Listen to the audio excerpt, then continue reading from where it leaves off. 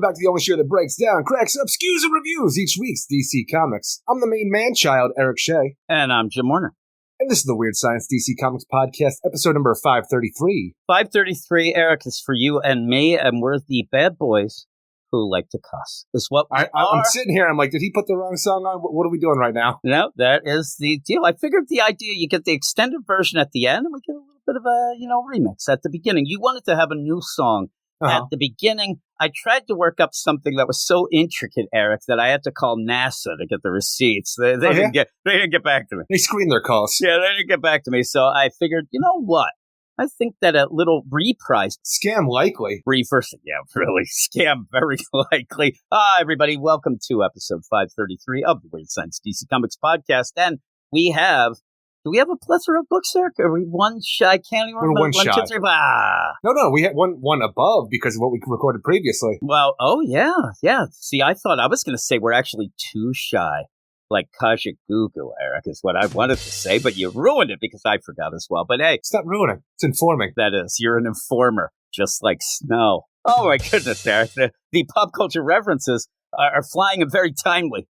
Here we are. We have a bunch of books, some bigger than the others. We're going to continue the House of Brainiac. And we have other things and some finales, things like that. Maybe even some inside info, Eric. But before we get to that, I want to tell you where you can find us. You can find Eric sequestered in his apartment. I don't know where it is. I can't. You live 2 blocks away. Can't even find you. I was looking for you the other day. Then I drove by. I was hoping to see outside. Run you the hell over. Really? You're going to see me outside? Yeah, you just see out there. Like I thought maybe you'd be shooting hoops or something. You love that. But you can also find us on the internets. You can first go over to the Twitters at Weird Science DC. Follow us, we'll follow you back there. Then you go to our website where Sus Gabe presides over everyone in comic review land, and that is WeirdScienceDCComics.com. Then you could go over to the YouTubes at the Weird Science Comics, and then when you're done all that, if you're still raring to go over to our Patreon. Go over to Patreon, itching for a scratch, as they used to say. You can go over, that was a rap song. So with that, you go over to patreon.com/Weird Science, and you get a bunch of shows. You get a bunch of exclusive shows. One of the big ones, we talk about it all the time, Thursday nights, me and Eric get together, and we do our badass Patreon-only spotlight show. 2 books picked by the badasses of the Get Fresh crew. And I think that they took it to heart that person threw shade at us last week about, why do you stick your patrons with these awful books? But I'm like, no, I don't. We didn't do it. The patrons are like, okay, we'll get a good book, and then we'll get one that is sure to spark interesting conversations, Eric. Which I'm sure other people still enjoy. Yeah. People like listening to interesting conversations. Batman Off-World number 4, Punchbot for President, Eric.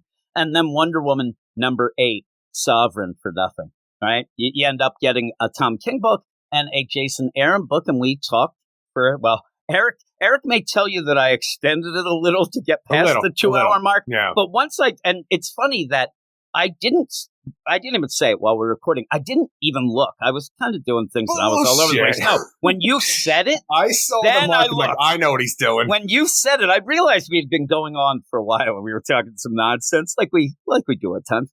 And then I looked, and when you said it, I'm like, oh yeah, now we have to go. And if we didn't, there's going to be a lot of songs at the end of that. Like, I always can finagle that. But if you're that close to 2 hours for a spotlight, you might as well go for it. But yeah, it was over 2 hours long. Not only that, but we have a bunch of other shows. A year one show that I do with my man Zach. We have a Walking Dead show that I do with Mark Jager. We have a Hellboy show with Simon. All of these things, and plenty more that we end up doing each and every week. But one of the things I do want to point out that this is an annuals week. There are 5 weeks of DC Comics, and the 5th week is an annuals week, and that will be Patreon only. So if you want to hear that, you should go over and sign up as well. And if you go over right now, you can even sign up for a 7-day free trial. Check out things before you put your hard-earned, as Eric says, Kashunda, down on the counter. I never used to. I think you made me start saying that. I think I made myself say it. I think it was like to Simon. I said it like 3 times, and I realized, I'm like, oh no, it's one of these things now that I keep repeating. But with all of that, Eric, we have to stop, pause a second. A little bit of a silence, maybe not silence, but this is the shout out to the badasses. This is the badass roll caller. Do you have a harmonica you could start playing? I could do a little hoedown. Why do I have a mouth organ? I don't know, but you might want tulips on my organ, baby. We have. Don't mention it. I'm sure you love that segue in. D-Man 3001. David Fink, Jack Halsey, Nick Rust, Trevitt, Wakazashi Gray. He might be AI, he may not be. Dad Nation, Eric K, JLG, Big Z, Mark Claire Show, The Annihilator, Ted Brooks. I have a little thing going here, Eric. I Love Punchline. So I Love Punchline back in the Slack. Everybody was excited. Stork, Michael S, Cam, Matt Razor, Dr. Matt, Niels a T-Word, Stephen Baum, Jason Colby, Sue 42 to you and me. I'm going to have to hit that thing again. Mike, Ken Halleck, Comic Boom Rocky, Rutgut Rudy, Mark Jager, Bill Bear, Ruben, Carlos, Noah Marv, Matthew Rapier, Luke Hollywood, Simon, Luis, Manship, Andrew, Belfast, Swanee, Anthony G, Josh Vermillion, Batman Beyond Mark, Brandy Murray B, Brandon in Canada, Buffalo. You good over there? Doxing his ass in Minnesota's double A run. See, I wanted to time it perfect, and I did. I did it again. And the all-time greats. And the all-time greats. Jim? I almost said Reginald Drinkwater. the all-time greats. Don't need Eric. that. I know. I just wanted to annoy you. The all-time greats. Talking about both of them this week, and I actually had a dream about Rob Lewis, Really? and Reginald Drinkwater. Yeah, I had a dream. It was a nice dream. He was telling me some personal things I don't want to divulge here, Eric. Actually, it was kind of a tearjerker. He was just telling us that we were doing a good job and that he was enjoying the shows. And I'm telling you. I love the idea, though, just thinking about things like you and I have both lost fathers and stuff like that. And if there is an afterlife and people can come back and talk to you in your dreams, you and I never had our fathers come to us in our dreams, say anything nice. And no family members at all who have passed on. But if Rob Lewis can come back and say something, you know what? Maybe there is something to it. As I said that, I got a little choked up. I'm telling you, I woke up and I was crying. I am not that much of a he-man to not admit it. I ended up waking up and this was the weird thing too. So I end up saying, I woke up, I gave him a little shout out, like all time great. And I just was thinking about him then and some of the things like. I've been thinking about him a lot too lately. Yeah, see? His hometown just keeps coming up in conversation. I was just there the other month for a funeral myself. And I'm like, I want to go see Rob Lewis works. Everybody in the family kind of laughed at me because apparently his hometown, not a great place to go and hang out and sightsee. But I'm like, it would have been cool. Yeah, I ended up where, I've been thinking about some things. Even Reggie thinking about some shows. Reggie, I thought, and this might have kicked it off, I thought of the idea that Cy Spurrier Hellblazer book, I know Reggie would have made me do it. You would have bailed. I would have. Totally. I'm like, oh, Reggie, you would have made us do it. But I get enough of the Flash. Yeah. I was thinking of Rob Lewis. I had that dream. Kind of got up and I gave him a little thought to him. Went downstairs, right? So I'm there and I'm cleaning a plate. And right next to it is the door to our laundry room. And it's kind of closed, kind of not. And I'm just thinking, all of a sudden the door fell. It fell off the hinges, Eric, and I don't know how. Except that I know how. Well, our hinges have like the pins. Dilapidation. It's an old door, but it has like a pin system type deal. Maybe. But yeah, it fell. And it hit and then leaned up against it. I'm like, all right, Rob, stop it. Oh my goodness gracious. Then later, because I did turn off the heat and it was a little chilly yesterday, especially during the night. So at that point, I wanted to go down and turn the heat back on, but I was too scared. I didn't want to go down there, so I ran upstairs. Not that Rob Lewis would. I'm just thinking the idea that you're afraid of Rob Lewis, a dear friend of ours. I don't know if maybe he's mad at me about something. I don't know. Maybe he found out something up there. And also I don't know if I can handle the sexy stuff there. I end up seeing that. I'm like, holy crap! Who let this model in here? And then I get jealous. Right? And that's what would happen. I remember the time that he got upset with something on the show. Not anything we did, but he ended up calling me on the phone, and we talked for a while. We talked for a real long time, and we had always planned on doing a podcast together, and we never got to do that. So it was kind of sad when he went down. And then there is Reggie, who we did too many damn things, but still miss him as well. But that is the beginning. That's a little trip down memory lane Eric, you want to know one of the podcasts me and Rob Lewis were going to do? Okay. And we were going to do this, and then at the last second, we decided not to because we would get in trouble and probably get divorced. Both of we were going to do a porn podcast at one point. It was going to be so funny, but we were going to go on assume names. The problem is it would be on the Patreon, and they might know who it was. Yep. Yeah, we had some weird ideas. It was kind of fun. We were just joking around about it. We're like, you know what? Not a lot of porn, and now you know what would be great. If two friends just hung out, watched porn together, and talked about it on microphone. I'm telling you right now, there are a lot of porn podcasts. The problem is it's like girls and ladies doing it. You know, then it's kind of sexy. There's me and Rob Lewis. Well, I'm saying because there was no area for me and Rob Lewis, I guess. But there's a lot now. We're going to sit there and yeah, that was a good one. I talk about scenes. Still what you talk about. You talk about the stars. You talk about, the plots. And we were going to talk about the industry, Let me show you why this stepbrother scenario is different than this stepbrother scenario. Exactly. Like that. Even the idea of how things have changed. I do my classic comedy routine where you sit there and you're getting old when you ended up, your favorite porn star has gone from, babysitter to MILF to grandmother. Gilf. That's when you know. That's when you know it. The terms change down the line. You're like, holy shit. But then you're looking, also, one of the things we were going to talk about is the idea that there's videos that end up saying oh, this chubby girl. I'm like, chubby? Her weighs 80 pounds. I get so angry there. So angry. See? I want to do it again. Where's Rob Lewis? Porn addict Jim Lewis. Yeah, that's right. And it was going to be called the porn addict, but the attic, the attic animal. Oh, see, it works, right? I'm telling you, now instead of a sex dungeon in the basement, you have a freaking sex dungeon in the attic. Porn addict. See? Remember when I was going to do the true crime treehouse with my kids way back? That would have been good too. They didn't want to do it, Eric, but here we are. Yeah, would have been good if I had willing participants. You know what else we do? DC Comics podcast, because here we are. We have a bunch of books. We have some things to talk about. I have a bone to pick with Eric. I don't, but I was going to say, how? Why? I don't know. It's just I wanted to say that. Also, I wasn't going to even mention it, but I'm sure all the cool podcasts around talk about the 420. Hey, everybody, 420. What are you going to say about it? My son works at a dispensary, and he was surprised that they were busy today. I'm telling you, the idea is you just keep telling people that your son's an idiot. Well, that's why I'm here. That's what my dad did. I'm paying it forward. The cat's in the cradle and the silver spoon. Oh, no. Rob Lewis. They, you pay it forward that way. Isn't that what that means?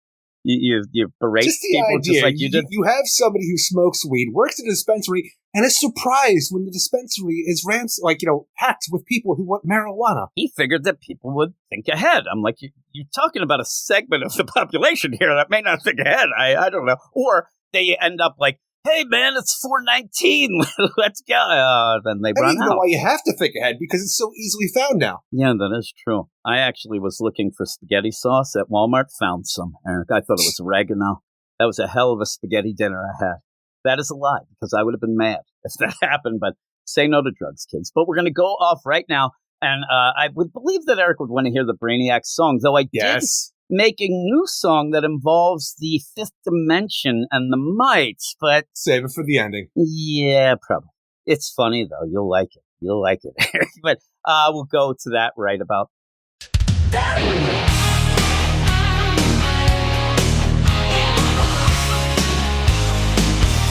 is a villain who's coming. They call him Brainiac. He bottles every city he comes by. He's a hoarder and a maniac. If you fight him, you best come correct. He's got a 12th level intellect. It's the house. It's the house.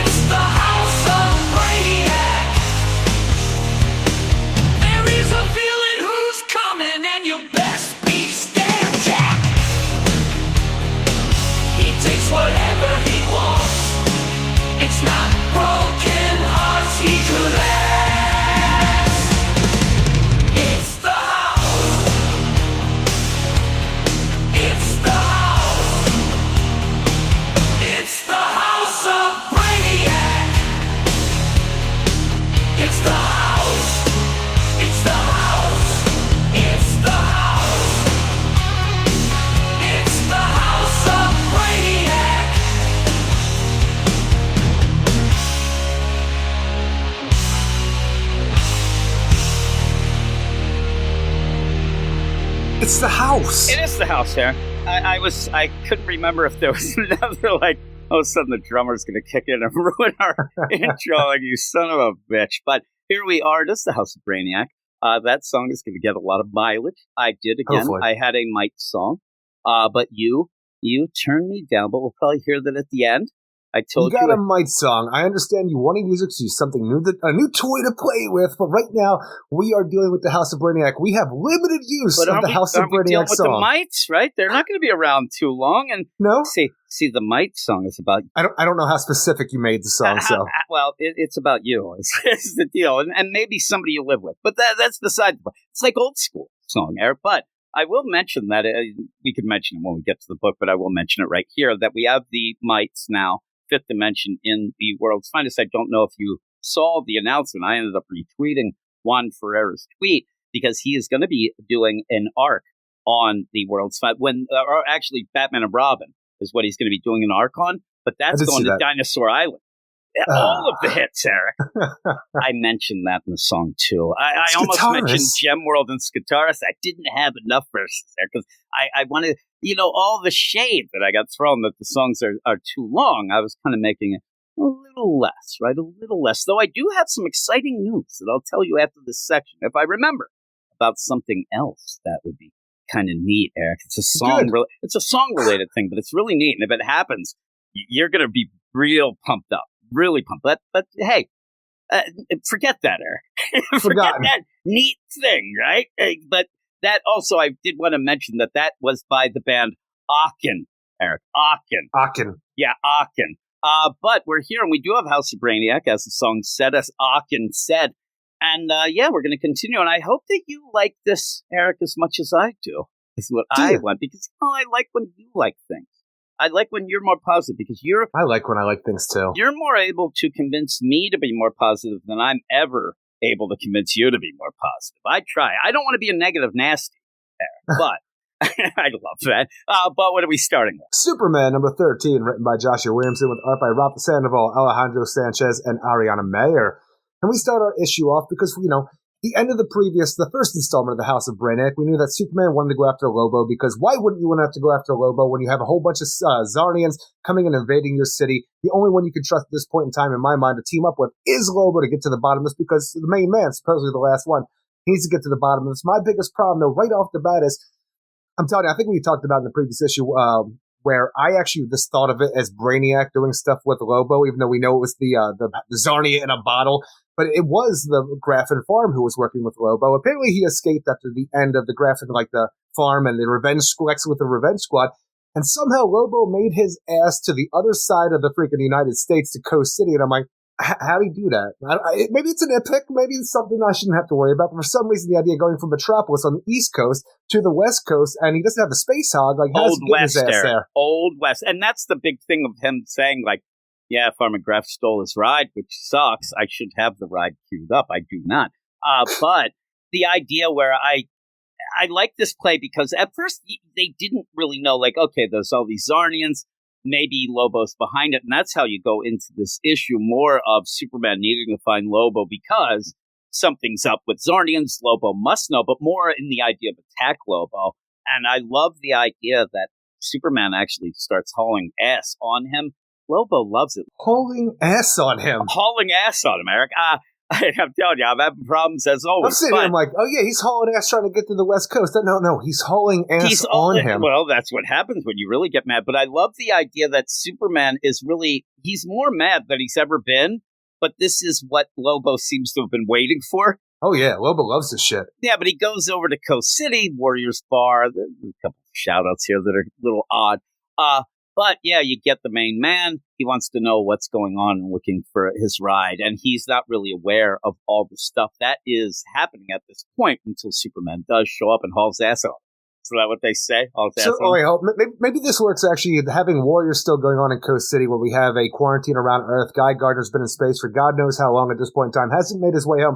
And maybe the idea that we see in Green Lantern War Journal later on in this podcast, where Guy Gardner still has an apartment in Coast City where he's keeping something very important, that maybe him having Warriors Bar, the money just funnels from Warriors Bar to an account that just pays his rent. The account? Maybe. It's weird. The whole idea of anything with Guy Gardner being off planet and then going to the thing. Guy, I don't think he is able to pay his rent on the best of days when he's on He Earth. has an entire bar. What are you talking about? But I don't know. The bar always, like, even here, like, I think that bar gets, like, ripped apart all the time, and I think most of those people don't pay their tab. I don't know why I think that, but I think that.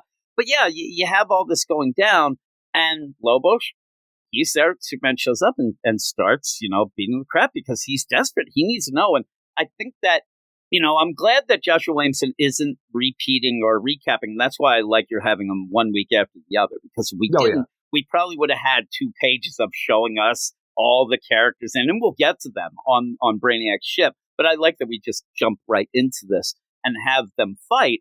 And it is the fight before friends type of deal in a weird way, because they have fought before, but Superman is desperate. He needs help. And when he realizes that Lobo doesn't have anything to do with Brainiac or the Zarnians, then Lobo's intrigued. Like, well, what'd you say? Like, oh my God. And you get to almost the point where Lobo almost says what I kept saying. Like, he's not going to like having the Zarnians. That's his thing. But he kind of wants his street cred. Yeah, he wants that. And he was the one who kind of got rid. But I like the thing that I'll tell you, Joshua Williamson going and giving us that, like, it's his, what's it called? What's the general's name? Oh, I forget what his name. Karvak? Yeah, and that was like a hero of his, and there was like a tale, spooky stories to tell Zarnian children. And Chakal, I like that General Chakal, and I like that it actually then it fits, it works. The city disappeared, and they were just like, oh, and then it became a folk tale and things like that. But then it makes sense as we go. The story was he took over a whole damn city, but it disappeared. I always thought it was fragging scary stories to tell whiny babies, but looks like we have the idea where the whole city and all the Zarnians, General Chakal's gang wound up. And that's okay. I mean, you're retconning some things and whatnot, but that's cool. And I like that he ends up, oh man, that was my hero. I always heard about him, and then you get right away. It's like, you don't want to meet your heroes, they're Supermans. Well, even by the end, the idea when you have Superman and Lobo go up against the whole General Chakal and his gang or army, whatever you want to call it at this point, to be the main man, you got to beat the main man. Right there, the idea that Lobo knows this is the OG main man. So you got to pretty much put him in his place in order for you the Lobo to call himself the main man once again. Yeah, and I think that's cool. And remember, While we still have freaking Guy Gardner with a Phobo out there in the space doing something. Yeah, and just to point out, and I think we talked about that maybe on the Patreon Spotlight, the idea at the end where the foe, we think that it might be the Phobo that was in the New 52 Lobo? New 52, the New 52 Lobo. The last we saw him was in that Sinestro book. He was in a bottle. He was there. So if you do have him out, could put Lobo in a bottle. I'm telling you, when you were saying, like, I think that at one point we were going to have a song for Zarnians in a bottle, to Message in a Bottle, but we can't do that anymore, Eric. But no. You end up where all that going down, you still have, our main characters, heroes, villains, not main characters, but all the characters on Brainiac's ship. But I do appreciate, because I was a little bit off in the deal, because I thought some of the Zarnians were all, I thought some of them were clones. Lobo just basically says, these aren't clones, these are all from the deal. Okay, I like that he spelled it out. I like a lot of what he's doing here. It is just kind of a setup issue, and you have a lot of things, but I do think it's still moving forward better than what he does other times. It's moving forward to an okay pace, but when we go back to Brainiac and his ship, and we just pretty much, the only bit of new information we get, the idea that Brainiac has spent all this time gathering information. He feels like he knows everything in the universe there is to know, and the new test at hand that's going to hopefully fulfill him is to create something new. And in order to do this, he needs all the powers and whatever things I don't know his main goal, besides for critics, but I don't know how he's going to do it, but everybody he's taken from Metropolis, whether it's Metallo, Livewire, the super people that are part of the ship as well, he wants to use their specific traits in order to create something for the best of something at the end. But when we do get this information, it is pretty much a walking tour of the ship of and I have you, and I have you, and Metallo has a metal frame. Yeah, you have that, but he's the thing that I think is missing, because you had Brainiac trying to get Superman. He had Superman. He was taking Superman. Lex jumped in front and actually got sucked up instead of Superman yelled, "Superman, save my daughter!" and went. But he doesn't seem to react to that. I think that that's a misplay. I think that obviously if Superman's in the play. He did want Lex Luthor, just said he needed his head, though. Yeah, well, he said, "I'll get you," and I think what he meant was, because he said, "All I need is your head."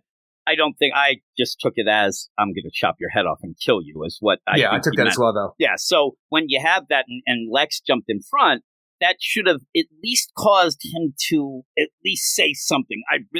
Just have him there saying, and you have all those other Brainiacs too that kind of in and out where he could be going crazy. Like, I needed Superman. And they're like, no, we have these and we have, Khan, we have all these others. Brainiac, he keeps his composure. Yeah, and well, he does until he kind of starts leaking. He doesn't want to look like a bitch in front of all the multiversal Brainiacs around him. I'll tell you this, though. When he does start talking about what he wants, like the idea of creating something new, he starts fritzing out. A little electricity starts coming at him. He starts spewing some green stuff out of his mouth, and the other Brainiacs in the multiverse do have to come and help him. Like, there is something wrong with Brainiac, and the idea that he has to create this, like, is it the idea of a legacy? Like, whether it's all the other Brainiacs that we'll eventually have, which is kind of weird because they are almost like creating something, even though it's a continuation of him himself. Like, the idea of having children, I like to figure out, but he will do that throughout the time. But I don't know if this is actually Brainiac or something is affecting Brainiac to make him think he wants to do this for how he's acting in this book. Well, it's a weird play. First off, they take him, they come in and get him, and they take him off stage like he's James Brown. And I was waiting for it, almost like I could imagine them putting the cape on, they're taking him off, and then he throws it off and goes right. I used to end karaoke segments like that. I had people come up and put their freaking jacket around me and take me off stage. See, that's the thing, though. If you're going to do that, you got to almost get off the stage. You throw the cape and go running back to the mic as they're grabbing you, and then you have one and then they pull you off completely, and then you're done. Oh, I love it. I love it. But yeah, when they take him up, this is the thing. Combined with what Lex is saying, it's a weird play of almost in my mind. That he's like, okay, I only have a terabyte of memory of all the things I learned, and I've learned 1.2 terabytes of info. It seems like he's learned too much, and now it's a weird play because of what Lex ends up saying, what he even said in the first issue of what I saw was that you ended up almost like learning everything, and that's looking in the face of God, Eric. And you can't do that. You're flying way too close to the sun. But it felt like that. Like he wants to make this like what looks like the bride of Brainiac. You pulled an Icarus there, kid. I don't know if you can do this. I'm getting the idea where it's like we're gonna think that it's he wants to have the kids, he wants to have the sexed up babies and things, but instead he just needs this other Brainiac queen, but little extra storage space. He's got to. And again, that's the whole thing with everything that we're doing right now. The idea of creating something, I don't know if it's the general idea of creating a new version of himself to store all of this stuff. Yeah, that's what it is, because it almost feels like an ultimate version, which almost harkens back to that God Brainiac that we had on the planet Telos during Convergence, which felt like the ultimate form of Brainiac. But all the other Brainiacs here, whether that's still in continuity or not, for however that worked, but the idea, like Brainiac Prime, yes, he is from Prime Earth, but it feels almost like this is the ultimate Brainiac for how they're designating him and taking orders, it seems like. Yeah, they're Brainiac Prime, and they go, and I'm like, I don't like that Dr. Strange Brainiac. That guy scares me. I don't know that guy with I don't like capes. I've had a problem with capes. Ever since the Hood became the Ghost Rider, like capes. Was that like 2 weeks ago? Yeah, they kind of bother. Well, I liked capes before then. And I'm talking about like a Doctor Strange cape. I'm not talking Superman cape, right? That's a cloak. Well, I'm more like a hood or a cloak, yeah. So capes, I don't know. Why wear a cape either? What are you, fancier? What do you got I'm fancy. I like wearing a cloak and a cape. You got I'm wearing a smoking jacket right now. You got a cane walking around with your fucking monocle? I'll slap that monocle right off your pretty ass face. But yeah, while this is going on, you do end up having, thanks. You end up where I was being nice to you, Eric, talking about slapping me. Yeah, but it was nice. I said you're sexy.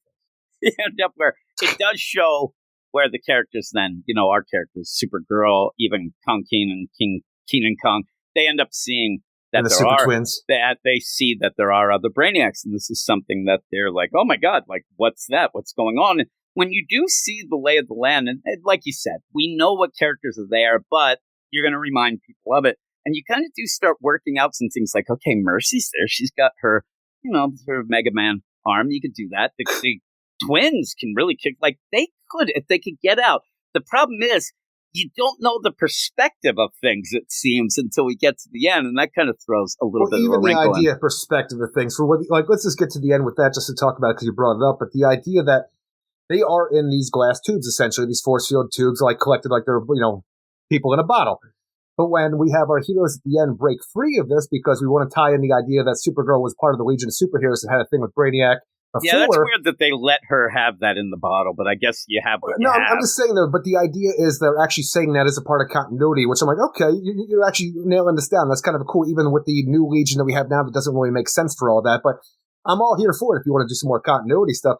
But when they do break free of their like imprisonment, I think that shrinks them down immediately because everything else seems like it's in perspective to me for some reason. Well, I think that what you're kind of being shown is as you're watching the things, you're seeing it through like a weird, angle. But I think they are small. No, they are totally small. For some reason, I even missed this one thing because I'm even looking at a page.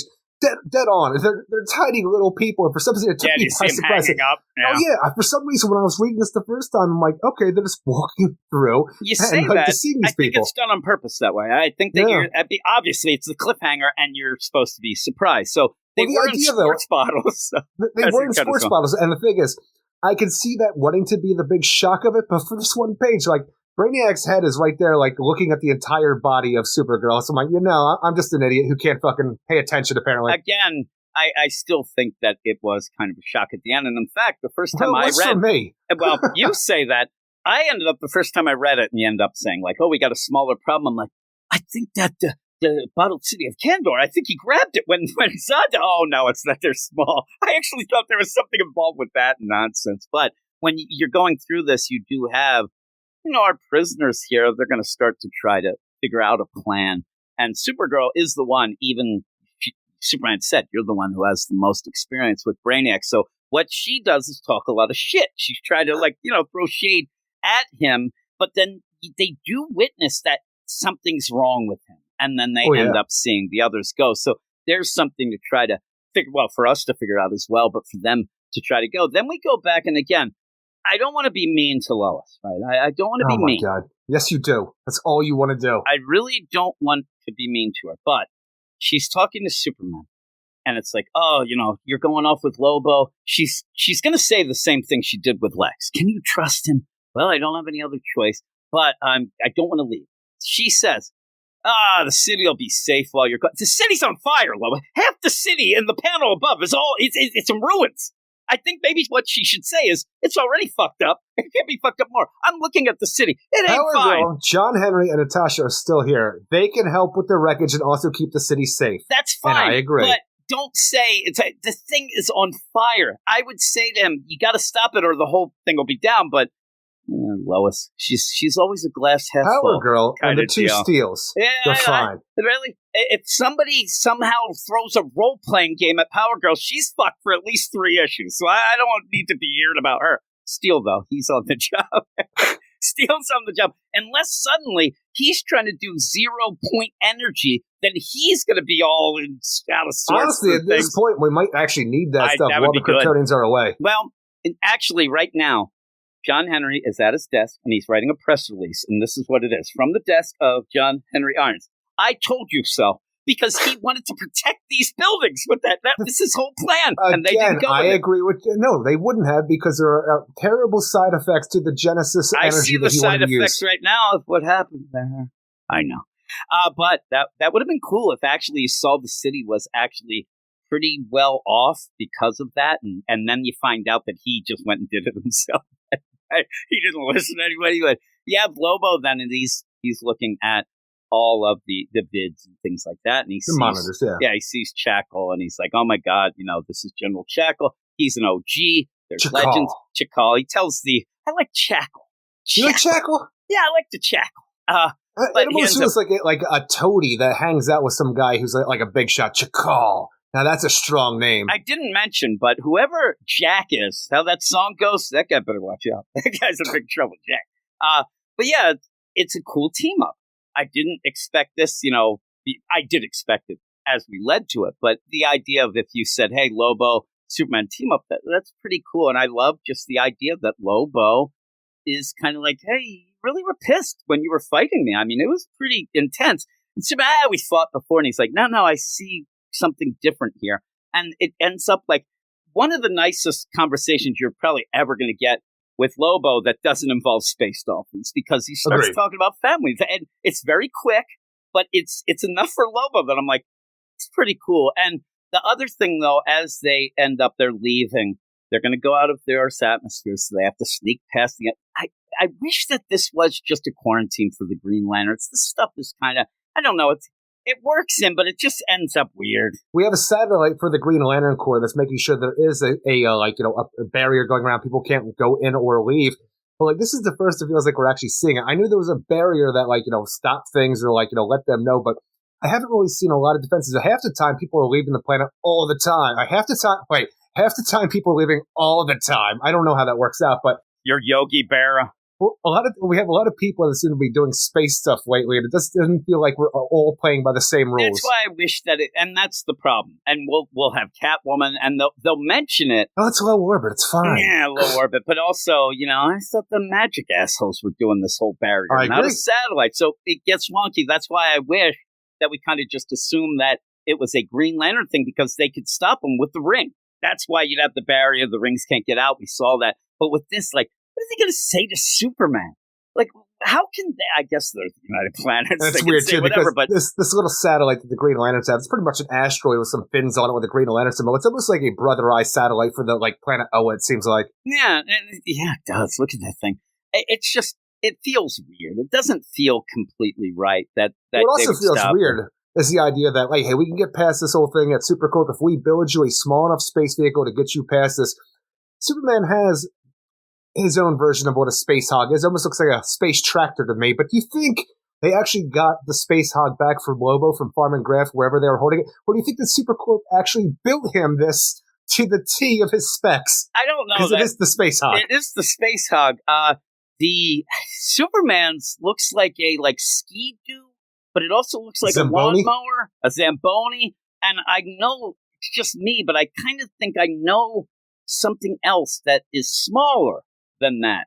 Him. He can fly.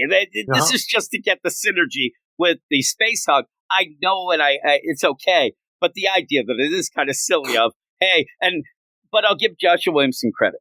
Here is a thing that is kind of a wonky idea. The whole quarantine. So he kind of has fun with it. He uses it to make it into a fun thing. He doesn't just say they're going to be in low orbit. Right, that sort of thing, with all the other satellites and things like that. But the thing is, we have some fun with it, but these things are pretty much ultimately, but immediately destroyed by General Chackle and his gang, so it's no real point in having this at all or even bringing it up. It was just so they could kind of go and Lobo can look over and pretty cool, we're Easy Rider. It's just, and they do talk, and he actually doesn't say mean things about Crush.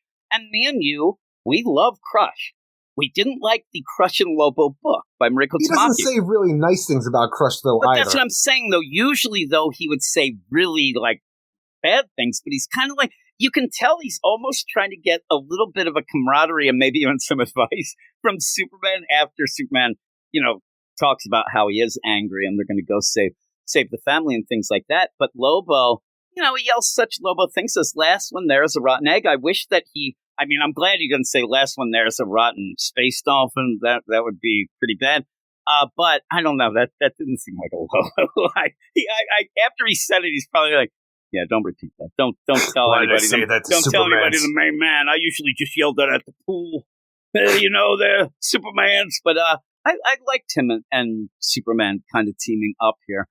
Again, though, you have to get past the satellites, so they have the space hogs. The space hogs end up getting destroyed immediately. So it was kind of silly, but you then get Chakal, and they come riding in, and they're pretty badass. I mean, the idea that that's the OG. They all got space hogs too, Jim. Yeah, they have space hogs. Also, we've seen Batman or Superman and Lobo go at it, and all those Zarnians, that might be too much. I don't think it will be. Well, even the idea that Superman, when he initially was fighting Lobo at the Warriors Bar, just went full blast heat vision on his face, and it didn't even scar up, Lobo for a fact. It didn't even seem like his healing factor even had to turn on at that point to do anything for it. So you have a gang of Zarnians here. I'm I hope Superman was just really holding back, because you're going to need as much fight as you can going against a Zarnian gang like this. I wonder what exactly they're doing and why they want to do it with Brainiac, because here's Lobo, and I'm thinking Lobo's just going to be like, why don't you join us and we'll just go against them. I don't know.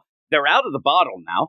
So what keeps them? Maybe family and stuff like that. But I don't know. Chakal doesn't seem like a family guy. But we'll see. We'll see what happens. But yeah, like you said, you do set up a pretty ominous deal because Superman couldn't even beat up Lobo.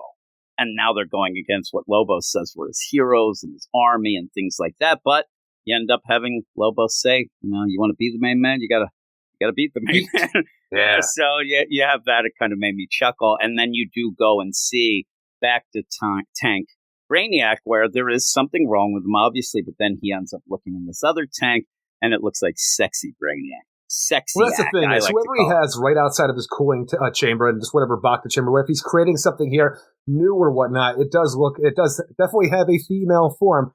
But then I'm like, did we see Lena throughout that whole walkthrough? Well, he ended up saying that he needed Lena, but again, we had all these things going where there seemed to be something but I don't know. Maybe it is the form of Lena to use it. But we really didn't see. And Lex was yelling, "Don't do anything to my daughter." Now, the big thing is I'm looking here in the background. Maybe this one little one is Lena that Lex is like when he's talking next to Brainiac about, the idea of him working with Brainiac to do stuff. Maybe that's him. This is the idea that he's just pretty much pleading for the idea, like, I'll do what you can. I can even give you Superman as long as you spare my daughter. Yeah, and when he's saying that again, this is going to be the thing that Supergirl hears and everybody hears and like, oh God, Lex has turned bad, but he's desperate to save Lena, and he is the guy with the info. So he knows more than we know, and the idea that maybe is he knows exactly what he would use Lena for, and if it is, maybe it would be this bride type deal. And exactly. The thing is, either he's making a new body for himself to help contain all the knowledge that he has because his body possibly fritzing out from everything that he's learned, or he is building the bride of Brainiac. The only thing I'm going with is we do know that there's the Queen Brainiac in the Absolute Power deal. I'm assuming that that's what this is. It's kind of Most sad likely that you end up having that to kind of spoil it, but we'll see. But the thing is, once I saw that, I immediately thought it was going to be Lena anyway, and I was worried because I really do like Lena. I don't want her to become Queen Brainiac. Like, who wants that, Eric? But Lex also, where we talked about Lord Zod in the Before Zod book, Lex is saying this, like everybody, like they're freaking out, but Lex is desperately trying to either buy time for all of them, trying to change some things up and save his daughter. When he says, I'll give you Superman, I'm not telling you that he's 100% going to do that, but also I think that he's like Lord Zod, where he thinks if I give him Superman, will be able to stop this. Like, he really is like the biggest fan of Superman right now. Anything that does happen, he ends up saying, well, I did it because I knew you could take care of it and whatnot, but he keeps cooking sauce, especially with the idea that Lex is fine. He's protecting his daughter. That's all that matters. I don't mind that. So when you have that, like, Supergirl is freaking out. I'm like, if it's my daughter over there and I've been taken by Brainiac, I'm like, I will gladly give you Jim Warner. I'm not thinking that you're going to have anything fine to be like. You're not going to be able to take care of the situation, but I will gladly give you over to protect my daughter. I can imagine that, and you're like, I know Jim will take care of this. I'm like, what the hell were you thinking? No, I never once thought that. You just want to hear. Just take a Brainiac. Well, and again, we all know too, and so does Lex. Is not dumb. I don't know if you know this, Eric. Like, in your scenario, it may be different, but with Lex here, like, the idea that he probably knows that even if he gives him Superman, like, whatever he has planned, he's not going to change. If he's going to use Lena, I think it buys time and it gets Superman there is what he's more concerned with, but Supergirl just freaks out. But maybe she's playing I just imagine, though, that he's not even going to be able to give Superman, because for this fight between Lobo and Superman with the other Zarnians, I just see the other Zarnians kicking them, like, their asses a lot and then bringing them right to Brainiac. So I don't think Lex is going to have anything to do with any of it. And I think it would be kind of cool if they end up where, Superman realizes that and they actually just, like, wink, wink, their Lobo. And then Lobo's like, what are you hitting on me, dude? And he's like, no, we got to get captured. We got to get to where we're going. Because that is really what they're trying to do anyway, is to find Brainiac. So maybe that is the easiest play. And you say that, I think that's what might happen. I mean, it feels like it might have to, because there's no way they're going to beat all these Zarnians up. I mean, from what we saw. But even if we go with the idea of the cliffhanger to this, where, Kara and Connor are able to get out of their tubes, they're little tiny Kryptonians, like they're like straight from the bottle city of Kandor.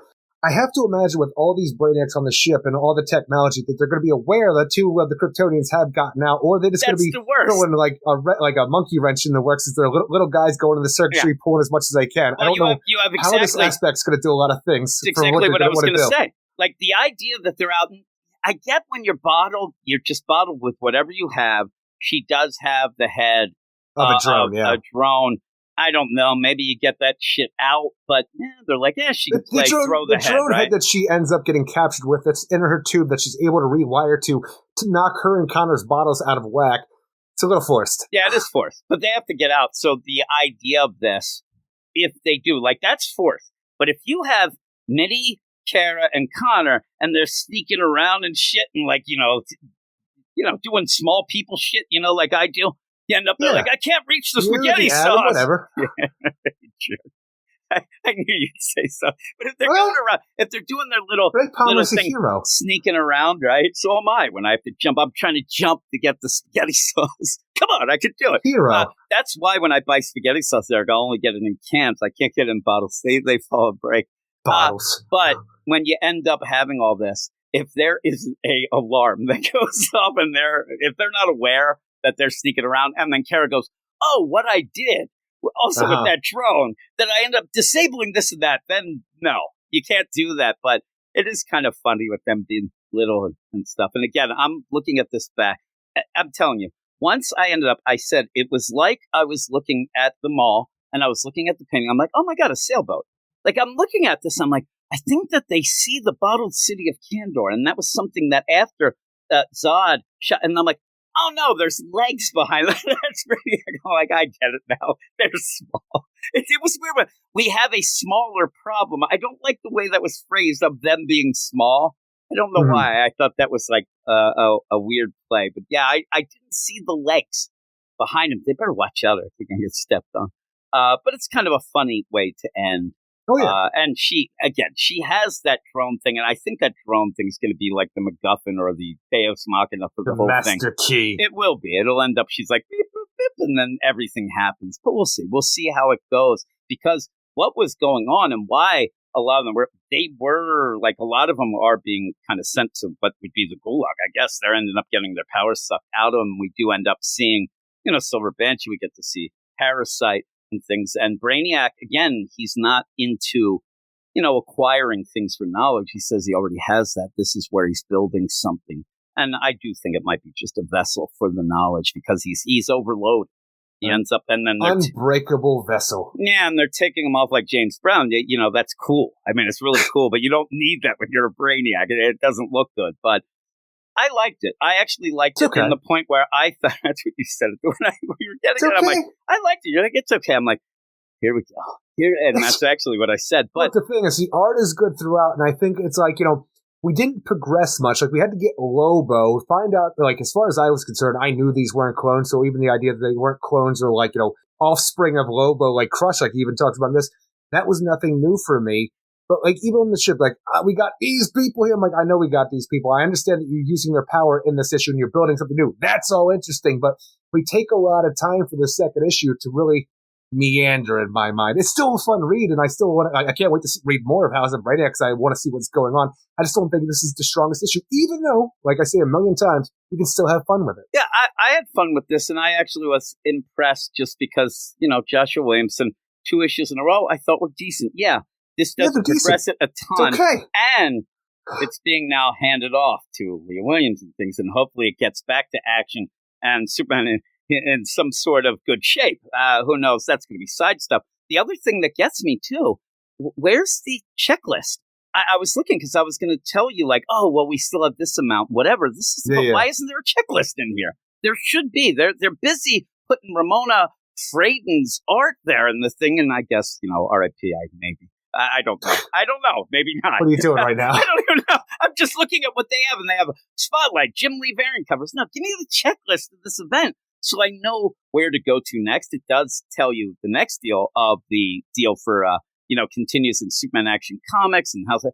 I don't know. I want a checklist, Eric. I wanted to tell you how many books we left is all I'm saying. But what would you give this? I would give this a 7 out of 10. I'm an 8 out of 10. I actually liked it a little more than you. I liked seeing them kind of work. The idea of them being small, kind of silly, but even Lex, he's out of the two. He's talking with Brainiac. Maybe that was where the perspective kind of went off, because Lex just kind of is there and hanging with Brainiac. I don't know what I was thinking. Right? Yeah, I'm with you, though. He's not small. The person they're next to is smaller. I think Selena.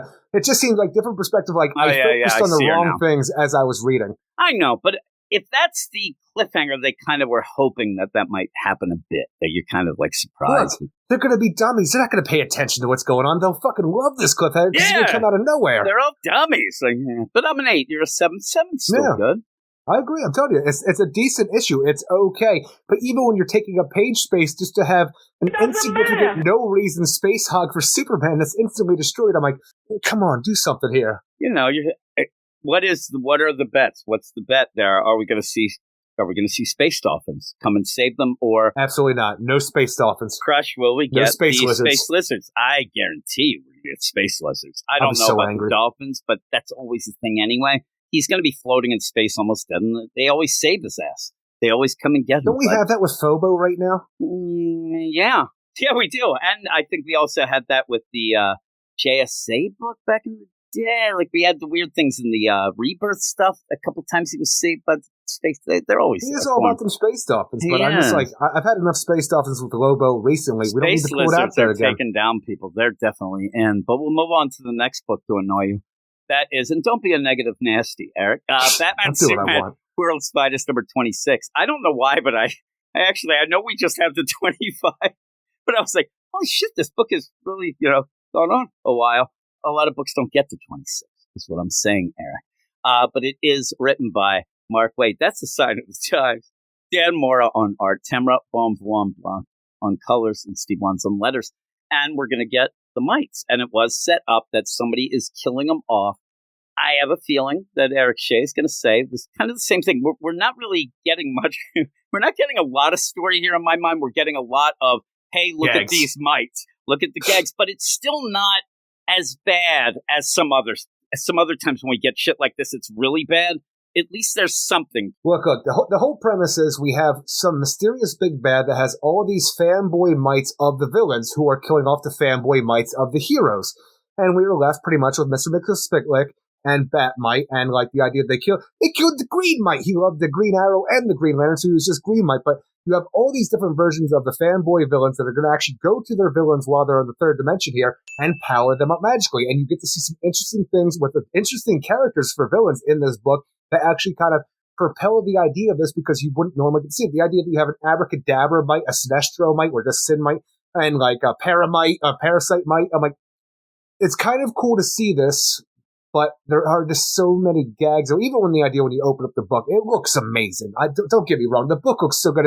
When Bat-Mite has to start this whole thing off by changing reality, Bat-Mite where so much.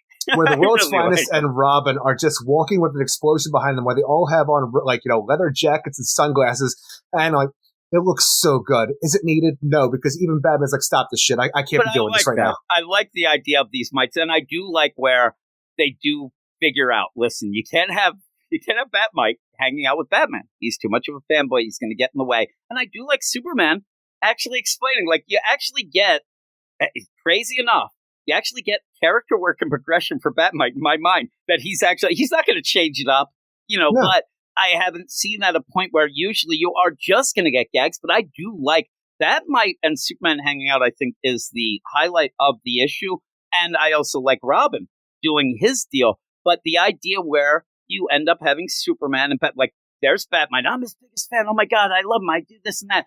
And you have Superman, they're like, dude, you got to calm down a bit. And he's kind of teaching Bat-Mite how he might be able to help Batman and even be liked by Batman a little more, because he even says, I actually thought there was a little bit of feels with he just wants to be accepted and he just can't get to it. And we were talking about it, I guess, on the Patreon Spotlight, maybe when we were saying about the mites, the idea that Mxyzptlk, he's not like that. And you have Mark Waid really center on that, where Mixie says, I'm not nonsense like you. And even Superman says, he tries to mess with me, almost like he wishes that he had, somebody like a Bat-Mite. But it does end up, because people forget that. People think that the mites are just goofy or whatnot. And you were always there. Well, while I was thinking about this, the idea where everything that we have with these, fifth dimensional beings besides from Mixie is so-and-so might. And I just hate that it's so overused and overblown. But I want to kind of come up with a classification for the fifth dimension, where if you are a fanboy of the superheroes of the third dimension, No, you are a Mite. That's that's almost like let's say a slur. So you're saying like if you get your own name, then without Mite involved, that means you up the ante. Like a Mixie. You are your own thing, or an antagonist to somebody who's not a fanboy of this person. So I feel like it's almost a title that's given to you in the fifth dimension because you're nonsense. Nonsense, but isn't everything nonsense in the fifth dimension, Eric? That makes it normal. No. I do like it because you could end up. Bizarro world. That would be the idea. This would be the cracking the code. Like I did it, Eric. It's like Mite is just fan in the thing. It's Bat fan. You could do that, but yeah, you're right though. And Mixie is different, and then they end up in. I don't mind having them say that out loud because we've been saying it for a while now. You can't put Mixie in with a lot of these others. And in this, where you have, the mysterious deal having this, it's just creating Mites because that's the easiest way to do it to power up things. Well, it's the easiest way, but you have this mysterious, cloaked figure. I don't know if you care about his cloak or not, but he has all these, villain Mites that are around him. And at one point in the fifth dimension, again, I don't know if you could say it's the same person because every other depiction of this character is shrouded. You see two red eyes and that's it, but pretty much just shrouded, so you have no idea who this big bad of the story arc is.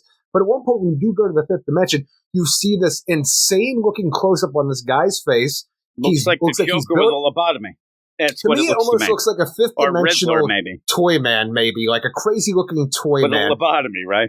And he's building what looks like a clay figurine of a Catwoman Mite. And he's going to send us some, even though we see the Catwoman Mite in the background of something previously. But it looks like whoever this is are just creating other Mites to be like the adversaries to our heroes. I don't know what the ultimate goal is, or if this is going to be like a toy man Mite, because he's even building toys. But just thinking about the idea of creating Mites in the fifth dimension, or just imps, whatever you want to call them. And I'm like, this could be really cool because I want to see what the hell this is. I just don't know from all the little things that we have going on here if that shrouded, villainous figure who seems to be the head of the Mites is actually this crazy ass freaking fifth dimensional person. It's just such a weird idea that we're keeping it secret until this one page, but it doesn't feel like it's a reveal. Maybe it is a toy man, fifth dimensional toy, and what you're seeing is that's the swerve that this is the toy man who makes for the big bad. Like you could even say, okay, a toy man of the fifth dimension deal and imp is making the imps, and the big bad is there. Yeah, toy Mite, and then stuff. Mite Man.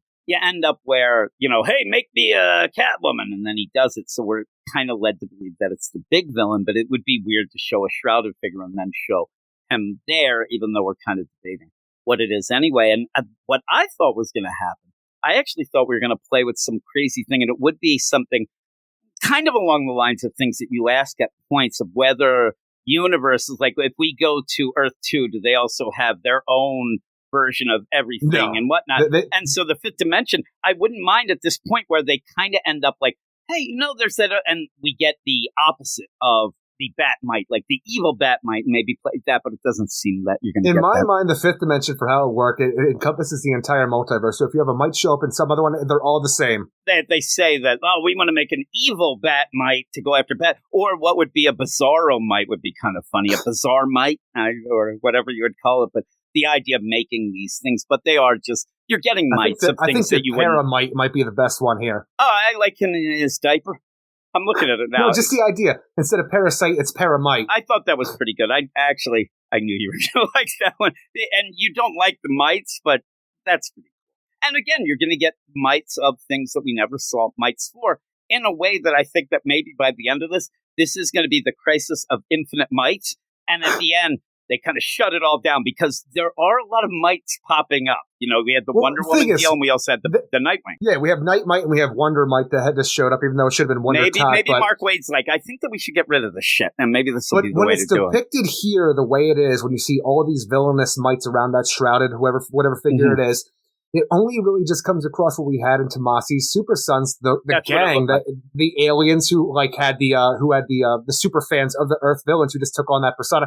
That's all it really Rex comes off to me. And there's no exactly. It doesn't really have the wow factor that I wanted to have. Especially because Lex looks just like a little kid. I mean, I think most people, if you actually is pretty funny with that fat brain. It's like an Elmer Fudd. Yeah, he does look like Elmer. And so if you did read that Super Sons with the gang, you can't not see that and think that. That's what I thought as well. And again, there's still Mites, but you're like, okay, there's Stroke Mite. Yeah, that might not be a good name for him. But Death you have, might. Black Adam might.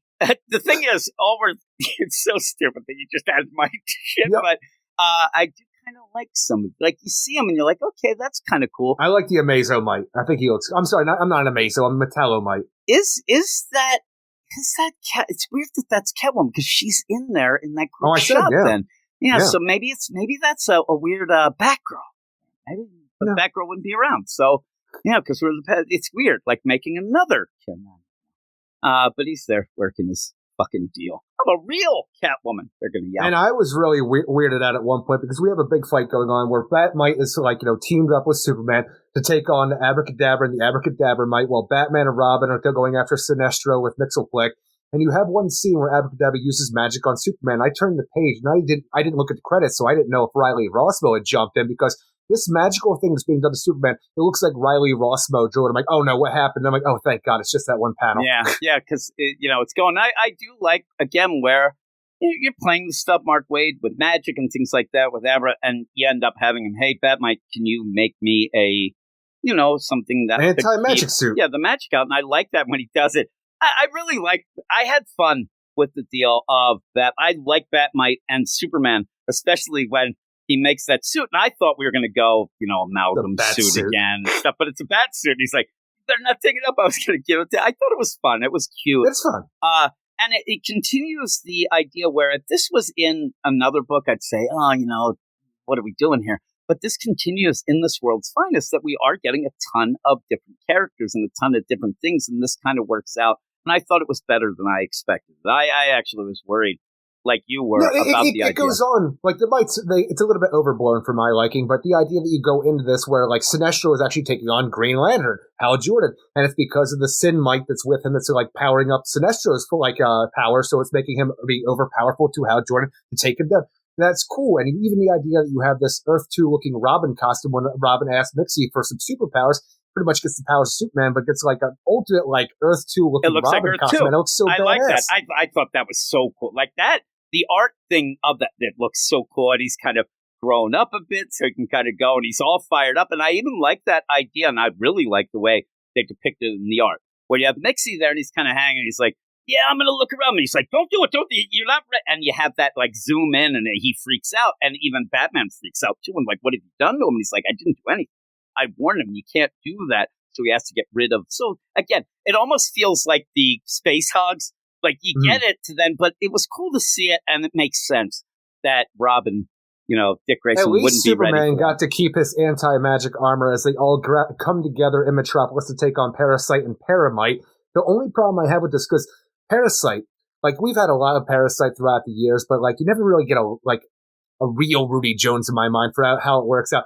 Here you have a Rudy Jones that comes up looking like Venom for how powered up he is, for the power that Paramite has given him, and he looks so badass. But I will tell you at the end of it, where because of the power that Paramite has given him, he's able to feed off hell. Why stop there? My new pal from the fifth dimension taught me an even better trick. If I feed off your mass and volume, I can literally pull the third dimension right out of you. Forget Banksy. And this is the perfect picture where we fed Parasite fed the third dimension off our heroes to now they're just graffiti on the wall. And I'm like, might be a little much. They look like those wall decals that you put up. Definitely. Those things cool. Like right next to him, he also did it to Michael Jordan. But in that, they do call Parasite looks so good. But they call him Jenkins. Yeah, that's wrong. It's weird. Yeah, they messed up. It's definitely Rudy, the way that that's he the looks. Thing is, if they are trying to go off the idea where Jenkins, like the original Parasite for, I guess what they want to do for the time, would be Jensen. Mm-hmm, yeah, so, and it looks like Rudy. So, yeah. The whole play seemed off there. Something went wrong there. But here's the thing, too, and we haven't said it for a while because we haven't had it as much.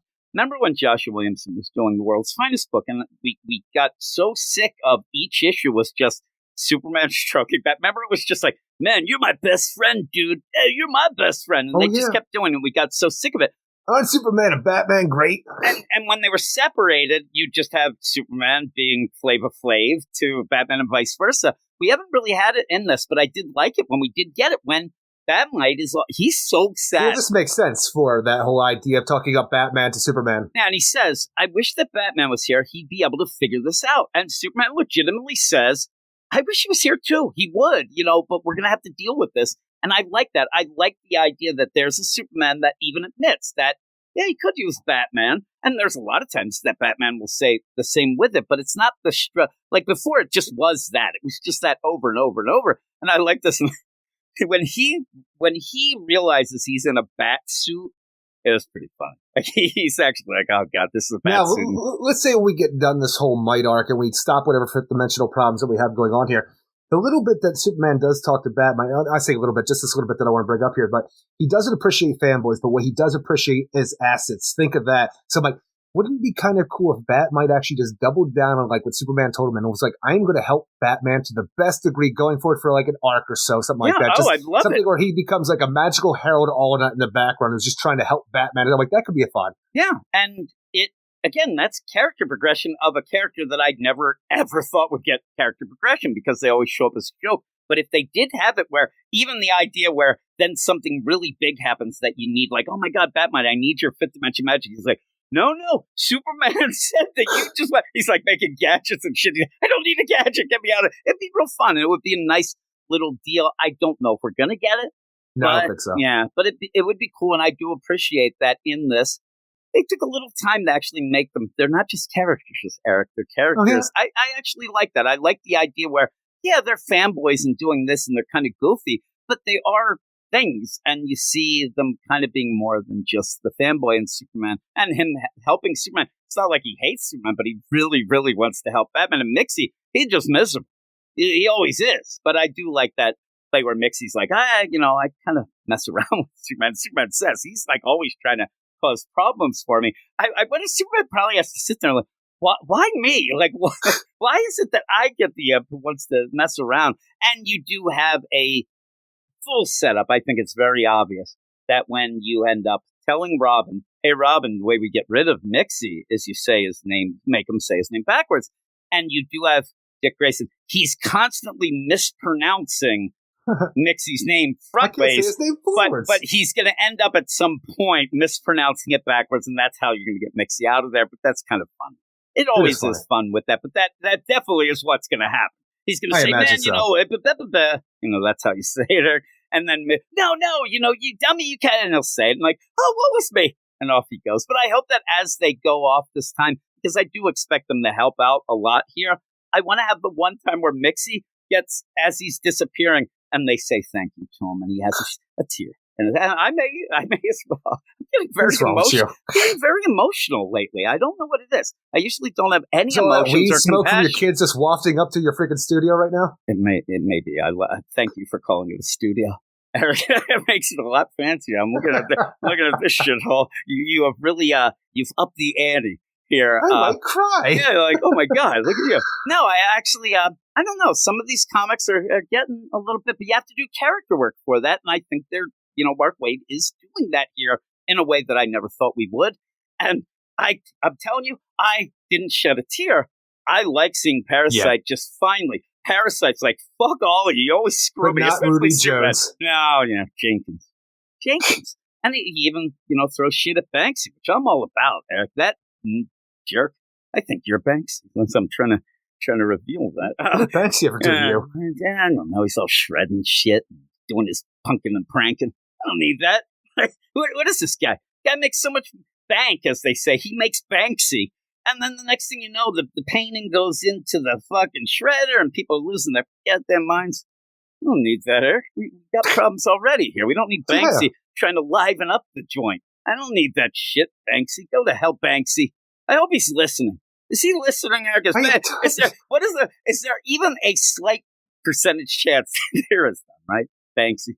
He's going to I don't know who Banksy is, Jim. Banksy's that artist that does all that wacky the thing shit. is, I don't know who Banksy is. I don't know what his interests are, so there's no way I could possibly know. That is true. Maybe he's listening. I better watch myself. Next thing, I'm going to get shredded. Right? Banksy'd. I'm going to get shredded. Probably in a review on the Apple Podcast. Right? That's where you shred them, Eric. But what do you give this? Ultimately, like I said for the previous issue, you can have fun with this book, but I think you can have a lot more fun with this book than you could in the previous issue because of what you're doing here. Because how often are you going to get Superman versus, Abracadabra, Robin versus Sinestro, and then all three to team up to take on an ultra-powerful Parasite at the end? It's a bit goofy here and there, which takes me a little bit out of the book, because I'm just not a Might fan, and every time they show up, it's like, oh, here we go again. I have a song about that, Eric. But the thing is that this is one of DC's best-looking books, and I think it's just so fun to read, even for stuff that you're not even a fan of. It's just a good time. I'm ultimately, I think, going to go with a 7.5 out of 10. I could go higher, but I want to. I'm going higher. I want to be a negative Nancy. Or negative nasty, Eric. Negative nasty you are, because I'm going to go 8 again. I'm going to go 8, and I'm going to go a little higher, because I did like this, I think, more than the Superman. I'm going to go 8.2. I'll go with, and why I'm going to tell you one of the things about this book, and we kind of, because it's the lay of the land. Also, we just came out of a Kingdom Come deal, and you kind of forget that this is that kind of goofy Silver Age book. You know, you don't forget it, but when things like this happen, it actually fits better in this book than maybe the Kingdom Come stuff did. A goofy Silver Age book that takes place after Crisis Well, that's somewhere. what I'm saying. That's why you get kind of me and you even talking about it, and I'll give us some credit, because people have pointed out when we have said, "Oh, this is so ridiculous, this is goofy," and like, this is the Silver Age book. This is supposed to be that thing. We're kind of giving it more of a benefit because of the big things that have come out of it. You know, that now classic Lazarus Planet. But you also end up having that Kingdom Come stuff. This book, like, elevates itself at points, but then pulls it back to be goofy with this. And I think I get a little whiplash at points. But when I read this, I really liked it. And it's not even like the idea where I liked it because it was goofy fun. I actually liked it beyond that, which I give it a lot of credit for, because I almost shed a tear. And it was Parasite that made me shed. It wasn't Parasite. But no, I really liked the effort kind of go. And it looks incredible. It looks fantastic. But we'll move on to the next book and the last book of this section. We'll see if Eric's going to be a negative nasty. Here we go. It is. Oh, my God. Yeah, I know it. I didn't even ask you about this because I didn't want to get sad. Jay Garrick, The Flash, number 6. It is written by Jeremy Adams with art by Diego Lategui. Yeah, you're already freaking running scared. Luis Guerrero, you're already setting up your defense here. Steve Wan's on letters. I just want to know the idea where I have to come up with defense. This is a series that I've really enjoyed with a new character, Judy Garrick the Boom, and it's been doing all this great stuff with the new Golden Age that DC did with the three comics that it put out for this, branding of it. But here we are at the finale, and what do you personally get out of this that makes you say, "Oh my God"? Eric, you can't be a negative nasty about this because of how much it ties up and what it does. I think that Jay Garrick, it does a really great job with him. I'll explain that when we get to it. Judy, she's around.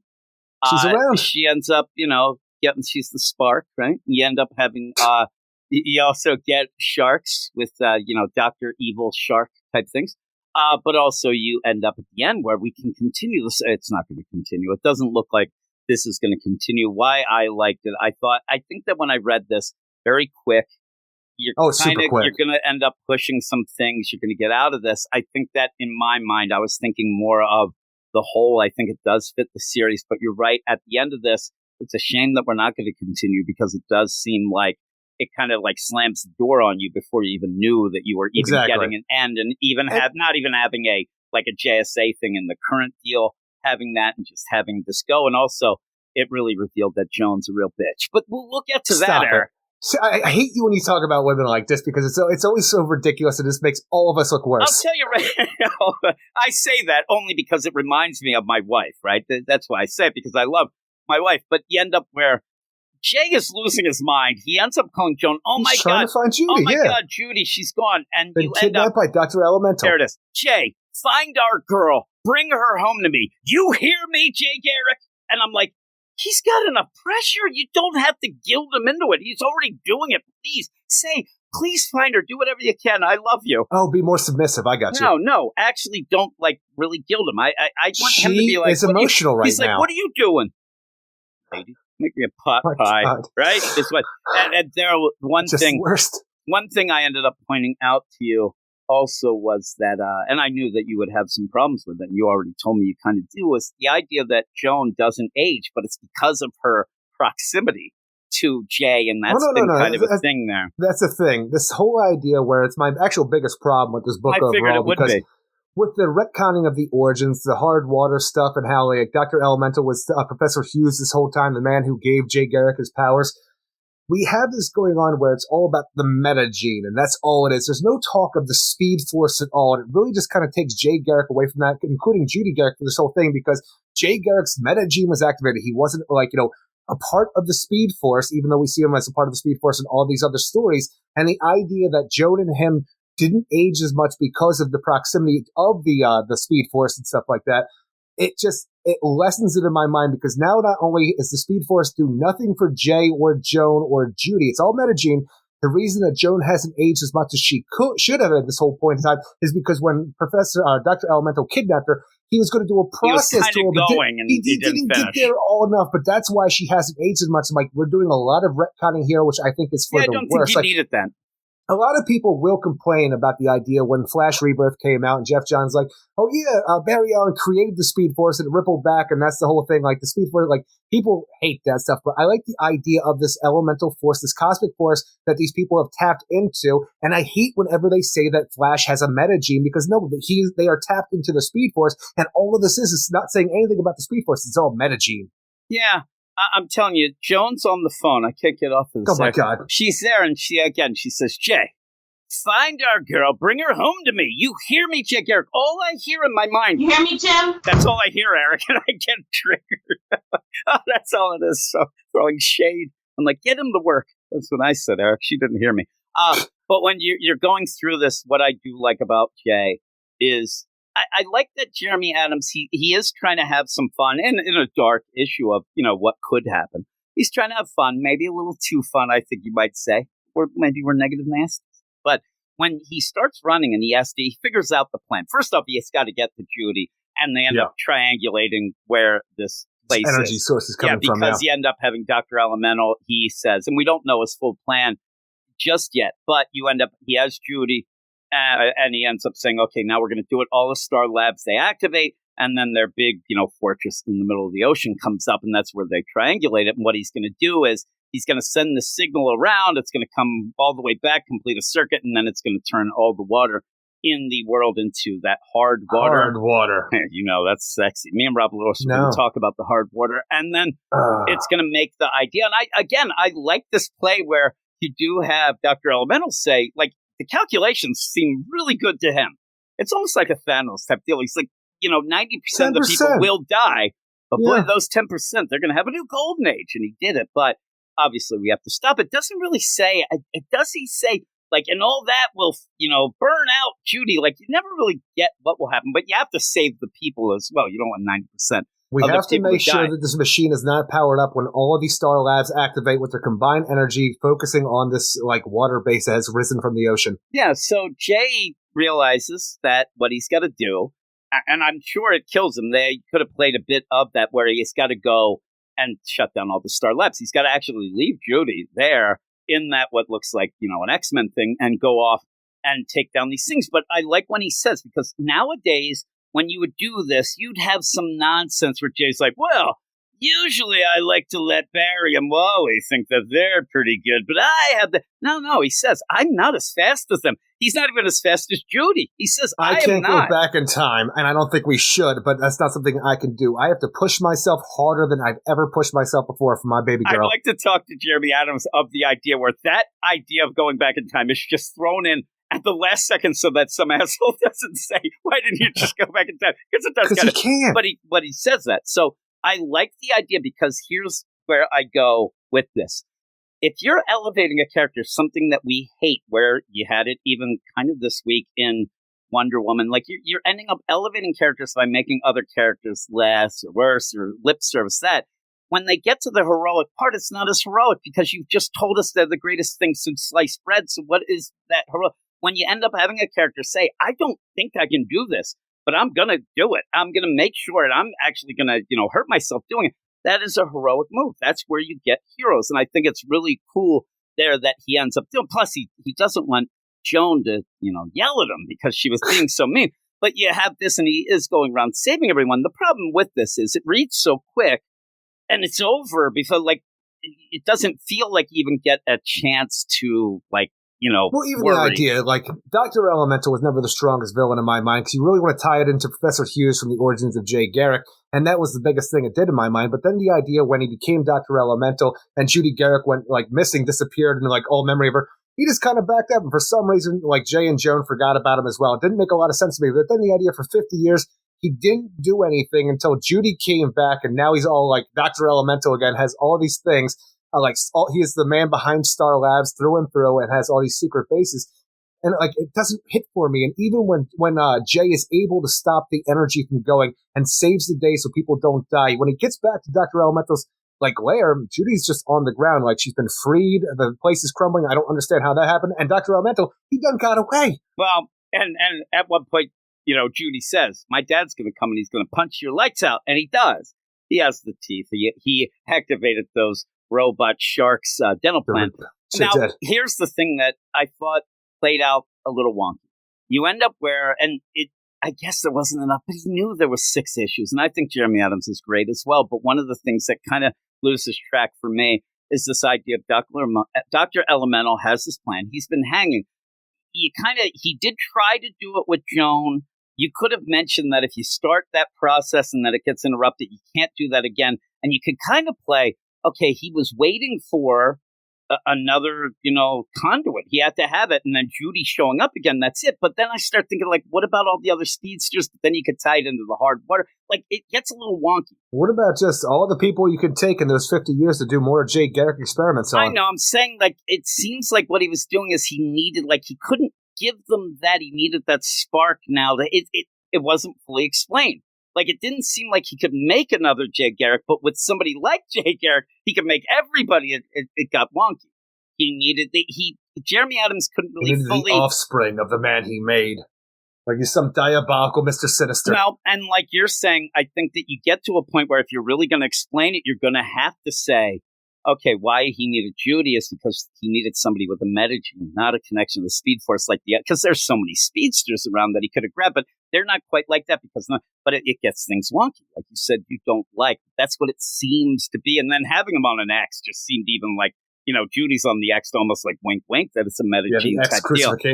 Yeah, we've seen that. Rob Liefeld has had that with a couple of his characters. And so when you have that, I think that he wants to do something.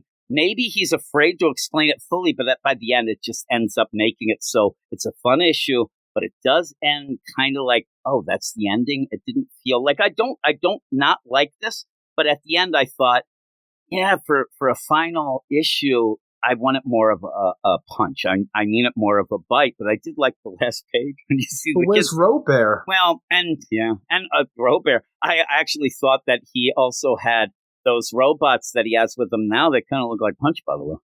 Pretty cool there. Pretty cool. Brainiac drugs. Yeah, or that. But again, Dr. Elemental kind of meets somebody in the shadows. He gets away, which, that kind of makes him, but they were both passed out. I mean, Judy and Jay kind of went down. Jay overdid it. I'm saying though, before he took off, did he unshackle Judy from her crucifying? I think it blew up. I mean, it does look like everything like blew, and then she, I don't know, she didn't get hurt. I thought what was going to happen is her tears were going to be hard water, and they were going to reactivate them, but instead you get the spark. And then I'm thinking like, okay, they have Jay Garrick. He's in a coma. They don't know what's going on. Get some speedster and try some wonky, Speed Force thing, and that's kind of what happens. But you want to, and we do Judy. Wonky Speed Force things. Yeah, Judy is all upset. She puts her hand on her comatose father's hand, and that spark reignites his force of life. Yeah, and he looks old as shit too. Look at him, and also. Look at him. And also, him and his bitch wife. I like. What's wrong with you? Again, she's like looking at him like he's in a zoo. She's outside. She's not even bedside. She's out there looking through the glass. She's talking to the doctor. Yeah, Dr. Midnight. What does that even mean? Yeah, Dr. Midnight. Yeah, because she's not there talking to the medical doctor. She's talking to these superhero guys. He's a medical doctor. Yeah, he's a medical doctor, all right. I want to see that diploma. He got it online from some weird country, Markovia or something. But yeah, she's all upset. He comes back, and then it is set up where, unfortunately, it looks like, and I say unfortunately, it looks like it can continue.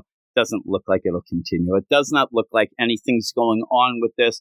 I've talked to a couple people that kind of say they know, what's what, and there's nothing being done. So they're just like, throw up their hands. We think it's over, which would be unfortunate because not that this was a great finale, But it would be a shame that this is it for these characters, especially at the end when you see all the kids and they're just cool. You have that big family photo of all the speedsters being there, including, but like you have Mr. Terrific, Dr. Midnight, Our Man, Jesse Quick, and you have Fair Play and Quiz Kid and Stargirl, and again, all the speedsters you could possibly think of, except for Max, because his ass is still stuck in that sideways to reality, I guess. Yeah, and I'm glad that this didn't have to be this doesn't have the Wallies, because it doesn't take place in this, even though it kind of does, but they're there at least for It takes place before that, yeah, Flash, Jim. I like that. You just, let's have fun. Don't let that Cyspher anchor keep us there, stuck at sea. I don't need that. Every time it popped up this week, it drove me nuts. But I like it, too, because you assume they're having a little picnic. They're always having the barbecue and the picnics and stuff. Damn right, why wouldn't you? I guess you would if people like you. They have like a 4-layer cake there at that picnic, too. It's like a wedding cake. Yeah. Oh, yeah. Look at that thing. I never had a cake like that. I mean, seriously. I got a cake for being in a coma. I'm there, and you even get to see the babies. All that. It's nice. But a Wade? It's nice. You see Our Man over there being an asshole. You see him? What is your problem with Our Man now? Look at Our Man. When you see it, I think who is he standing next to? It looks like Jay West. No, there's somebody, Our Man in the deal where the baby's there with, unmasking in the middle, somebody's going to take a picture. But there, where you have Jay looking, it says this issue takes place before. You see Our Man in the distance, and there's somebody he's talking to. Jay's like near us. There is a woman, and it looks like he's about to punch her right in the face. I think he's getting handsy. Look at that. He's showing his muscles. I think he's actually probably telling a story and then I gave him that, and accidentally punches her, but not accidentally. I'm saying that's Jay West he's talking to. I don't know. I don't think I'm looking. I don't know. We'd have to see. But yeah, they're there and they're eating their foods there. They're doing their. But what would you give this? Ultimately, it is a fun issue. Very quick read, but it really shines a great light on Jay Garrick and why he is one of the best heroes there are. Golden Age, Modern Age, it doesn't matter. This is his book. It says so right on the cover. Yes, I'm honestly here for Judy Garrick the Boom, but I love everything we do with Jay Garrick. This is the strongest point of it. I think the art's good, but I'm still going to give it a 6 out of 10. I'm a 7. I'm like a point ahead of you. I really like what they did with Jay. And it's funny because a lot of the times me and you did want more Judy, and it has been more Judy, and then you get the finale where you do get Jay stepping up in a coma. Joan, she went in bedside. Stepping up in a coma. Yeah, he's in a coma. You Got Dr. Midnight getting crazy. Right? Our Man's doing crazy shit. So what do you mean Dr. Midnight getting crazy? What does that even mean? He was pretending he was a medical doctor outside that deal. God. He was looking through the glass, and he's like, I think it might be a hematoma of some sort. And they're like, he's talking the talk. Honestly, I'm just glad it's not Beth Chapel, because this would get a lot nastier for some reason. Yes, it would, Eric. It would. I just thought, I wish Joan would have just said, it just reminds me of the times when something happens around the house. Tanya freaks out and gets really aggressive by people are getting emotional. You better do this, and not oh my God, I love you. Make it happen. Right? And I'm like, all I'm doing is making spaghetti. And she's yelling at me like this. I don't need that, but I don't know. I didn't like her tone. It's because you started the sauce well before the noodles, Mike. You're an idiot. That is true. Do you do the deal where you make the spaghetti and then you strain it, put the spaghetti back, and then pour the sauce into the big pot with the spaghetti? I hate that. I don't usually, but if I'm on a time crunch and I'm not really doing much, I've actually found myself, and this makes people cringe, but the idea where I have to make it something quick, so I start putting some spaghetti noodles.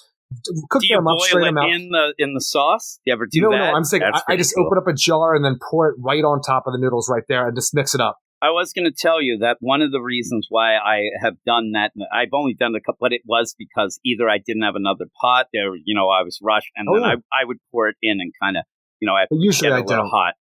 Yeah, I like to do it aside, I like them separate. Right? You let it percolate a little. You put a little of the stuff in it. The thing is, I like a lot of sauce too, so I like to be able to know the amount of sauce that I'm putting on. I have been eating a bunch of frozen pizzas, but I'm kind of, because I'm not eating meat, Eric. I don't know if I told you that. God. But when I'm eating these pizzas, they're kind of getting boring. So what I've done is I do a double decker where I get these, and these are cheap like Aldi pizzas, but then I put another layer of sauce, and then I put another layer of cheese. And it really is good. And I like this one sauce. It's like Papa Leone's or some nonsense. I'd have to show it to you, but I wasn't joking earlier. It's in a can. but it's really good. It's from New Jersey. No, the thing is, I'm fine the idea that it's in a can, but for some reason you're telling me I don't buy the spaghetti sauce in bottles. Well, I don't want it to break because I have to they're called jars. They're called jars, bottles Jim. and cans, Eric. I'm like, hey, here's the next energy drink, and freaking Prego presents, Sauce Plus. I do like in the winter now in sports bottles. I like drinking hot tomato soup in a sports bottle. I don't mind that. But back to the spaghetti or back to the pizza, I end up doing this. The problem is the pizza, it's not quite able to hold. Like I'm building it on a foundation of sand. I end up cutting this pizza, the whole thing fell apart. Why aren't you cripping the sides together? Well, it's a frozen pizza, Eric, and I'm having problems. Oh, I'm talking about doing that after it's cooked. Oh, now I'll take a picture. It looks really good, but it's a fucking mess. But I like to spice it up. Spice it up. I did the other day. I tried to do your chicken and pineapple, but I don't eat meat, Eric. So I ended up making it. It was from these meatless, the Impossible chicken nuggets. It was okay. It was okay. It wasn't great, but it was okay. I kind of wanted more chicken. Last night. Or just any. Well, and last night, I don't know if you know this, Eric, but I don't eat meat. And so I went downstairs and I was really hungry. And my kids, they keep every day, they get 40 nuggets and they eat about 10. And so in the fridge, there's a ton of just boxes of nuggets. Like crazy. I can't be a father or a family man because I just imagine myself you telling these stories. I'm just walking around hitting everybody. I don't need that in my life. Last night I was like, you know what? I'm really hungry, and I was doing some wacky stuff. Wacky stuff, Eric. I was doing some editing and things. So I'm like, yes, I keep doing this where I'm like, I'll have a couple nuggets. I don't even like nuggets, so I put them in the air fryer, and then I go to eat them. Now you're going to hit me because I did cook like 11 of them. And then I threw them away. I didn't want to eat them. I felt guilty at the end. So but I don't even know if these were from yesterday, 2 weeks ago. They're just tons of It's never mattered to you before. It hasn't. It hasn't ever. But that's it for the first section of books. That's it. Spaghetti talk, some pizza. We got a little bit of a, biting commentary on Joan. I don't know if you know this, but I don't eat meat. If they're going to end up having me and Buddy at the cookout, they better get those not dogs out there. I wouldn't say a thing. If I'm there and they're cooking, I'm eating meat. I'm telling you, you're at a cookout, you eat meat. They're not inviting you. Then it's true. So screw them. Because they heard how much freaking smack talk you had against Jay Garrick's wife. Everybody loves Joan. No, they end up inviting me, and next thing I get the shit beat out of me by every single one of them. And then I'm laying there. I'm like, please help me. I need some help, Dr. Midnight. He's like, oh, I'm not a doctor now, asshole, and kicks me right in the face. It's like, oh, I'm not a dentist.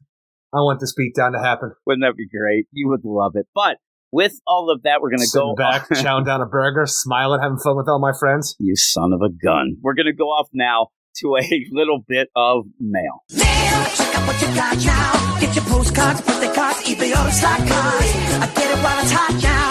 If a letter makes you wetter, then a better ready, better it's mail.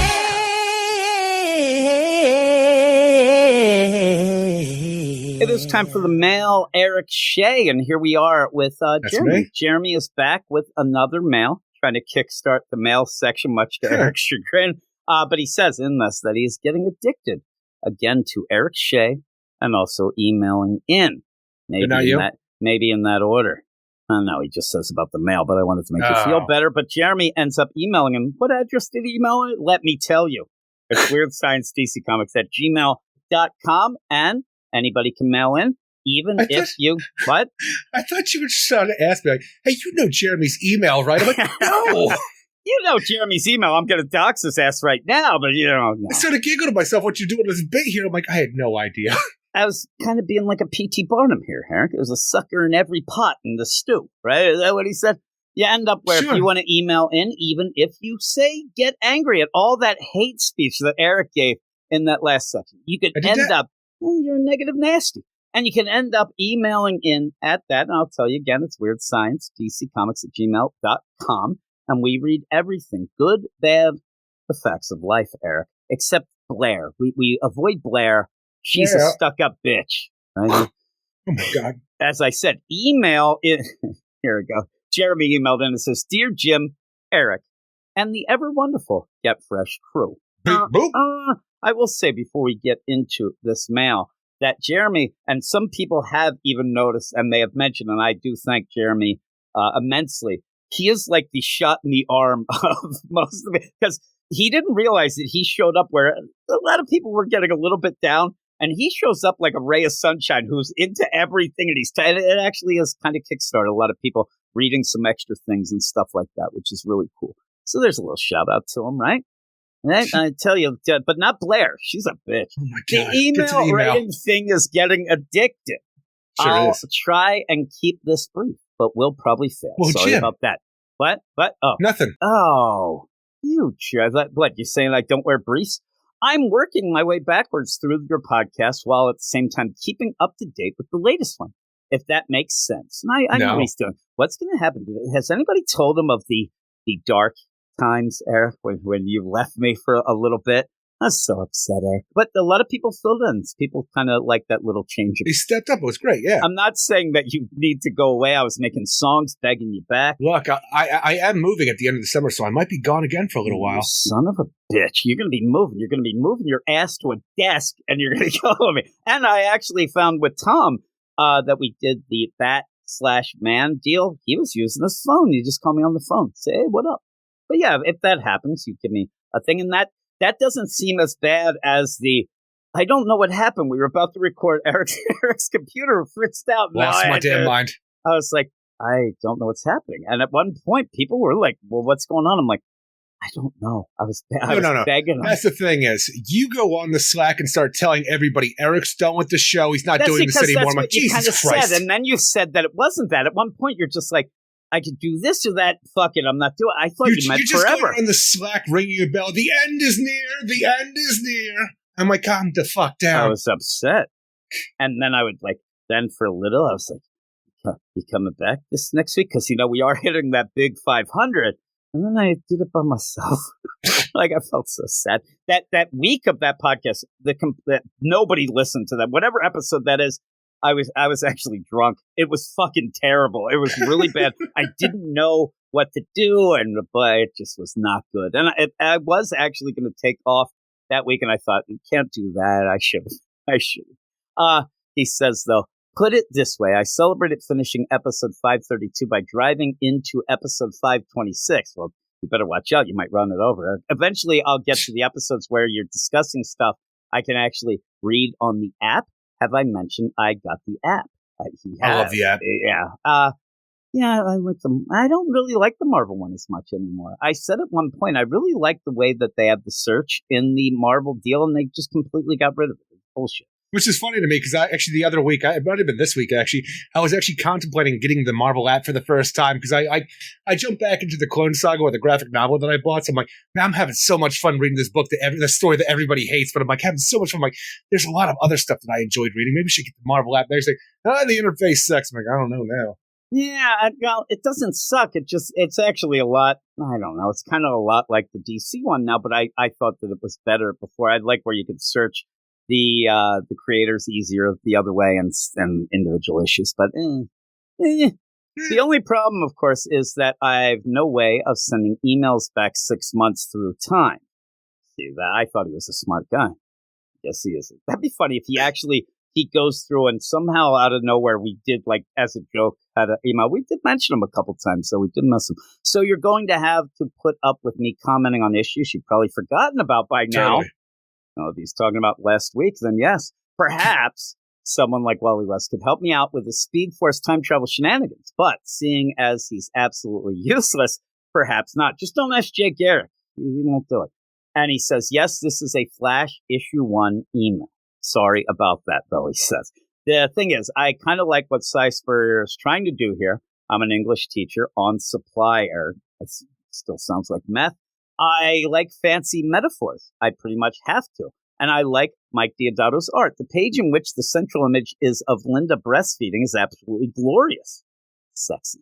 And the design of the weird spiky entity that arrives on the final page is very impressive, too. I like to think he was horny. There's some classy stuff going on in both the writing and art, but there it is. There's always a big but. I'm waiting for him to say anything about the story at this point. Well, he says but, and it's a big but, just like Sir Mix-a-Lot likes. Eric, is Spurrier trying too hard? Yes. Oh, yeah. Those metaphors are nice, but they're ever so slightly labored, and as a result, his prose is too close to purple for my liking. I like the West family stuff a lot, but I really don't like the idea of Wally working for Mr. Terrific in his own book. Now, I will step aside a second, though, to say That's a holdover. And a lot of the things going on here are a holdover, but Jeremy's going backwards, so he's not going to get quite the shock that some people also did have from going from Jeremy Adams' Flash. I actually wish you would actually go back and like read the Jeremy Adams Flash and go into that proper. I would have actually, if I knew this beforehand, I would have told him, because then he'd also see, the struggle that you go from going from one style to the next. Is, maybe he did, and he just still doesn't like, Wally working at Mr. Terrific Tech. Yeah, well, it was a little weird anyway, but it was kind of goofy fun at first. It's just... We needed something for Wally to do. Yeah, he says it's a bit pathetic. Plus, why is he so terrible at his job? Guerrillas have attacked Central City 4 times already, and Wally still can't figure out what they're up to. Is he stupid? Do I want to read a book about someone who can run really fast but think really slow? Again, though, at points, I think that, Cy Spurrier makes him sound like, a metaphysicist. It didn't make sense either, but he is kind of... Oh, Jay's a philosopher. Yeah, really. And he dropped the girl. And as for Chad, I go, Chad. Remember Chad, R.I.P.? That guy got turned inside out. I liked him briefly. Wally's reaction to was horrific to my... The Indigo Streak? Off. Yeah, one of those? Streak. He's now the Indigo Splat. Is what Skid he was. mark. Just like your undies. The writers seem to be too interested in cleverly describing the death, and not enough is given on our titular hero. Our honest human reaction, which is not good, really. Also, letting those security guards and the police, and they're all in space, floating around and shit. You're fine. Yeah, well, he didn't know that at first. Oh, one other thing. The songs. The songs are amazing. Really, genuinely amazing. How anyone cannot like them, I don't know. It happens. It happens. It's a mystery to me. My wife caught me singing Stinks Like a Fart the other day.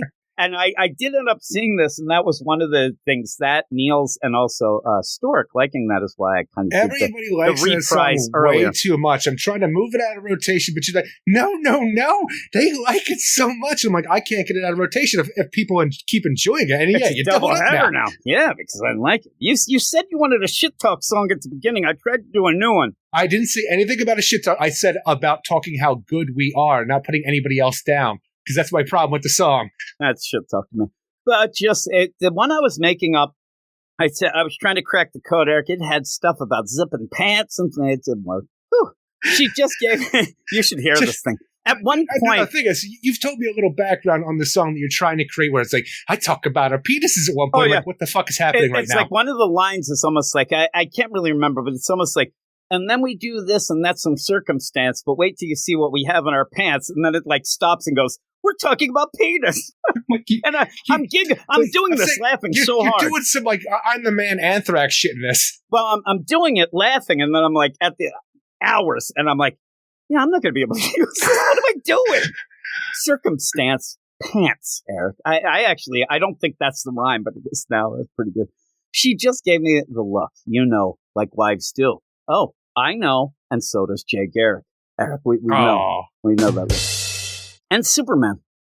That Lois, I'll tell you. I tells you. They're witty. I thought he was still talking about the ladies. They're witty. They rock. They sound awesome. And they make him smile, Eric. He loves it. Well. Yeah, I actually, and again, the only reason I did that, I'm telling you, I said to Eric, I was going through some of the old things, kind of putting them in like different folders, because there are a lot. Like each song that we have on the thing, there's at least 18 versions of it. Yeah. And then I kind of just keep downloading them, and they're in this thing, and I should delete the ones we're never going to use, because I even say, Eric will tell you, I'm like, was it the second one that I... You're like, I don't fucking know. 7th? I'm like, I don't know, man. Wasn't it like 7A? And you're like, I don't know, and then I have to go. So I'm going through, and I was listening to some of the parody stuff, and I really do like that. That I love, but you can't do stuff with that. That's not ours. You get flagged. And we were talking about the idea of even having...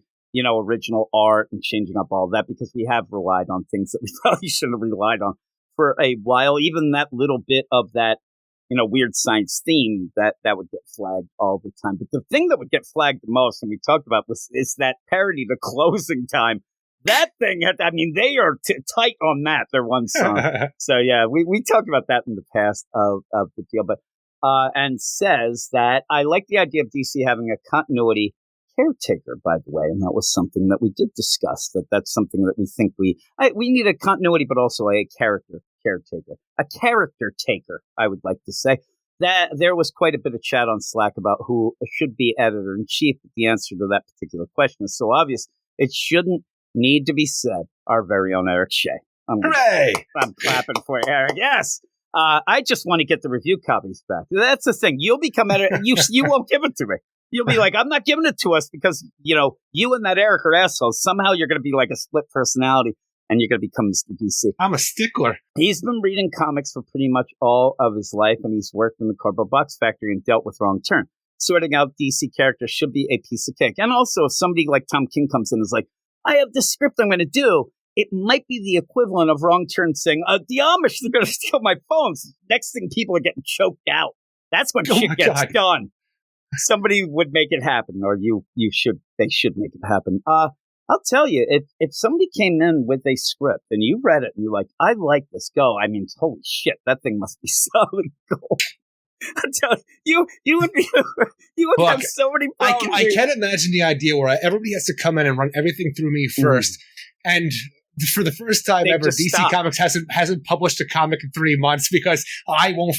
Honestly, I'm gonna first weekend. I'm gonna be so far behind. I'm gonna panic and just let everything through. I imagine it. It's like the first announcement. Eric Shea, new continuity director. Everything goes through him. The next announcement: Night Terrors 2. Because they're going to have to catch up somehow. And you'll leave that Night Terrors alone. They'll do that on the slide because, you're going to have some shit go down.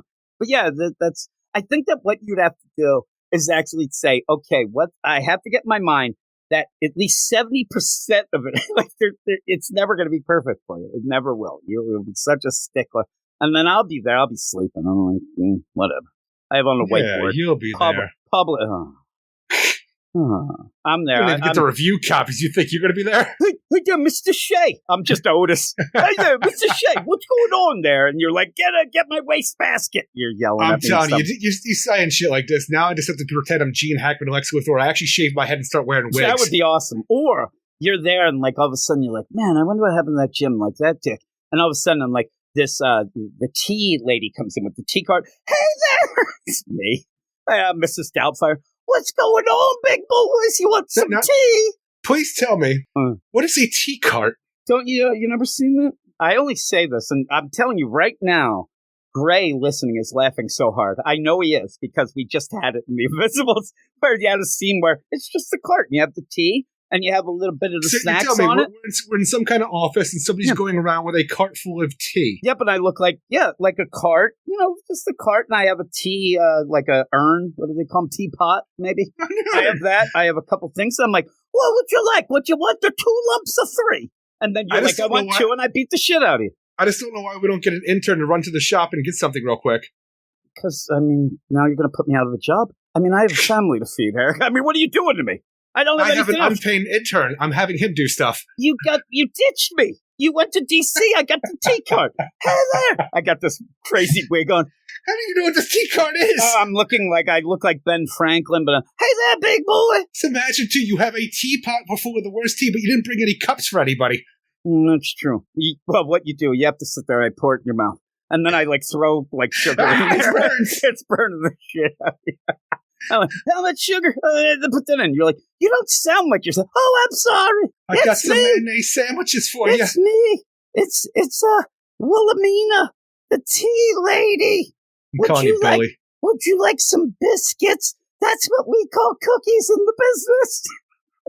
And then you're like, no, I'd like some crisps. I'm like, what the hell are you talking about? I just have chips.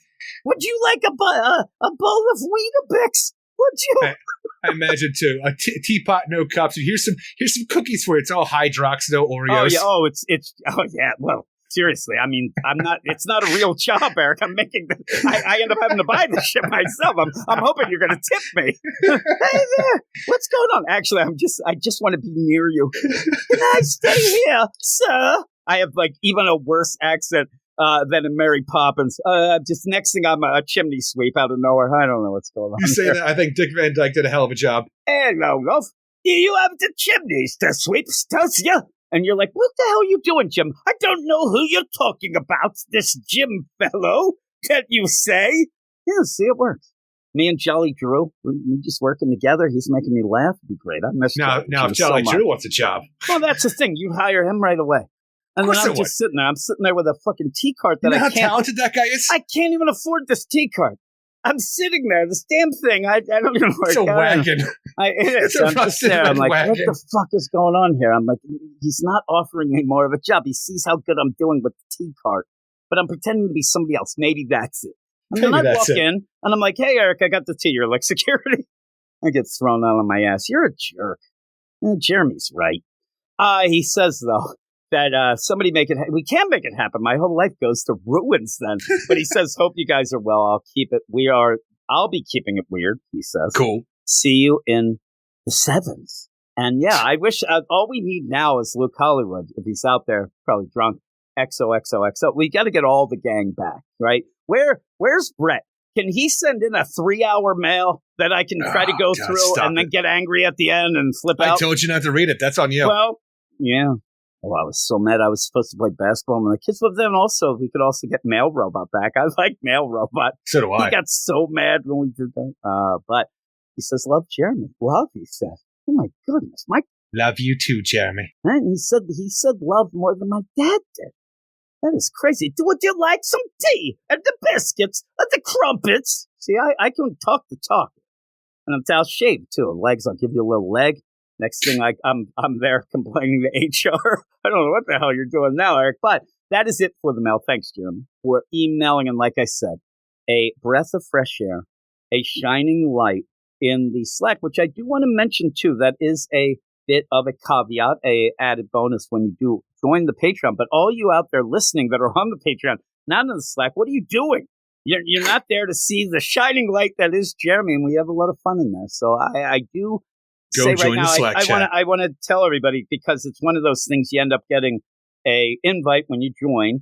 If you didn't hit the invite and you need another one, let me go and I can resend it. But I do think that most people should get in it. At this moment, they have upped the ante with the in the actual Patreon, you have like that crazy chat room things in there. Not as good as the Slack, though. Did you see that on the I didn't Patreon? see it at all. It's like 3 rooms, and then it's okay. But you got to be in the Slack. Slack is where it's at. Does that rhyme, Eric? Slack is where it's at. It kind of does. It does a little. Hey, in get space, in the Slack. No one can hear you steal. Jack. Right? I don't know that Jack guy. He got warned. But we're going to go off now. We have a section of 2 books. We have the Tom Taylor section now, which we're going to go to. So we're going to go to that now.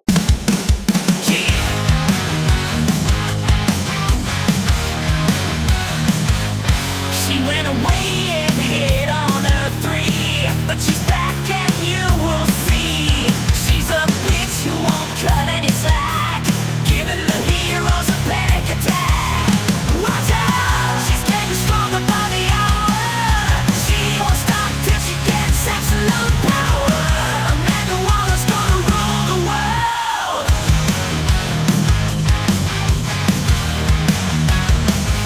She's evil and it's by design. You hate her, you better get in line. She's so cold, she never shows remorse. She won't stop till she tears down the multiverse. She's getting stronger by the hour. She won't stop till she gets absolute power. Amanda Waller's gonna rule the world.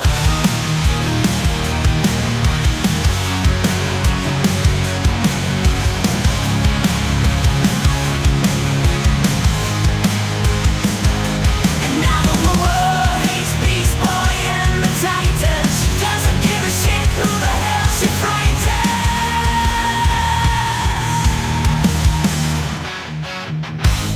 Watch out, she's getting stronger by the hour. She won't stop till she gets absolute power. Amanda Waller's gonna rule the world. Yes, Eric, Amanda Waller. She's going to rule the world, and I believe that is M for mature. She don't care who she frightens. She doesn't care who she frightens, even if it's the boys who are bad. I mean, really, actually, she probably recruit them. Yeah, she is against the Teen Titans especially, but heading into Absolute Power, we're seeing her gear up her game, as they say down at the rec center, Eric. Oh, yeah. But here we all are. All the kids are saying gear up the game? They're all there. They're like, hey, man, you got to gear up the games. And I'm like, I don't know what you're talking about. Steroids. And then they're like, you don't have many ups. And I'm like, all right, I guess we're talking drugs now. And that's when I run, Eric. I run away because I have plenty of downs, though. Boys who are bad. I do have plenty of downs. That is the truth. But here we are to talk 2 books. This is the Tom Taylor section, including what is a big, I guess, anniversary issue that seemed to sneak up on a lot of people. I don't think a lot of people realize that it was the legacy number 300 of Nightwing. And we talked about it on our spotlight, the idea that people were getting upset with Tom Taylor. They were unfortunately burning pictures of them, ridiculous, him online. It's just nonsense. But we were talking about, and I'm like, I heard people talking about maybe, a baby or something. I'm like, okay, I get what they're saying now that I read the issue, but it's so minor a thing. But we're not even starting with that. We're not yet. We're going to start with the Titans. I just wanted to set the scene. That's what I'm doing. This is what you do. What you do, you set the whole scene because we're also talking about the Titans book. We will see Amanda Waller. It's like the idea of that song. I mean, that's for one page of this. So I'm setting the scene a little more. But we're going to continue the Dark Raven story. And I got some chuckles out of this. But again, at least this book has a little more substance to it of that Nightwing book. Again, back to the Nightwing, Eric. Setting the scene. That Nightwing book it's one of those when we talk about doing a Tom Taylor section, me and you always have a little, glint in our eye because that means that you don't have to read that much. It's always going to be quick and you don't have to really, read that long. But I don't mind this Titans. I think it's a little more, like I said, oomph. We'll get into it now after I set the scene. Like rambling the scene, maybe. But it's because, Eric, I'm not used to recording at this time of day, as we say. No. Hit it with the Titans. About 10 minutes earlier than we usually do for the normal podcast. Exactly. See, it's that throws me off. I'm a man who doesn't like change or to change. I mean my pants, Eric. But let's get into this. Titans number 10, written by Tom Taylor, with art by Lucas Meyer, Adriana Lucas, and Wes Abbott. I kind of wish there was another Lucas in that because you have Lucas Meyer, Adriana Lucas, and I'm like, where's that Lucas glitterer? I need that whole trifecta of Lucas. Like the movie Lucas? No, not like that at all. Okay, you don't want that? Okay. No. But no, the idea of this, though, is like, yes, we're continuing our Dark Raven story, and the idea that maybe old Dark Raven, she's, futzing around a little bit, not really going on the direct path that Trigon Daddy wants her to be going on. And so it's like, look, Trilogy, my Lazarus Planet son, for some reason, he's talking a bunch of shit about how Raven shouldn't be all wearing the crown, being the dark winged queen. Maybe I should just really set him up to fail, or just prove that he has the stuff to get my favorite daughter, Raven, up to where I want her to be in this whole progression of taking out the Titans and destroying the world on my behalf. And it's such a funny idea because, Trilogy, the Lazarus Planet son, again, for some reason, just walking around the bowels of hell, because that's what we do with Trigon now, not a Trigon dimension, just the bowels of hell. He's like, I'm going to walk around. Oh my God, Servilius, my father's servant, what are you doing here? What are you doing, Trilogy? Are you going to take that staff off the wall and do ill-begotten things to your sister? It's funny to me, the idea they call it a staff, too, because it's like a battle axe. I'm like, they just kept calling it a staff. But it's like, pretty much, Servilius is going to be like, look, I ain't going to tell Daddy if you don't go tell Daddy. Go whoop your sister's monkey ass. So he takes the staff, becomes a gigantic monster man, and goes off. And then Trigon's in the wings like, you did well, Servilius. You allowed my son to go off and fulfill his destiny for great or for ill. And it's funny, too, the idea of this staff, because it gains you power. You pretty much hulk up with this staff, getting all this power. But the staff also hulks up as well, so it doesn't look silly while you're holding it anymore. That would be funny. It's like real tiny. And the thing is, you're right, because you wouldn't call, say, Margaret Thatcher that old staff. You say the old battle axe, right? It means, battle axe to me is more extreme. You want to do that. The funny thing about this is he's sending Trilogy, who's nonsense. And I love where he says later, he's like, hey, I'm willing to send all of my sons. No, you're just throwing Trilogy out there because he's lame. And you don't. The idea, I'm willing to send all my sons. You have hundreds of sons and daughters, and you had some really specific cool ones back in the day. We ain't seen shit but Lazarus Planet, kid. I'm like, well, we want to get rid of Trilogy, right? And Trilogy's he's in the zeitgeist now because everybody's talking about him. I know we're doing magical stuff with the Lazarus Planet. The rains come down, it brings you back to life, gives you powers, does anything you freaking needed to do for a story. But the idea that it just turns some random kid into the son of Trigon, I'm like, what is that? It used to be kind of special in my mind to be a son or daughter of Trigon. And he's there. He's in hell, as you said. He's bored. And I love this idea because you almost think like this is more of Trigon trying to just push Dark Raven to do things, not really in the mind of, okay, now the staff, that's different, that he has that, but the idea, or Battle Axe. But you almost think that he could kind of go to Trilogy and say, hey, listen, this is the plan. We're going to do this. You get in there. But he wouldn't trust Trilogy because he's nonsense. So I don't mind that he's like, okay, I have this. I have to have somebody fail. Which Trilogy? He doesn't even have to think like 2 seconds of that's what he's going to do. He needs to get Trilogy to do that. He's still walking the halls at home, is moping around. I need this kid to get out of here and do something. Yeah, he's like, there's no internet connection down at the Trigon's throne room, I guess, in hell. If it was in the regular dimensions, then you might be better off. But he's in the bowels of hell. And so you have a little bit like jokey deal with Servilius. He's like, oh, your daddy looks down on you because he's a giant. I'm like, come on, let's get to it. But this is all the plan. He does Hulk up and he thinks he's going to impress Trigon by going and beating the crap out of Raven. He's in for, a big surprise. Meanwhile, at Titan's Tower, the rest of our heroes are pissing me off. Just the idea that we start off at Titan's Tower, it's like, Donna Troy walks in like, hey, Raven just sent away a demon posing as Hermes. I'm like, maybe you should look into this, Donna. But again, you trust Raven because she's a member of the Titans, but just the idea where you had Hermes show up and you didn't even ask any questions. Oh, no, Donna, that was a demon posing. Off the hell you go, Hermes. Oh, thank God Raven was here. Yeah, it's not even like Donna's like, oh, I better tell somebody this. Wonder Woman, the Pantheon, like, we got to tell the people are posing as gods. Even if it was that she thought that was right on the up and up, that is something. Demons posing as gods. Nightwing, my job is done. Yep, and then just, hey, I love this. Like, listen, there's this Hermes thing. It's an imposter. Yeah, well, Wally's not around. It's such a forced way to tell you Wally won't be in the book. And not even a forced way, but a strange way to say it. Because, Raven just sent away a demon posing as Hermes. She thinks it's the start of something. She thinks Trigon is looking our way again. The Flash, Wally has left us for now. Why would you have to say the Flash? Wally, yeah, or what? Just say Wally. Wally has left us for now. Just say Wally left us. Donna's like, does he think I'm dumb? And then Nightwing continues with, well, you didn't ask any questions about that Hermes, so I'm thinking you're a little simple, but that is just to get off. Well, we got demonic magics coming around here. You know what we need? We need a mage. We need a sorcerer supreme coming here. Hey, Garth, you're just sitting over there on the couch next to us, eavesdropping on our entire conversation. Hey, you want to join the Titans again? Well, the thing was, I always wanted to join the Titans, but that whole Necrostar parasite told me not to. Okay, you're in, buddy. So what this ends up feeling like is that everybody's standing, waiting for somebody to say the key word so that they can jump in. Even, Nightwing, he's just getting some coffee. And you have this, that's what it is. And scene. Because I love where the camera pans out and Garth is just sitting there on the couch. I think he's talking about me. And then he's like, hey, like 5 weeks ago when I got rid of that Necrostar, I kind of wanted to join, but I was just hanging out here. It'd be really neat. But I like Garth on it. We figured he would eventually be on. And in fact, I thought he was. I thought that once we got done with the Necrostar deal, that he was just kind of, he's in. Well, it's one of those weird things where obviously you want Garth on the team because he was always supposed to be on the team. Even the idea that he wasn't was weird for oh no, I believe in Brother Eternity and the Cult of Eternity. Let's downplay that a little bit. But the idea that we need some heavy hitters because there's some demonic forces at play here. I thought for certain going in, it was like, all right, you call up John Kent Superboy, you bring him in because you've been mentoring him. He'd be great on the Titans. You bring in Levi Kamei Swamp Thing. You have some heavy hitters right there. But just bring Garth. Ellie Stewart, shit talker. No, Ellie Stewart. No, she can do her own thing. She's on the Young All Stars. Okay, that'd be good. I'll construct that team, Eric. You see, I made a joke. That's wordplay.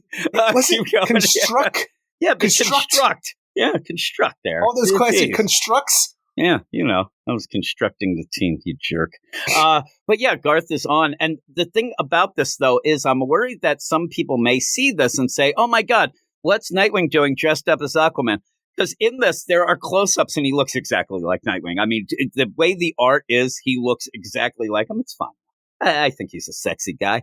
But in the meantime, you have He appreciates the that. problems with, Gar, with the idea of Beast Boy and everybody, hell no, we don't like him. We have no problems at all. Yes, we have protesters outside saying we don't want beasts in our city, such and such things like that. Like, not being as clever as Wally might want to like to be with the ideas like, hell no, we won't go. But it doesn't bother Gar at all because he got the mind whammy the last issue. He's riding on sunshine. He's got no worries at all. He is. Well, he doesn't have any worries, which kind of worries everybody else. But you see Cyborg kind of like, well, that seems a little too healthy for you, as he says. Are you okay? And he's like, yeah, I'm fine. I thought it was going to be a little more of the, hey, screw those a-holes. I don't know. He's like, if they have a problem with it, we save the world. Screw them. Like, it's their problem. It is. That's a cool way to look at it, but it's not really Beast Boy. And you do have kind of side cybernetic eye of Cyborg looking like side eye like that. Well, it's like cybernetic eye. He's like, okay, but it's Starfire who has been on the case and been the idea of the emotions and things that seems to think that Raven is a little off. I think that she's in big trouble. She's like got to be the next target, right? Oh yeah, you definitely got to offer her because she's going to tell some folks. But even the idea where you have this, like, Trilogy is here to take down a sister, a Peg and Notch, just in general.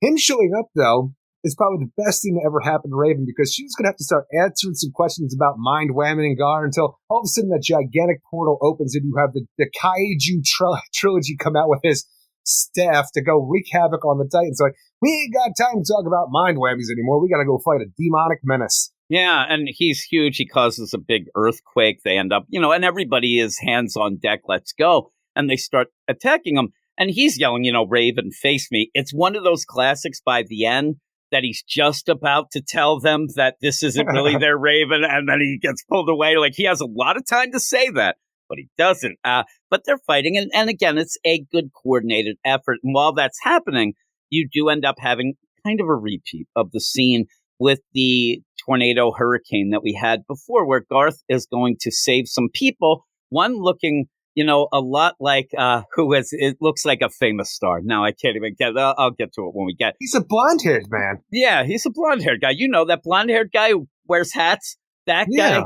But you end up where he says, "Come on, I'll save you." Now he might have been able to figure out more of a bigger thing. Like, this is pretty much two people that he's going to save, and there's a lot of people running around that have to be cleared out. But when he ends up where this guy's like, "No way, I don't want to be saved from you," I also think that the idea that Beast Boy does kind of turn into animals might turn some, like, that's something in itself that they may be like, I don't trust this thing or whatever, but they're really going with, oh my God, you beast, you ended up killing all the, and the guy's wife, of course, tells him, you shut your mouth. Pride and get on the damn devil horse. Just like the idea, I want to think that you're mad about this whole thing because, like, here's Beast Boy coming to save you, rides up his horse and like, you're just a little old gym boy. You can't get up on that great big horse. He's not a miniature. He's not a pony. And I need a saddle. I'm gonna end up hurting my tailbone. I think that's what I hear. And I want to see what that is all about there, Eric. But yeah, the guy, again, we said it before, when they were in the hurricane and the kids were there, like, that was a little over the top. But I don't know that I'd want to get on this crazy horse guy, right? Would you, Eric? Would you get on the horse guy? If a talking horse comes up to me and says, I want to save you from this demonic kaiju next to you, I'm like, sure, talking horse, you take me wherever you want me to go. Don't you say, sure thing, Mr. Ed. It ends up where what I was thinking is what he looked like is he looked like Brad Pitt. So the idea of him saying, like, this guy's a sexy guy, I'd listen to him, but his wife's yelling at him, probably like Angelina Jolie used to, and they get on the horse. I like that he straps him across. He loses his hat. That poor guy with the ball cap. And he's running away, and he's like, that's what I thought. But again, it's not fully Beast Boy, like, being really aggressive. I think we may get to that. I don't know, but it almost shows you that even with the whammy that Raven gave Beast Boy, he's still a good guy, and he ends up not being too. And even the idea of the whammy, it took his guilt and his shame away, so he's just riding high. There's nothing really bad about Beast Boy at this point. I don't know if there's a subliminal message in there. If Raven starts getting attacked by the rest, he goes all demonic himself and has to protect his lady love. But right now, it's just he's just a good guy. Remember, he gets all sexed up at points. I don't know if Tom Taylor's going to go that without shame and guilt. Yeah, without shame and guilt, holy moly. But the big play here, again, is Raven. Raven comes now. She can step up, and she is saying, listen, this is Trilogy. He's kind of lame. He's got that staff. This isn't his usual deal. We have to focus on that and actually, tells everybody what they need to do. But she, again, and she's been going more and more, over the top by the end, but you're fighting a huge kaiju demon. I don't know what else they want her to do because they do seem aghast that she has a play that almost is like she got from watching Gar get his tentacles severed in the whole Beast world, because the only thing you could do to separate the staff, because they're desperately trying to do that, she makes a portal and uses it to cut off his arm and get the staff separate, and it's pretty brutal. Yeah, it's a bit brutal, so I can see the little gasp that our heroes would have that you went through these extreme methods and cut somebody's arm off. Well, you ended up where they were trying to get it. They were doing things to get it, and they couldn't get it off. So you have to do something. But, she's put people in the family. She's done some crazy stuff. And she ends up, severing that deal. And, yeah, he turns into Trilogy. And then I think they start, really worrying about him because he's just a scrawny little kid-looking thing. But this is where Trilogy should start yelling. You think this is Raven? He's just kind of there. I guess he's in shock. His arm got cut off. He didn't expect that. He didn't even have a chance to get stitches.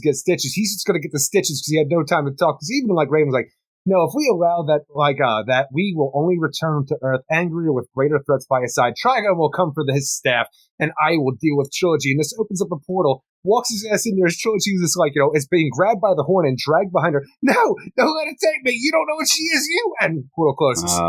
And where we were talking about Beast Boy, the idea, he even says, he's one of the main ones who says, was that necessary? So yeah, the guilt and the shame's off for him just to kind of get through all this stuff. I think, though, as we go, I don't know that Raven will kind of have a trigger to do that, flip the switch and he's with her, but I think she might start dealing with him more about, because she says to Starfire earlier, Starfire's like, what did you do? I can tell people don't just change this quick.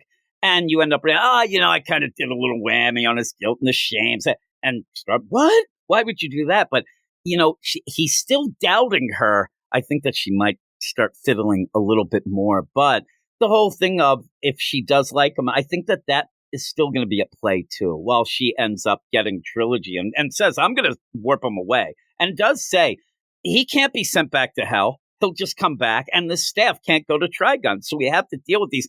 I'll take care of him. At one point, somebody's got to say, why don't we all take care of it? Because they're going to take care of it a lot. Even the idea where Donna Troy should be sitting there you know what? She said she'd take care of that Hermes too. Why is she taking care of everything like this? Honestly, I'm sitting back as the laziest member of the team. I'm so happy Raven's here to take care of everything because that means I don't have to. The thing is, it will now pan out again, and me and you are still sitting on that couch. And I'm like, Eric, what are we supposed to do? You're like, I don't know what you're talking about. Let's watch TV. Rent's paid, cable's up to date. Let's go. We're pretty good. The haunted Titans Tower we're in keeps us company, right? Are we ever going to get back to that? No, do you think we'll ever have the haunted? That could be something with Raven, right? It could Halloween special. Yeah, it's crazy. Yeah, you could have that. Have them have to stay in there for the weekend. They always stay in there, so it doesn't work. It's not the dead uncle's haunted mansion to get the will. But Raven goes and pretty much cackles to Trilogy. I'm doing my thing, and here we go. And it does look like what Trigon was trying to do. Complete success. I mean, this guy, he knows his kids more than me, probably. And so, Trilogy's gone. That is he plans or plays up. I want to, kind of re-energize. I need to kickstart Raven, not because of something more for him even. He says, there's crap coming down the line. We got to get ready, this whole thing. And it's for him. But the thing is, I need her ready.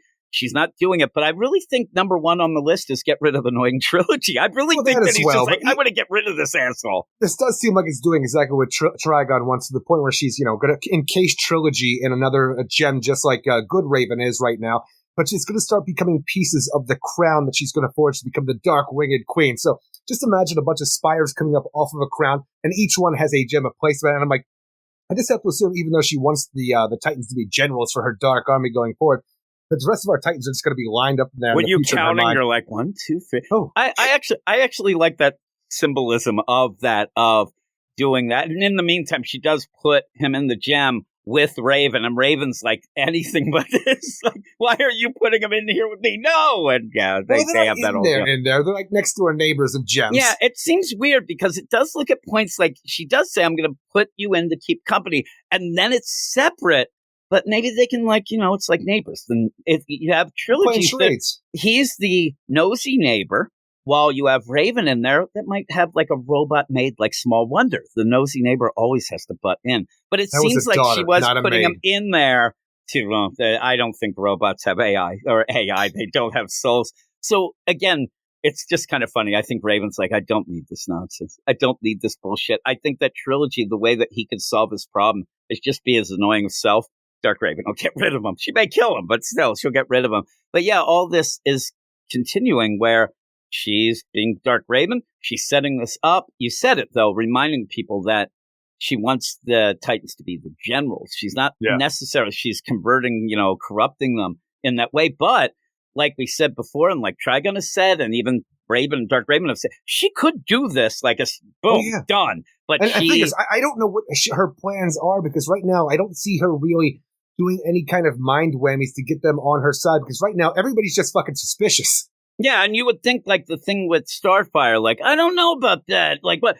Boom, boom, boom. And oh, yeah, I'm good with that. And walks away. Like, she's not really doing that bad a thing.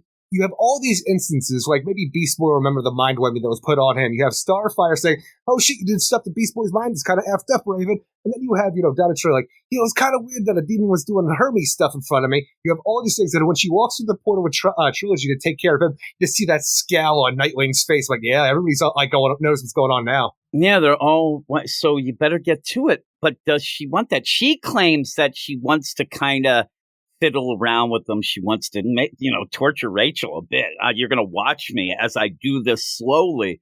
Might not be a good idea, right? I mean, maybe you go, if you have that end game that you can do right there, don't fiddle around. It's almost like the long play of a villain doing his monologue, but she's just there and she's playing around with them and stuff like that. And I think that, I guess we're going to get to the point where Rachel in the gem is probably like, I knew you were good. It's going to be Luke and Darth Vader type of deal, but we'll see how it ends up. It's going to be so weird, though, because like we have a Dark Raven scenario and the coming of Trigon. It feels like it should be big, but everything we're doing in the Titans book itself as a part of it just almost feels small and like no consequence at all for what's going on, because we just always feel like we're puttering along each issue for everything we get here. And the biggest star of the book is like Trilogy. I'm like, I hate Trilogy. Why do we keep bringing this character? And he's gone now for the most part, but he's going to come back. And I don't know, every action bit of this, it's like our Titans get together, they're coordinated, they can't do shit, Raven does her thing, ends the whole deal. So even though it's a Titans book, our Titans really don't have anything to do but be suspicious at the end. Yeah, they're all given the stink eye. Like, it is true. Like, next issue, you wouldn't even bat an eye of, like, all of a sudden, oh no, a volcano eruption, and when they go there, Raven does something, gets somebody in it's just reacting to a random situation to then get Raven to be I imagine that's where Garth and Cyborg will look like, ugh, maybe something's up with Raven. Yeah, we'll see. But we do have one last page, and this sure do.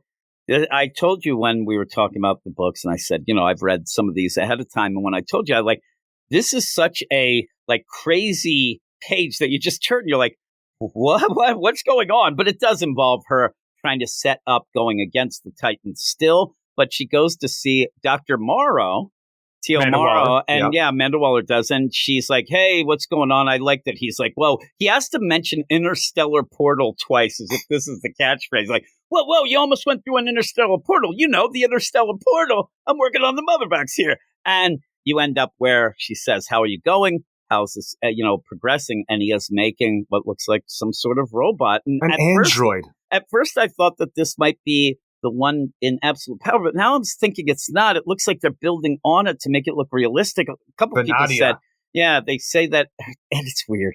Venadia could wipe out all of life on Earth, talking about, and that's Dr. Morrow talking about it. But that wasn't her name before this. And then Amanda Waller's like, well, what was the name? It doesn't matter. I guess not.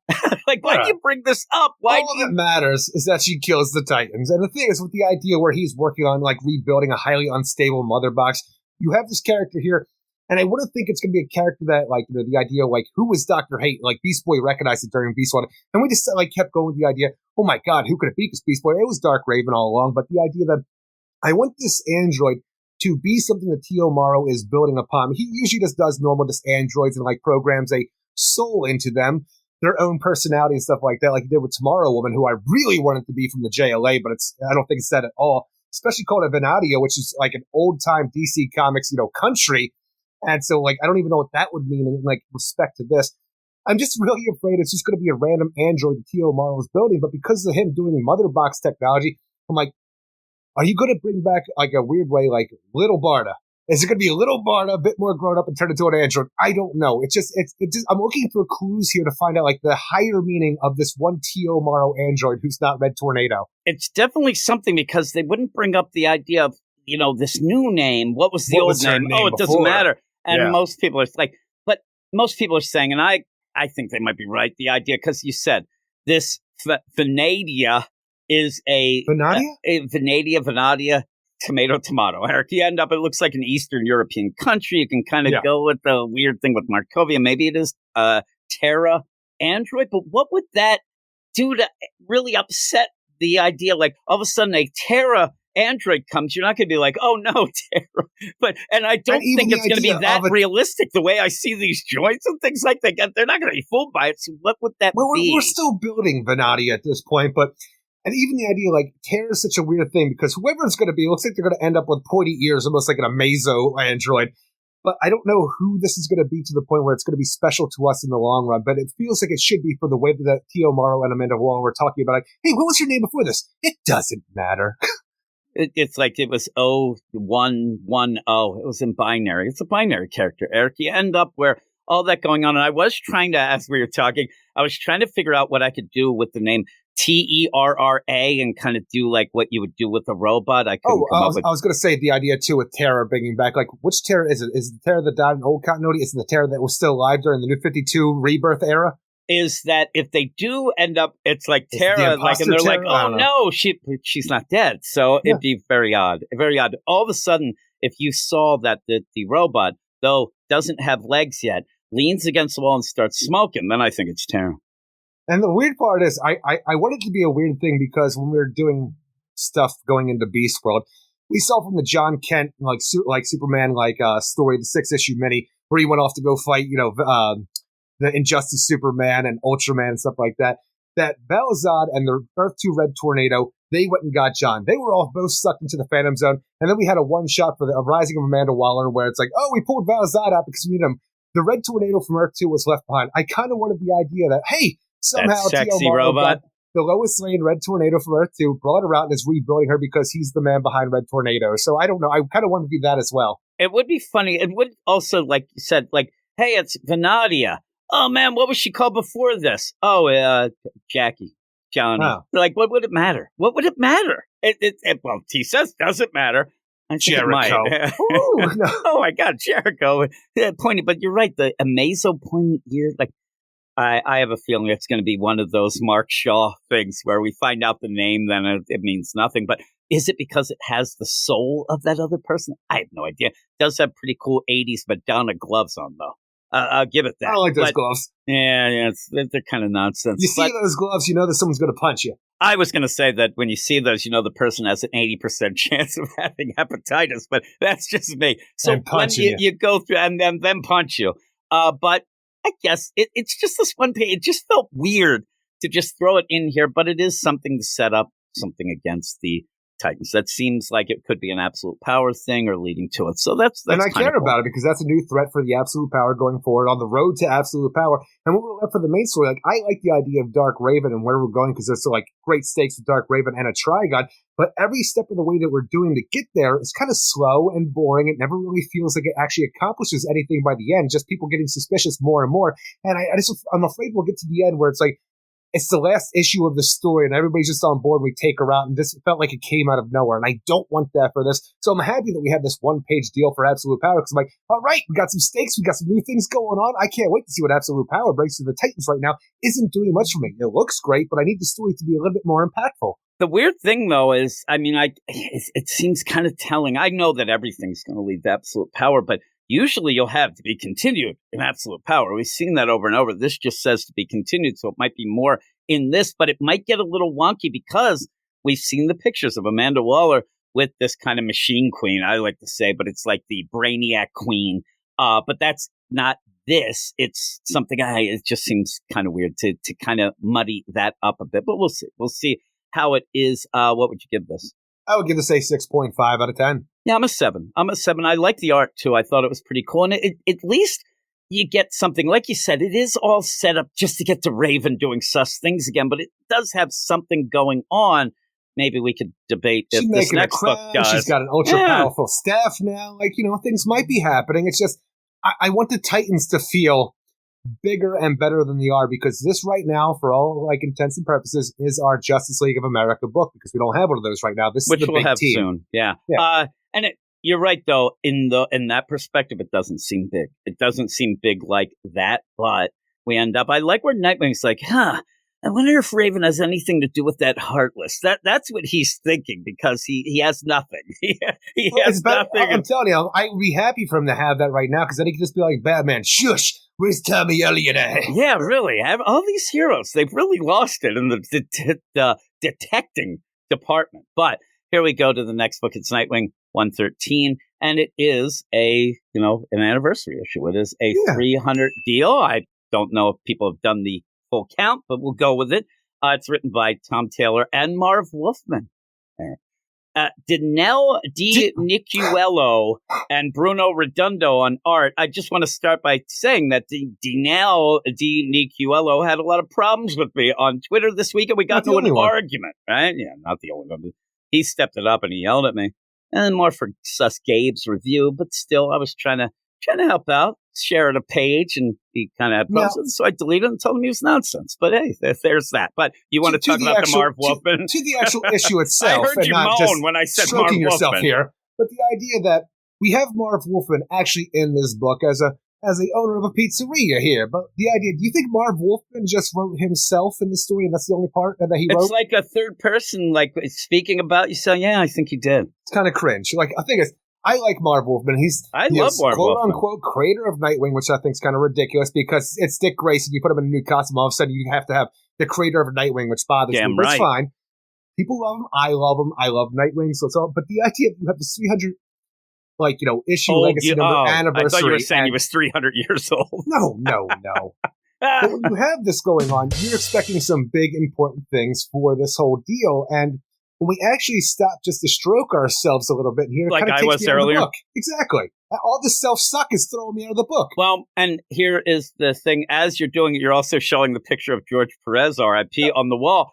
And you could have had an essay at the back that, hey, what does Marv Wolfman think of Nightwing? But instead, it's inserted in the book to have him talk about Nightwing like he's actually done jack shit here, because we see that not only is Heartless still going around, but he's had the time to just up his game to be a warlord in this, and it's nonsense. You had this whole setup for the entirety of Tom Taylor's run. You have the serial killer Heartless, who gains great satisfaction from taking people away who mean something to other people. And out of nowhere, in the time that Nightwing hasn't captured Heartless, because he ain't been out there taking hearts, so how am I supposed to detect where he's at if he ain't out there taking hearts? Except he kind of was, but wasn't, but yeah.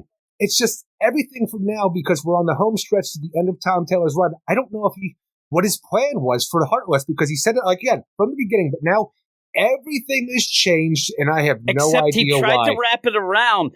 This is the thing. Every time Heartless shows up, he has to be reintroduced, because he's been there. I don't care how much Tom Taylor tells us that, only a couple of weeks have passed. Bullshit. We've seen too many things happen for that. So every time that Heartless is reintroduced, he has to reintroduce him, because he's afraid people won't know. But each time it changes a bit. At one point, it got away from the idea of who loves you, baby. I call that the Telly Savalas deal. Who loves you, baby? Remember, we even said, what's going on? It got away from that.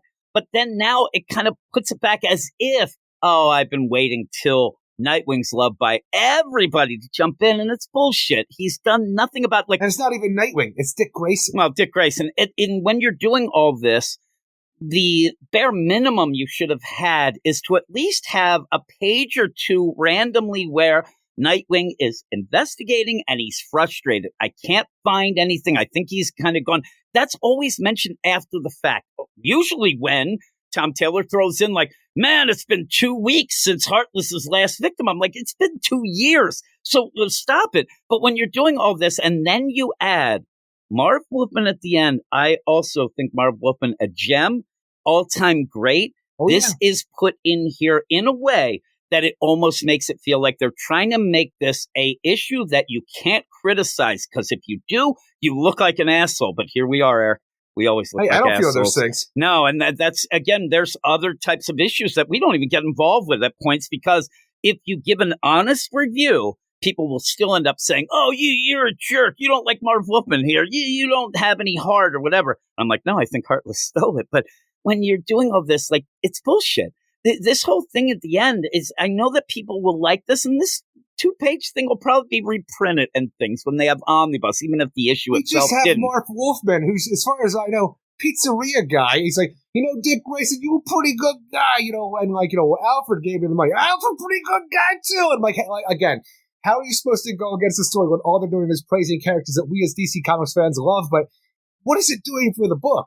We're reading this book because we love Dick. I was going to say Dickwing. Dickwing so we love much Dick. That, like, we love it. Be reminded by like Marv Wolfman in a book as a pizzeria. So what you're doing here, you want to know what's different? Instead of Tom Taylor spending every single issue just giving us the PR of Dick Grayson Nightwing, he's the greatest. He's the greatest. Now it's Marv Wolfman doing it. It's the same thing, and we don't. And I'm telling you, I got so angry. You want to hear how pretentious I am? When you end up having Marv say, how many of them were once homeless until you built state-of-the-art shelters? I saw that. And Nightwing looks, and he's like smirking, and he's smirking at me because I was yelling about it for month after month of, what is he doing? He's letting these kids live homeless. And there you go. He's there smirking. Yeah. Again, though, Marv Wolfman told you, Jim. Here's what happens, though. And you have it not specifically in this issue, but you have it with this, and it kind of comes to light again, is first off, it's throwing money at the problem. That's all he's done. But it's also where Tom Taylor has this I got to start doing that. Well, I wish I could. Well, actually, call me the problem, Eric. Start throwing it. I'll even dance for you. But you end up where all this is going down. Tom Taylor likes to, and I'm not going to go too far with saying signaling, but he likes to have social issues in his comics. The problem is they're always surface level, and they're never really dealt with like then, and in a way that makes sense. It's always after the fact, Jim. This. It's fade to black after the problem has started, and and then somewhere in between when we fade back in, the problem was solved. We're taken care of, and we never have to bring it up again. And that's where, if you're going to do that, don't do it then. If you're going to bring up these problems and you want to explore them, explore the space, but he doesn't. He ends up just wanting to show you problems. He's there to shed light on all the problems of the world, but doesn't have any real way to, because most people don't have an idea of how to stop them. But then after the fact, like you said, fade, come back. Oh, that was solved. That was solved. How'd you solve it? I threw money at it. Didn't you know I'm a billionaire? Old Alfred's money. So it gets infuriating. But this issue, again, it's a 300th anniversary type deal. And I'll give them credit. They didn't go too far. It's not anything more expensive or anything. That shocked me. And I thought we'd have extra things. They do add those couple pages with Marv Wolfman. Honestly, I really wish that the issue itself wouldn't even have had a backup and just continued the actual 300th anniversary spectacular that they want to do here.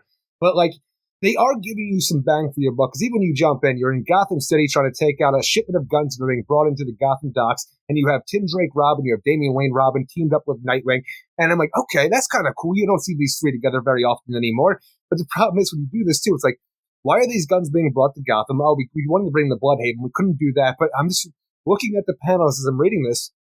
Everybody that they're beating up for information, they're all old men. I swear they've just worked at the docks for 40 years. They're just like a day away from retirement, but they are all elderly men that are kicking the shit out of it here.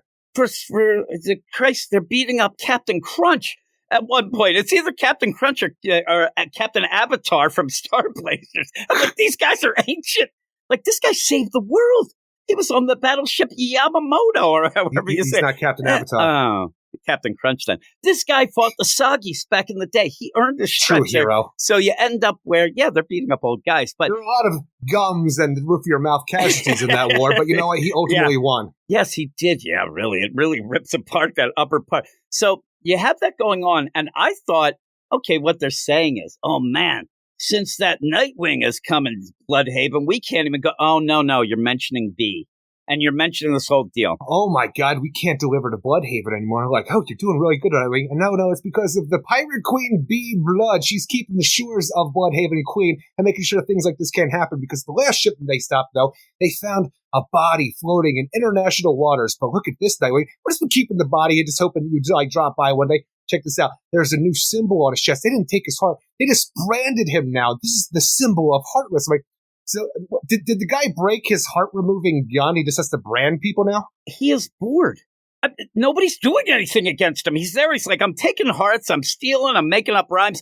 I need to do something else because I'm bored. I'm going to now up my game because nobody's stopping me. Now I'm going to tag people. I don't know. He's tagging buildings and stuff, right? He's doing all that. But in the deal with, and I asked you, the idea where this guy, Captain Crunch, says, hey, we can't go into the ports of Bloodhaven. You know how that... And it points to B. That's where we go to that. Captain but Blood. In the meantime, again, is this like the greatest idea? It's the Nightwing book in a nutshell where the big things are happening that Nightwing never does. It's everybody else solving the problem. They end up not having all these guns coming through Bloodhaven initially because of somebody else. And I thought the idea right there could have been, oh man, like, must be that B. All right, let's move on. Because I didn't think we were going to see B this quick. We ended up seeing her before we had that pirate adventure. And it was the idea of, hey, I'm going to go off, let's both try to figure out this Heartless thing, but I'm going to be on the down low.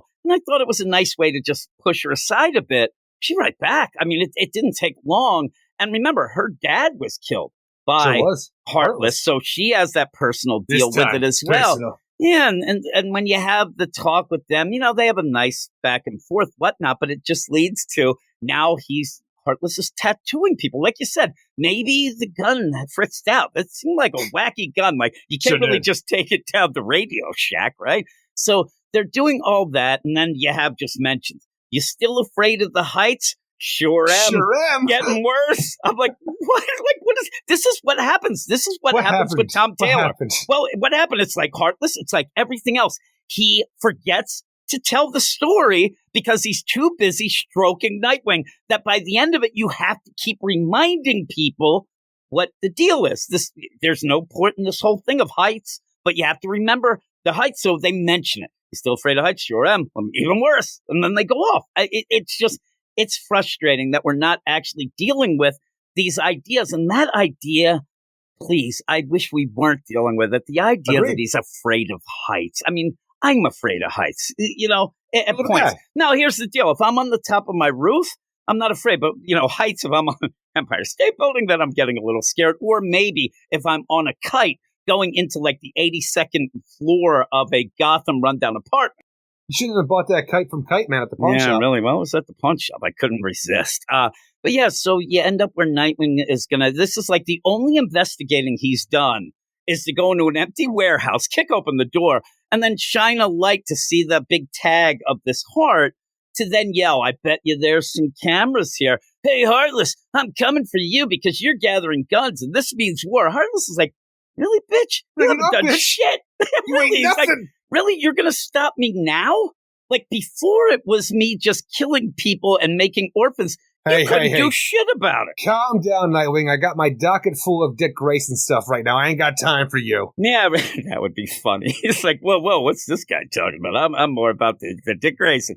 I remember, and the thing is that overall, Heartless was a kid who was jealous of Dick Grayson and jealous of his deal and had kind of a mirror image of him, like a Tommy Elliott, like that sort of thing. And in the meantime, like, we've gotten past that. Are we going to have to remind people of that later? He was so excited when the Graysons fell to their death. The first time he ever showed any jubilance in his life. Yeah, and then he needed a heart because he was cybernetic and he had to keep getting hearts. But then he got Blockbuster's heart, had that huge jar, and that may have powered him up enough. Like, all this stuff is just thrown away to now Warlord.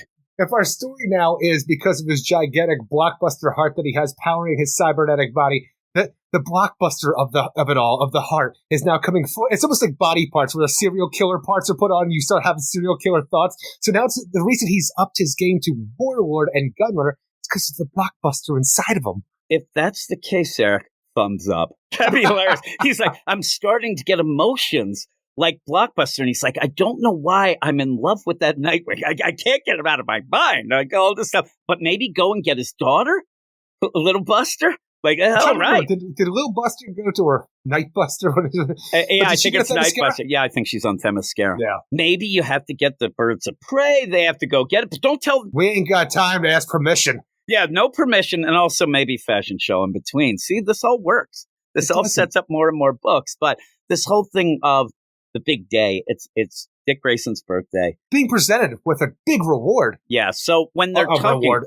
Yeah, when you have this back and forth with Barbara and Dick, where Barbara wakes up and Dick Grayson had turned off her alarm. He's doing weird things because he was talking about how she stayed up doing Titan stuff. But then when she wakes up and says, what are you doing? And he's like, oh, just some teen heroes I'm dealing with. I'm like, all right, what are you talking there? Like, that seems pretty cool. It didn't seem like he was doing the same thing she was doing. Oh, I don't think so. Maybe it is a new Teen Titans type of thing that he's gathering up. That or just the Young All-Stars. Yeah, or Young All-Stars that includes Ellie, right? So you end up where you have... He's not talking to Construct Ellie about what their mission parameters are. He's constructing a team. Stop it. So then you have Barbara's like, well, if you're going to act like me, you should dress up. Well, we try. It's almost the Homer Simpson of, I just wear the undergarments for comfort's sake. He's like, oh, well, we talked about that and it didn't work for either of us. Again, it's kind of a silly joke, but she does say, oh man, I usually don't sleep this late and I'm not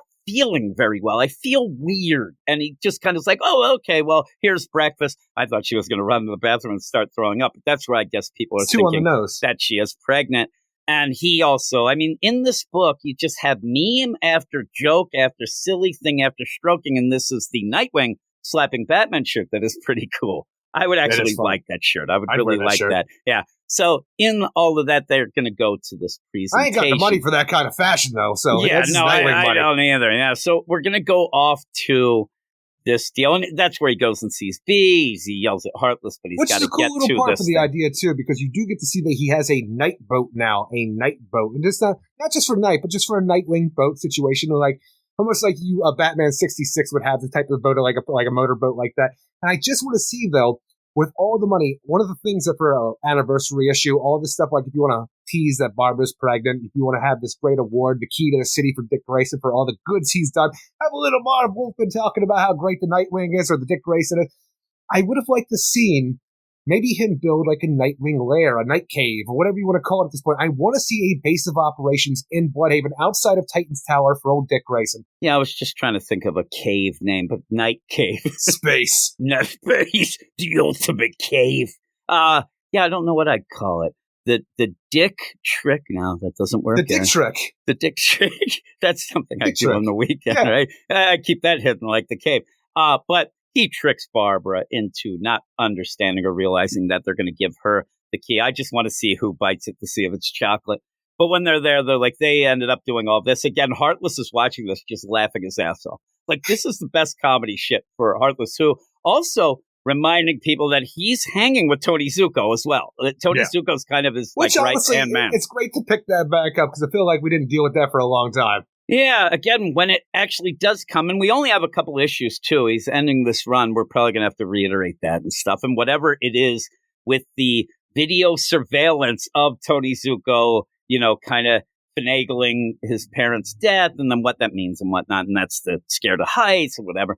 But they do give him the key and kind of lie to everybody that he's done things, right? Here's Dick Grayson and Barbara Gordon, which is funny because we've been keeping the idea that Barbara's going to be awarded as well as Dick Grayson until they're in the backstage and like waiting for them to call Nightwing out. And then Jim Gordon's behind like, this is going to be great. Dad, what are you doing here? I wouldn't miss this for the world, Babs. That part actually got me. I got a little choked up. That was actually my favorite part of the issue. Not when the Mark Jim Gordon stuff. Doing anything really. I'm glad that he's doing stuff here. I just like that he's there and he knows that Barbara is going to be presented with this and knows that he can't say anything. And when he does say, you may want to pass me your dog. And she's like, Dad, what are you doing here? And he's like, I actually got choked up. I thought that was really cool, a really awesome moment for Jim. Like you said, we don't see Jim Gordon much at all, but we really don't get to see Barbara with her dad. And that's really, really Ever cool since he got the Batman Who Laughs infection. Yeah, so that kind of reminds me of a thing, too, because they're there presenting this trophy, and they're like, oh, here we go.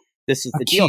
But key to the city. Part of the deal, and remember, when you think of things and you start talking about it, you do kind of have to pull back and realize these people don't know that he's Nightwing. But the things he's funded, which might include, like, people might know that Titan's Tower, because he was kind of proud of that. He put some money behind that, whatever. But yeah, I just need them, all the crowd of the prisoners that Nightwing let out and without ever having anywhere to go. They're all cheering there. No one will ever put two and two together because Bruce Wayne funded Batman Incorporated and nobody batted a fucking eye. They kept batting an eye, and then there was always the convoluted way to try to, like, all of a sudden Superman shows up looking like Batman. Like Grant Morrison tried to kind of finagle things and whatever, but when you do see this, and they're like, okay, yeah, everybody, and yeah, you end up having Jim Gordon there with Bruce. You know, they should have a sit down and talk. I don't think they've talked much recently, right? Not at all, no. The idea that, like, it's even weird that he's here with two hands, Bruce Wayne.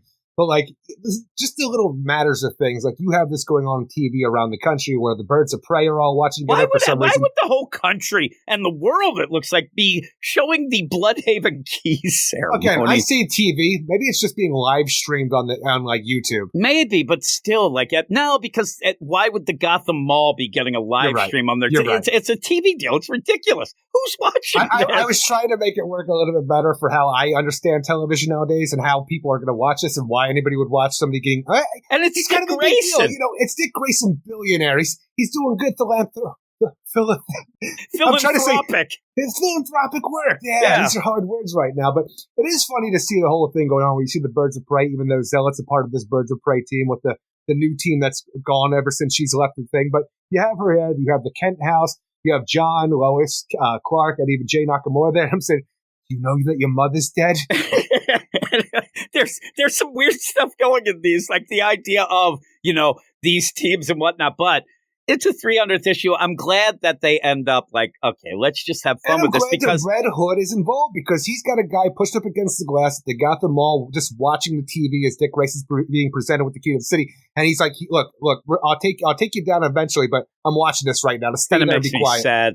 That's what he's regulated to, is the idea that he's taking a guy down to Gotham Mall. He can't even be there. Jason Todd, Mall Cop.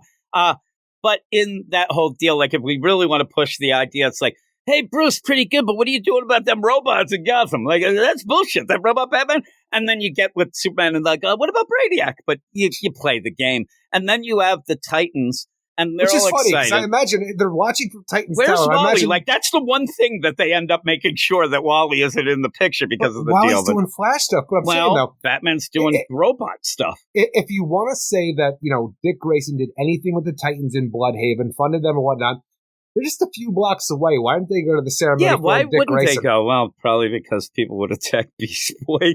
You don't need that shit. You got a good point right there. You can't have there. They're like, yeah, this is all fun and good, but that guy, he killed everyone. Get him. Get them, boys. Yeah, I guess the Titans, even though we are in Bloodhaven, their home turf right now, isn't exactly on board them hanging around. So maybe that's a good point. You got something here. It's like you also don't see, you know, anybody watching it from A-Town because they're busy getting beaten up there. But you do got people watching it from the Fifth Dimension. Yeah, you know, the Fifth Dimension. Like Nightbite is the freaking dog. I'm telling you, all of these nights there are just going to drive me insane. Yeah, really. Oh, Nightwing's awesome, he yells. But also, I like the idea where Raven is all pissed at this ceremony. She's like, look, and I want Starfire to go, Raven, why are you being so miserable? And it's more of that, you know, being, you know, sly deal of that. But, yeah, I almost said Nightbite. Night. And then, yeah, afterwards, Damian is upset. And they end up because Jason Todd's not there to say Crowbar are stealing wheels off the Batmobile. They're like, oh man, you know, Damian, he wants to hot rod shit. And I'm like, all right, stop it. Like Damian is just, come on, don't make him upset. Don't make him upset about this. Actually make him happy for Nightwing in this little bit deal and whatnot. But you end up having the other side too. The sister comes in. And Melinda comes in like, hey, I want to introduce you to Bruce. And then, what is it? Maylee Lynn, the mother of Melinda. Yeah, Melinda's mother, yeah. And Bruce is like, hey, and then he's like, I'm going to investigate this shit. I don't understand what's going on. Like, there's a lot going on here. We ain't got time for family and friends right now. I just accepted a key, so let's all make our way down to Marv and George's Pizzeria for 24-hour service, where Marv is going to tell me that they made 57 pies to feed all you fucks. I'm like, why don't you just go 52? Why didn't we just do the DC Comics 52 thing? Why was it 57? Why not is a joke? I mean, I know it's ridiculous. Go 300. There's a lot of people there. And the idea of this, too, and you've worked at restaurants. You've actually worked at a pizzeria, Eric. You could say Pizza Hut. But the idea of this is, family restaurant. It's fine. I wish that he mentioned he was tipping Marv a lot, because it's fine to say, okay, I'm going to pay for these, right? But it's a fucking shitload of work, especially it looks like old Marv is working by himself. George ain't helping him. I just want you to know that. He's there from watching. Heaven he is. Yeah, well, he has people and here helping there's him. a couple guys, but you would know if somebody called up Pizza Hut on, this wasn't set up. He said he just randomly decided this would destroy your whole night. It would really, you would be so upset about this, but hey, he's only there to kiss Nightwing's ass. You've done so much. It basically is to a point where you want to either tell them both to get a room, or you want to have Marv just calm down. You don't need to go this far just to get this work. Like, you are a legend, please, because he is just going on and on and on. I'm so proud of everything you've done, Dick, and George was too. And it's a nice moment, but it's just... The nice moment to me would have been, hey, I love you. You know what? I always love you. Hey, come here. And then Nightwing saying, like, it's weird. Since I got to know you, you're almost like a father to me. That's all you have to do, right? But instead, Marv Wolfman, who's supposedly writing this, is giving us PR for Tom Taylor, because it's the idea of all the programs he's done. It's just listed one after the other. I don't care now. I hate to say it, but you've moved on from that. You never showed it. Let's get Heartless. Even when he sees the tagged heart, oh my God, more people are showing up dead with this tattoo. And he says, well, there's guns coming in a war, but wars have to pause. He actually says it. I got to pause this to go get a key to the city. I know he has to, but get to it. Get to this damn story, and don't sit there and just have these PR. We all know by this point, if people don't realize reading this book that Tom Taylor thinks that Nightwing is pretty damn cool, I don't know what you've been reading. And I love Nightwing, my favorite character, Dick Grayson as a whole. And why is that this annoys me? It shouldn't, but it's more, I tell you, it's a basic bitch comic that ends up giving you what you kind of basic want, but never gets past that. So it's good for somebody to jump in on. It's good for something, if you're not really reading a lot of comics and this is your one thing, you can have a smile and say, yeah, he does the good things. But when you're reading all of them, you need more substance to this. We need to get to it. And he hasn't. He's finally maybe get to it by the end of the run. But boy, I'm angry, Eric. But what were you going to say?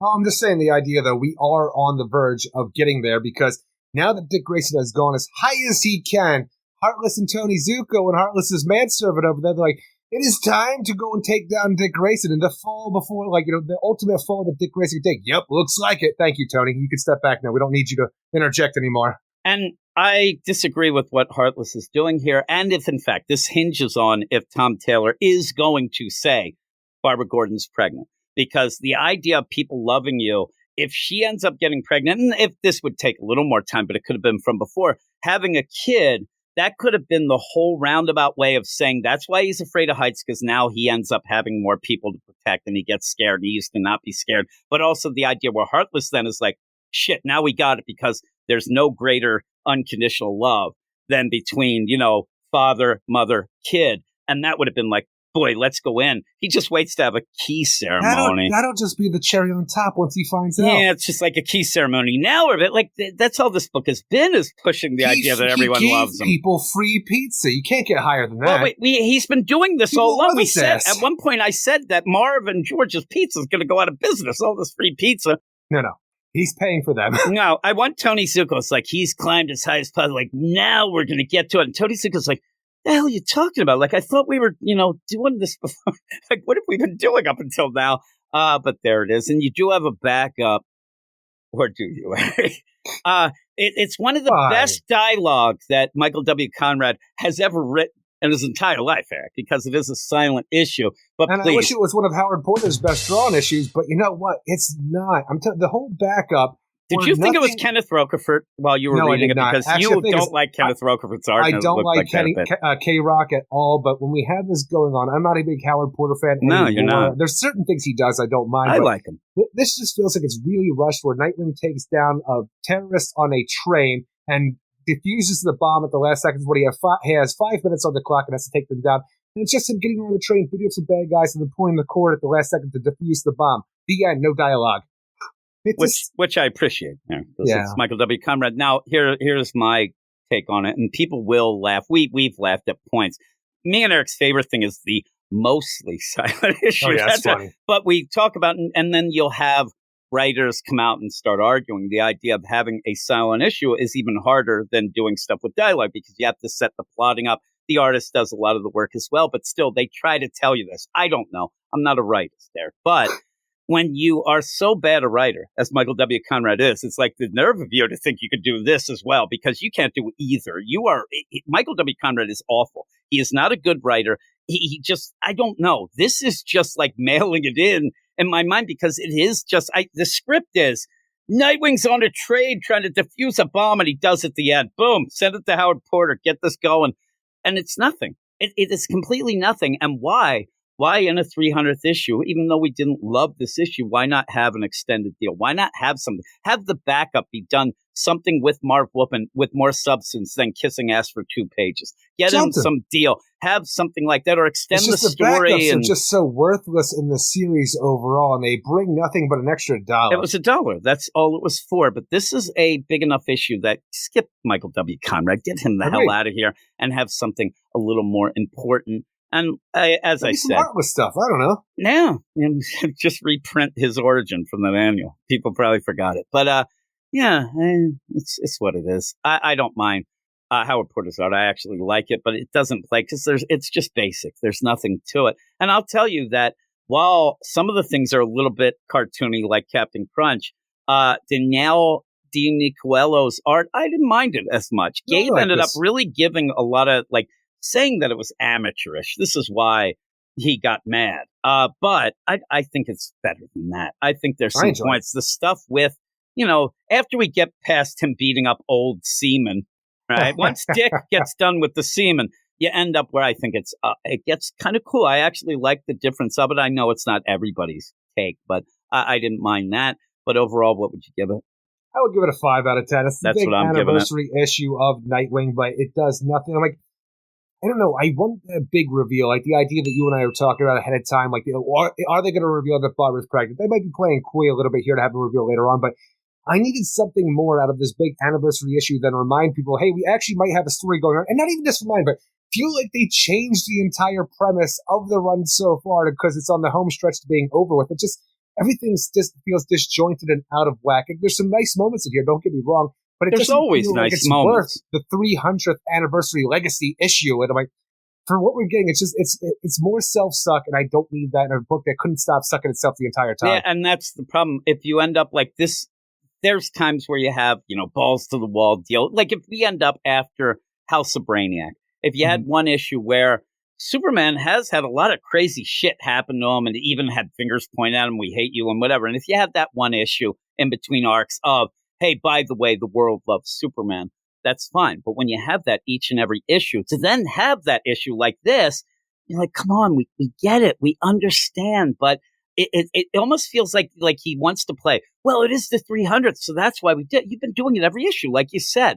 So when you get to this, it just ends up being a 300th issue to remind people what the story has been that he hasn't been telling. I mean, it really is like the springboard into the last stretch run, because he has to make sure people remember Heartless and remember that he's with Tony Zuko. Remember what's going on. All these things. And not only remind people, but again, change the entire concept of Heartless. Yeah. And I said to you, the point of just taking down serial killer Heartless, even Tom Taylor realizes that's ridiculous. It's gone on too long. You have to up the ante to make it seem bigger, to make people forget that he hasn't gotten him, because now it's gun running, rootin' tootin' Heartless, who's also going to do Heartless stuff, but also tattoo people, but then do whatever and laugh. And Tony Zuko's just whatever. He's just there for a paycheck, I think. He was glad to get out of jail at the Nightwing 100 is when he got freed. But they eat pizza. And I did want to mention that the panel that I shared, the one page, when you have everybody eating the pizza, you end up having a manga cameo. Yeah, have Yuji Itadori from the Jujutsu Kaisen, who it looks like he's grabbing a pizza and running away with it. Is what he's doing in the kind of upper left hand of that. That's the character from Jujutsu Kaisen. Also, there are some cameos from other things that Danielle Dino Nucuello did with Tom Taylor as well. So there's a lot of cameos in that. It's just a fun little page to have, and it's fine. Though when I look, Marv Wolfman's suddenly in that doorway. I'm assuming it's him. It looks like he might be a captain of a freighter. He might have gotten beaten up early. He might be one of the seamen that had to take it from deck. Get that, Eric? That's wordplay. That's subtle wordplay. No, it wasn't. It wasn't just like the politics in this book, right? I had to come up with something. Just like a punch in the face, right? That's it for this section, Eric. That's it for this section. We're going to go up. We have a couple more books to finish up the podcast. And then your favorite part, we'll be getting to the book of the week later. You can't wait. Oh, no. You can't wait for that. But we'll go off to that right about now. I wish that I had 9 lives, but if I did, what would I do? Maybe go to an eyes wide shut party, yeah, that's something I would do. And if I suddenly had 9 lives, I would cash in an IU, join Amanda Wallace Suicide Squad, keep an eye on Ravager too. I really don't know if any of this makes any sense, 'cause even with all these extra lives, I'm always hanging around in that 9 lives, 9 lives. Did I get them from a comet, or maybe from that homeless lady? 9 lives, 9 lives. Am I using them to profit? No way, well maybe. So if you get 9 lives, make sure to weigh out all the factors. Don't just run and dive into the first nuclear reactor. 'Cause even though you have 9 lives, that doesn't mean you're overpowered. 'Cause it comes with a big surprise. You're written by Tini Howard. And we know how much that's sad. Yeah, that really sucks. 9 lives, 9 lives. Did I get them from a comet, or maybe from that homeless lady? 9 lives, 9 lives. Am I using them to profit? No way, well maybe. No way, well maybe. So if you have any luck, you won't be written by Tini Howard, 'cause that really sucks. 9 lives, 9 lives. Am I using them to profit? No way, well maybe. No way, well maybe. That would suck, Eric. That Sure song, would. I think, is like the Gilligan's Island theme. It gives you the whole backstory of the book. That was when I first started doing the songs, and I was really big on like, oh man, I want to make this a real song. And then I'm like, oh god, it's way long. But yeah, you get the story here. And we ended up where we were going into this, and you said we really don't have a Green Lantern song. And then you actually said like, yeah, we don't need a word journal song because it was kind of revealed that it's going to end in issue 12. We kind of thought that it was heading that way, but the new solicits, the July solicits, call it the penultimate issue of the run. So we're going to end in August with it. But I would expect that John Stewart, he'll move into something else. And maybe we'll get lucky if you are, well, I say we, but if you're a Philip Kennedy Johnson fan, maybe it'll twist and turn into a core book. They're just going to rebrand it, maybe. I don't know. But the problem with, what we have with Philip Kennedy Johnson, there's one big problem that he does on most of the books he's on it. He meanders. He doesn't get to the point. He ends up having it where at points he has to then play catch up to get to the end. And that seems like maybe what's happening here. But we'll get right into it. Eric, what are we talking about? Green Lantern War Journal number 8, written by Philip Kennedy Johnson, with art by Montos, Adriana Lucas, and Dave Sharp. And when we start this issue, it's kind of weird. Obviously, what we saw in the last issue where Lantern Shepherd from the other reality, the other universe, he wants to go and try to find Guy Gardner. So he goes to Guy Gardner's apartment in Coast City. But the thing is with this, it's a big old rigmarole of him pretty much being talked to by Guy Gardner, which we know is out in space trying to find Lobo, where he has all these construct security systems going on. And it's like, he should not have these constructs in his apartment that I don't even know how he affords. But no, he should not have all of these out there. And like you mean you can't afford the apartment, not the constructs. But yeah. You can't afford any of it in my mind. But even the big reveal, though, where like, hey, I need your help. John Stewart's in trouble. Okay, I got something I think might be able to help you out with what's going on. Go in my back closet and go find this thing that I kept there. And it's the Book of Oa. It's a big reveal for the end, but it pretty much might as well be the Journal of Oa for how small it is, because you've seen the Book of Oa. It's a big old massive kind of book that lays on the ground on Oa that is just the biggest damn thing you've ever seen, but for some reason it's shrunk down to the size of the Journal of Oa as far as I can start here. Yeah, and it's weird to wonder how Guy got, like, I'm sure we'll find out, but it does seem very big.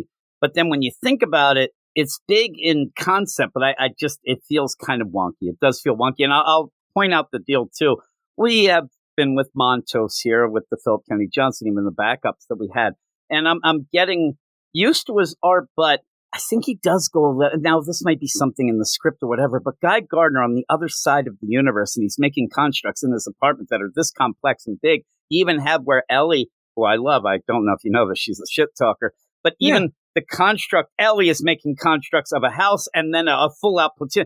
I think that the idea of going that big, it kind of feels like, okay, it's a little too much. The one thing I would give with Ellie and the Ellie construct house that she has over there at Steelworks right now, I would just be able to play that to the idea of how powerful John Stewart is after everything that he's absorbed, the new Guardian kind of status quo that we've had ever since Green Lantern Mosaic, which like has been picked up by but would Jeffrey you think Thorne's that it'd be kind of cool if John Stewart then went to do something extreme? It's like, oh my God, what's happening? Because it is tapping. Even Ellie said, I'm kind of John as well, but the house is fine, and the house is very crazy. But then when you get a full platoon and individual things, it feels like it's a little maybe too much. All the constructs in this are really over the top, though. I'm still fine with John Stewart having it just because of his power set, but Guy Gardner being limited to the way that Green Lantern would work, and just keeping these behind, and how we've seen that go bad in previous continuities and stories of the Green Lanterns.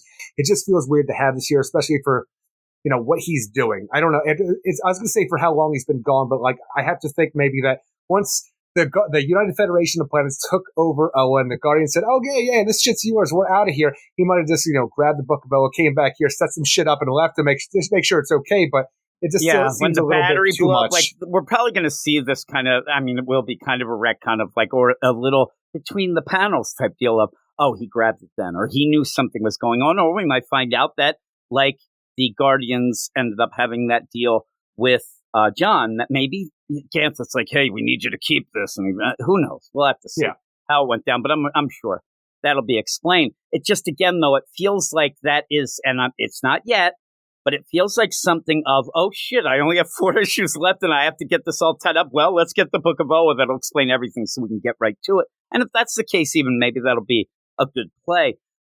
In this issue, I have to say that the John Stewart stuff is the least interesting to me. I agree. And it gets very wonky. It feels like it's not really doing much at all, that at the end it's just going to be like, okay, everything. I don't even know what. Is it going to reset the deal? Is it going to end? I don't know. It's weird because I don't really know what's going on. What we're doing with John Stewart right now is very interesting at the beginning of the series. Like I said, going back to the idea of what he is, like the new Guardian, style of power that he has that he never knew what he had, that was then suppressed for whatever reason because we're doing parallax stuff at that point in time, but has been reawakened. He absorbed the Godstorm before, gave the Oa a new power body with that Godstorm energy. He had all of this when he was grabbed by the Revenant Queen previously, and they teleported away in that Dark Star. Now, since the last issue, he's been trapped in this void space, the Dark Star of Fen, where we have a bunch of people here, in this void space, almost a Phantom Zone to a degree, but it's like a physical place.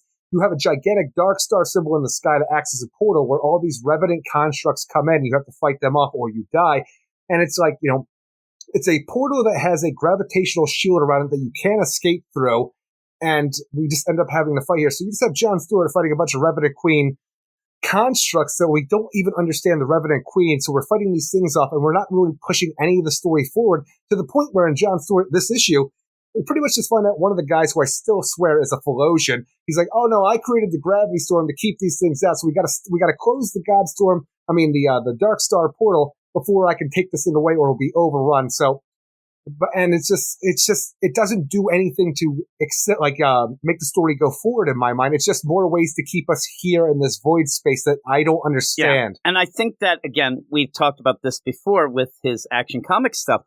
And a lot of people love the War World stuff. That's going to be probably something I mean, probably at the end of his career, I hate to say it, but that's probably going to be the big thing still at the end where people are going to point to it. But even then, at the beginning, he was a little tied down by stuff that he was trying to make work from Brian Michael Bendis' run right before that. And then this, we talk about it, but I even said in some things where people were arguing with me on our YouTube videos of the things that we do, where they're saying, I don't see anything of this having to do with the stuff that Jeffrey Thorne did, but it is. And then even tying into the worlds without it.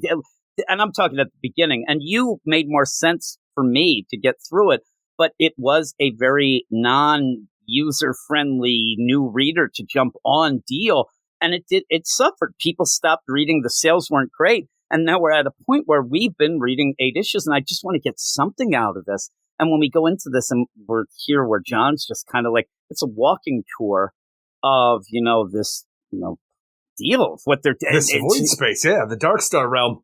Dark Star realm is what you would say. But even then, where he doesn't seem to be, I know what he's trying to do things, but it's like, hey, my name is N-Chi, and I'm a science officer. I'm like, I don't really care about N-Chi. I want to get John out. And it is a shame to even say what Jeremy Adams has to do. And it's part of the lay of the land. You have to do it. But the stuff with, say, the United Planets, and then the stuff in this from the Jeffrey Thorne, that they are saddled with things and have to try to make it work. And when you think about the idea of even like the Hal Jordan, oh man, I get to do Green Lantern. Hal Jordan, oh wait, he doesn't have a ring and he's stuck on Earth. Like, it's a lot of obstacles to get to, and it's a shame that it doesn't feel like they're able to actually tell 100% their story. But in this, the stuff that is 100% Ellie and even Shepard a bit, like those are cool. I mean, the Shepard part kind of made me roll my eyes when he got the Book of Oa, but it does involve Guy. And the idea of reiterating, which I did love, where Guy gets so much shade, and John said, the one guy I trust is Guy. And we know that's true. And so Guy is doing... The other thing about it, though, is what can Guy do because of the whole idea of the quarantine? And even that, I would think that the planet being quarantined would actually not allow constructs to come in and out either, but we don't have to play that. But in the meantime, not much happens in this issue.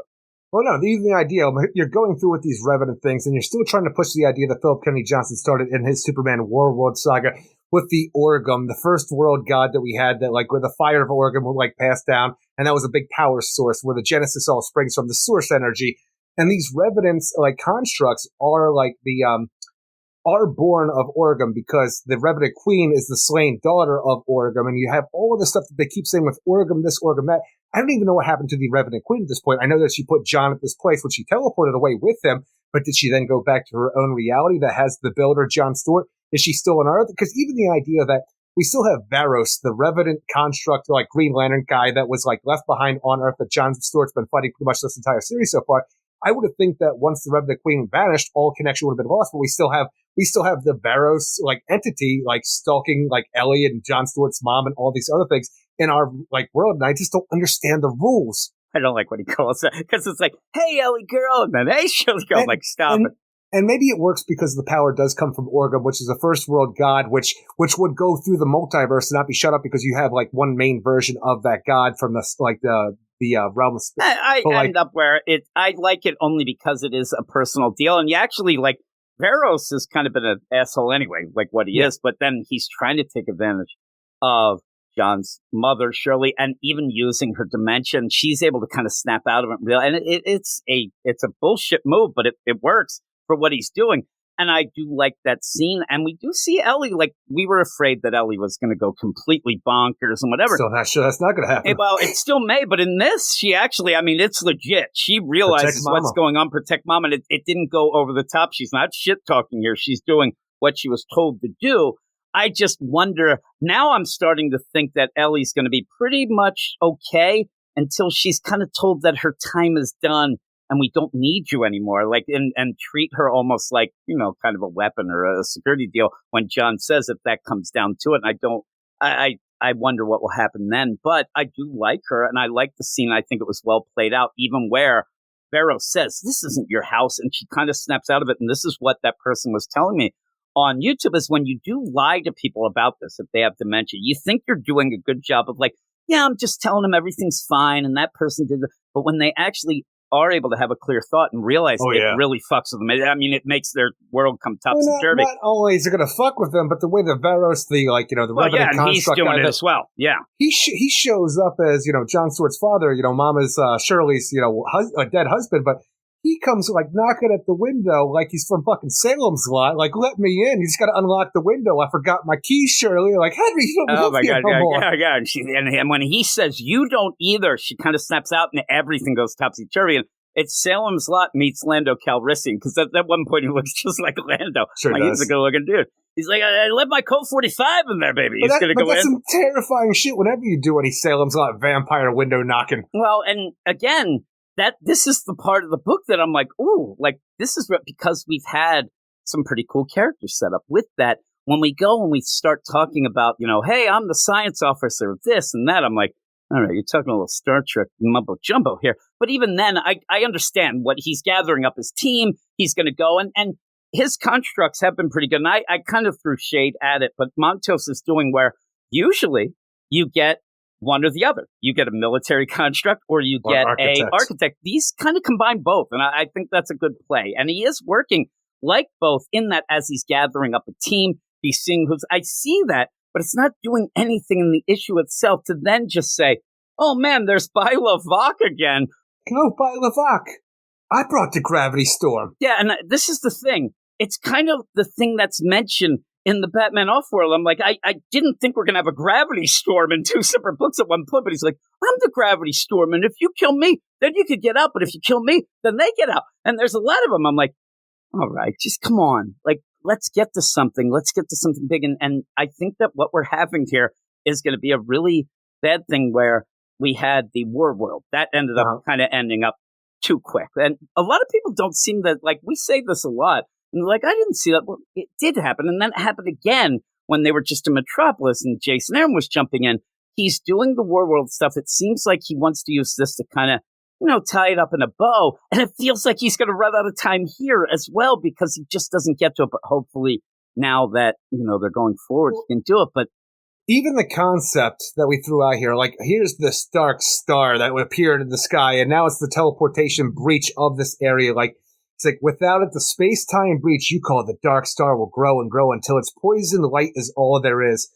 And I'm like, I don't know what this is in context to where you are, and I have no idea why it's a dark star symbol from John's past. And that's the thing. What this is to me, like, he had I guess he's running out of time, right? Because why is the Dark Star symbol, the Controller's Green Lantern Corps, the symbol of all this thing that's going to poison the light of this area where we don't know what it is? And at one point we thought we were in the ring. We still it's very odd. And the idea of all this, it feels like one of those things where he wanted Dark Star, big thing for the Green Lanterns. Okay, big thing for John Stewart.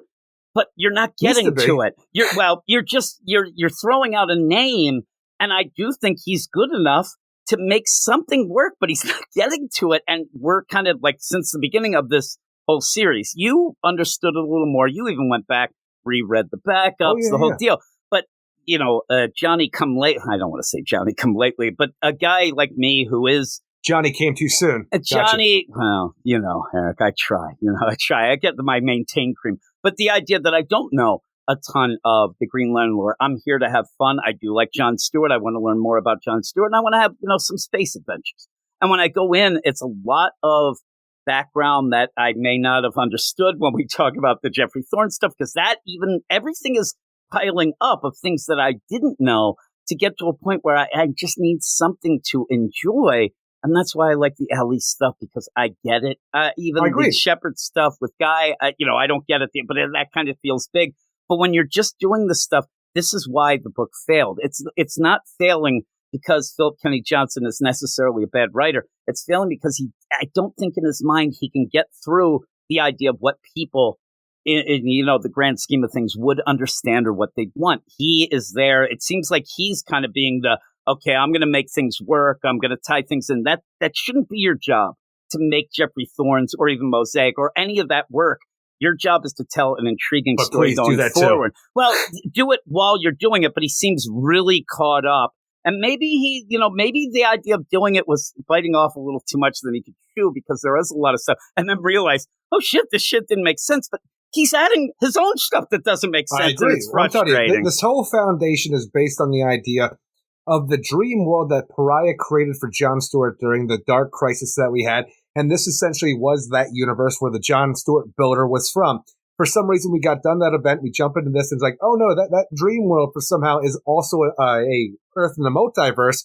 And this Revenant Queen is a part of that. Now she's going to come to our Earth and take on Jon Stewart. But we're building all of this on this foundation, which is just extraneous as far as I'm concerned. But to tie in the Dark Star symbol like it actually means something, even the Revenant Queen that ties back to what he was trying to do in Warworld, where it's the slain daughter of the first world god Orgum.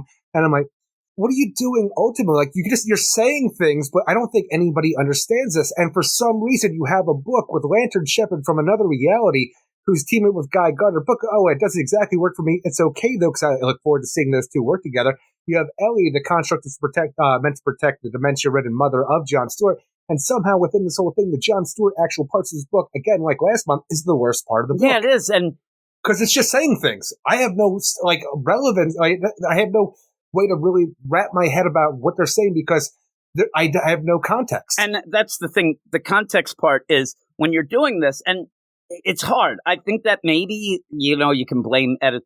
Somebody has to say to him, you're not making much sense overall, but because it's hard. When you're writing a story, in my mind, Eric, I'm not exactly, a William Shakespeare here, but the idea when you're writing it, you're the one who knows what you're writing. Obviously, you know the story, and there are times, I think, maybe even Salisbury and Flash, where you think that you're presenting the story well enough that people understand it, but I don't think a lot of people are. Now, if you are and you're loving it, that's fine, but I'm talking about me, because I'm selfish like that, but I'm talking about a lot of people. A lot of people have bailed on this book because it was confusing, because they didn't understand it. And I think that what he's missing, like you said, the context, but also I think you gotta throw some bones to, like, just seeing the Book of Oa, where I scratch my head. At least I'm like, okay, like that seems neat. Let's see. That John hasn't had those moments. You didn't have, and I think he thinks the Dark Star deal. You're like, oh, but that's not enough. And it could be enough if you explain how it's relevant to anything. And if you ended up having the Revenant Queen being, Catwoman too, like things that would make like, oh my God, that's cool, and explain a little, then move on to the things. Well, but even previously in another issue, they threw out Catwoman too, like the idea that she was a host at one point for the Revenant Queen, and then never brought it up again. I'm like, well, I was looking forward to that. I said right away that's the only, and my little knowledge, I'm like, it has to be Catwoman too, because it's going to be like she's been chasing him, and that version in this universe was Pitt. Like that would at least grab some, but they end up saying, oh, it was one of the hosts, but you're left confused. And it just feels wonky throughout, because you're left with, I can't even say it's a mystery, because it's one of those books, again, it's not as fancy talk as, say, Salisbury or Slash, but me personally, when I get done an issue and I think of the Jon Stewart stuff, I can't play along because I don't really know how to play along. I can't say, you don't know the rules. And I'll tell you why, seriously, this is not me, Joe, and it actually goes, when me and you like a book, and we really enjoy it, we joke around because it's easy to enjoy, and we can think of wacky things to say, oh, that reminds me of this, and oh my God, you got that. Notice that when we talk about this book and we talk about the Jon Stewart, we are like, my mind is grinding together, trying to figure out, I'm not going to make jokes while I don't understand what jokes to make. The idea, let's make some jokes. Hey, guy's got a messy apartment that grosses out Shepherd, like Lantern Shepherd. You know what? Where are the jokes in this? It's all Ellie. Like, there's it, because I understand it and I like it. But when we get to even the Shepherd deal, it is the idea where he has that apartment. You even made the joke earlier that he ends up having warriors. Okay. And then he has, it was okay. He's got like pizza that looks really, really off. But I'd probably eat it still. But when you get to the Jon Stewart, like, what am I going to be like? Oh man, Eric, it doesn't remind me of anything, because I'm scratching my head, not knowing what it is. And yeah, you need to nail something down here and explain it. And it's a shame because when you ended up having the War World stuff, Philip Kennedy Johnson said that, oh, I'm going to be on a book soon and I'm going to have the House of L stuff. I think that might have happened at some point if this kept going. But unfortunately, this book is so, I mean, at points, it's like trying to crack Fort Knox to even understand what's going on. And that's not going to get people, even the Jon Stewart fans, because at the end, you have to give people something. That's the thing is, I want all the stuff that he's talking about with the idea of who the Jon Stewart is, the power set, how like the evolution of the character that we never got to have in the 90s because Parallax happened and Kyle Rayner happened.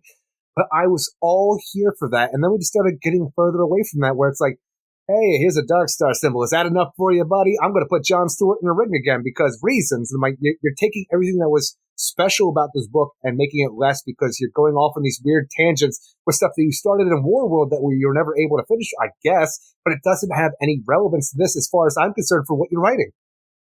Just, it reminds me a bit, though, this book I'm going to mention sells better, so don't say that I'm saying that, but it reminds me of how Poison Ivy was. At one point, it seemed like it was telling, like I said, I always have to preface it with the idea that I wasn't the biggest fan. I thought it was darker and kind of, meaner than I wanted, but you really liked it. And then it's one of those things, again, it's like Greg Rucka's run of Wonder Woman in the beginning of Rebirth, that where you're like, you don't know what you got till it's gone. Yeah, and so once you got past it, just like you're saying with the Jon Stewart, but here's the problem. When it got past that beginning where you were kind of into it, you're doing Mosaic stuff, you're doing the God stuff, and it got to a point where I actually said, oh my God, I'm starting to understand it. But then he went some other way that neither of us liked it. But also the whole play of this is that you started doing this War World stuff and you got to do this for Green Lantern deal, not trying to desperately get your War World fans in here because they're not going to understand a shit thing that's going in here,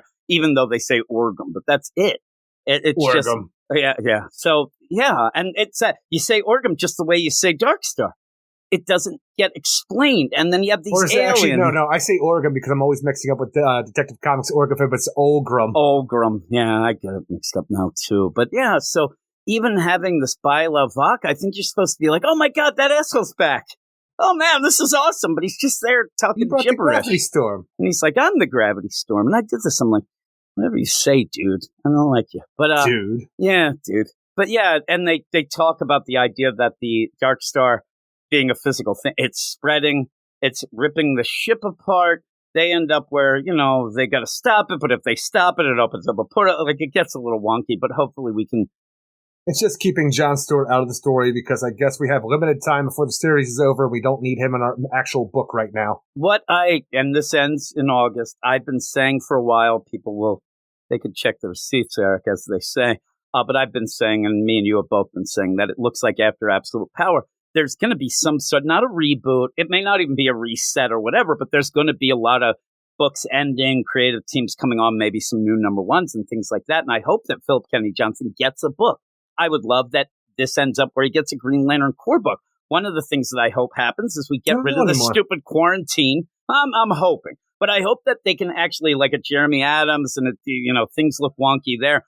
I want them to be able to tell a story that isn't limited by lights out, quarantine. I mean, they keep doing this, but at some point, somebody's got to get to Philip Kennedy Johnson because he's doing it at Marvel with the Hulk. Somebody has to tell him, listen, you're good. You have some good ideas. You end up, this dialogue's fine. There's nothing wrong. We've never complained about that. It's the pacing. He just doesn't tell the story in a timely way that when you get to the end of an issue, it's not like it's like, bare thread type of thing, like sometimes the Tom Taylor stuff we say that it's easy to read. It's just nothing happens except you're confused and you can't keep doing that. But I don't know. I like the Ellie stuff, though. And the mom, I thought that was heartbreaking. So I like the art in this book, and I like the Ellie stuff that we have here, even though it doesn't progress the story forward, but it's still like at least a reprieve of everything else that's going on in this book. Because even though I want to like the Lantern Shepherd stuff, the idea of going to guide, even the Book of O is supposed to be a big reveal, it did nothing for me, especially because it felt like it wasn't right the way it was done. But I'm going to give it a 5 out of 10 because it's just the overall story is just kind of like, I don't know, sitting in place right now, and nothing is allowed to happen. Yeah, and it kind of puts a spotlight on it when you know that it's ending at 12. We still have issues left, that's fine. But yeah, by the end, again, I just sit there. I'm like, I can't say that I enjoy the Jon Stewart stuff because I just don't understand it. It doesn't seem like anything. I was enjoying it. I have enjoyed it for a bunch of issues now. Once we put that ring on his finger. You're a bit, put a ring on this, bitch. Single ladies. You end up where you're a Green Lantern fan and you understood a bunch more than I did. And you even got me to like it a little more. And then kind of got dumbed down for like me, but then you didn't like it. But then I still didn't understand it. And then you were crying. I was laughing. You know, a lot of problems. By the end, though. It goes to ride emotions. And I'll tell you where I can tell, like, if somebody talks to me 6 months from now and says, oh, what was that War Journal book? I know I'll be like, John was stuck somewhere and kind of couldn't get out. But Ellie, I'll know everything that happened with Ellie. But the idea of what happened and what John, it will just go right out. I won't, because nothing memorable happened. There's nothing to, hang your hat on. So it's a shame. It's a shame for Philip Kennedy Johnson fans, but also, Jon Stewart fans. But there you go, Eric. There you go. We're going to go to the last book. This book's just a shame.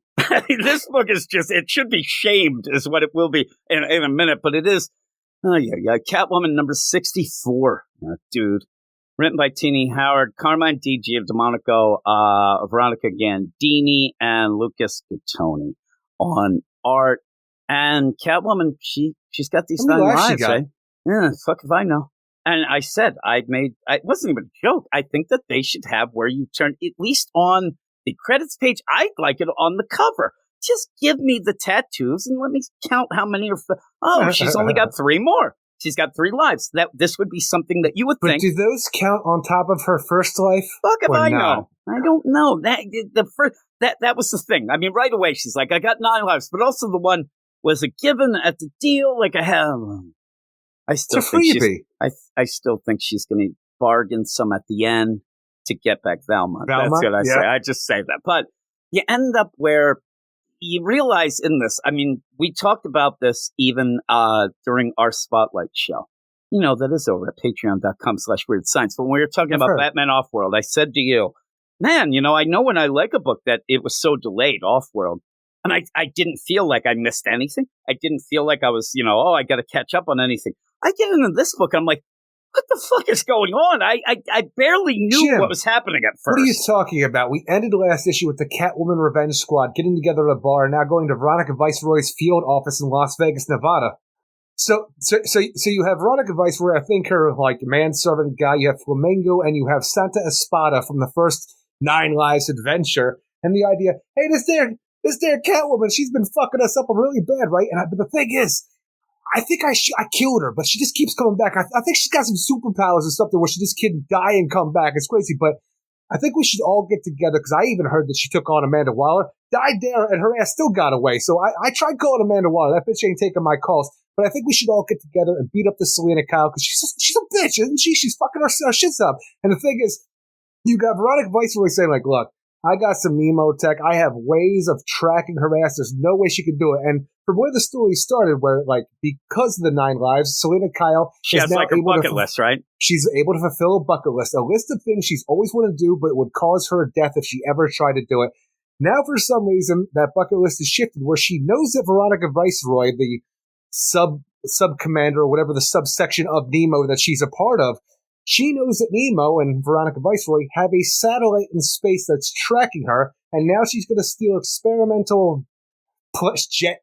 Erica, I'm trying to think of space jet technology to go and take out this satellite and hopefully not lose enough lives doing it. 9 lives, Eric. The idea that you've gone from the story is part 6, by the way. That is 7 parts too long. And when you get to this, where it could have been interesting. What you end up having Tini Howard doing instead of really that bucket list of I have 9 things I have. I gotta rescue a documentarian from Atlantis, or not Atlantis, Tritonus. Yeah, and so when you're doing this, you could have she's used. It's fine. I'm trying to.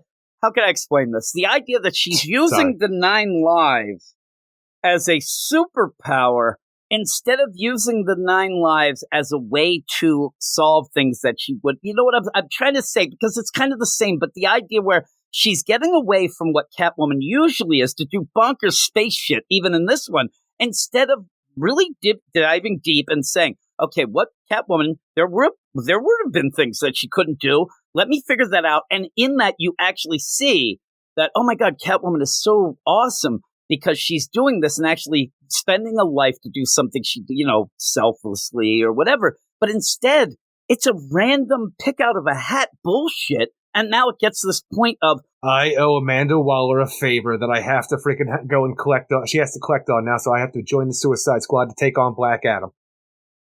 It's just the concept sucks right away. There was barely a setup of homeless lady, tiki cat, you gotta fucking understand, shit. Jim, because the idea of the setup then, even though we just heard the freaking whole song about it in the beginning of the section, but we had the Gotham War going on. A meteorite came down, created a Lazarus pool at the Gotham Observatory. She'd unfolded into it. People thought that she was dead. She came back, was rummaging through some debris where a homeless lady was there, and she had 9 lives. But also, the Egyptian god Bastet, she's like, oh, and I gave these to you as well. And also Shazam powers for a time. I would say. Fuck. Yeah. So the idea, I think, really is, if you actually ask Tini Howard, I think she'd say, listen, it actually is Bast. It actually is the godlike, granting of those with all those stupid cats running around, right? And the meteorite, which just killed her, but then but you never had that. It's all confusing. But then you had Bast in the guise of an old homeless lady. Yeah, it's an old homeless lady. None of it made sense. Pagliacci at one point in France, I think. Yeah, and then, it was. And then she's like, oh, maybe Spain. I think it was France. That was the Eyes Wide Shut party, I believe. But you end up where it's like, oh man, this is great. I've always wanted the 9 lives.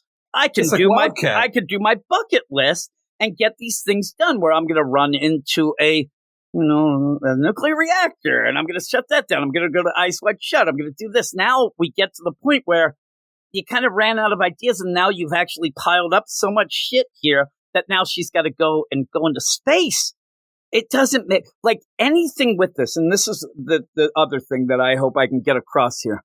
This is bullshit, Eric. That's what I want to get across. But also the idea where 9 lives does not make Catwoman an astronaut.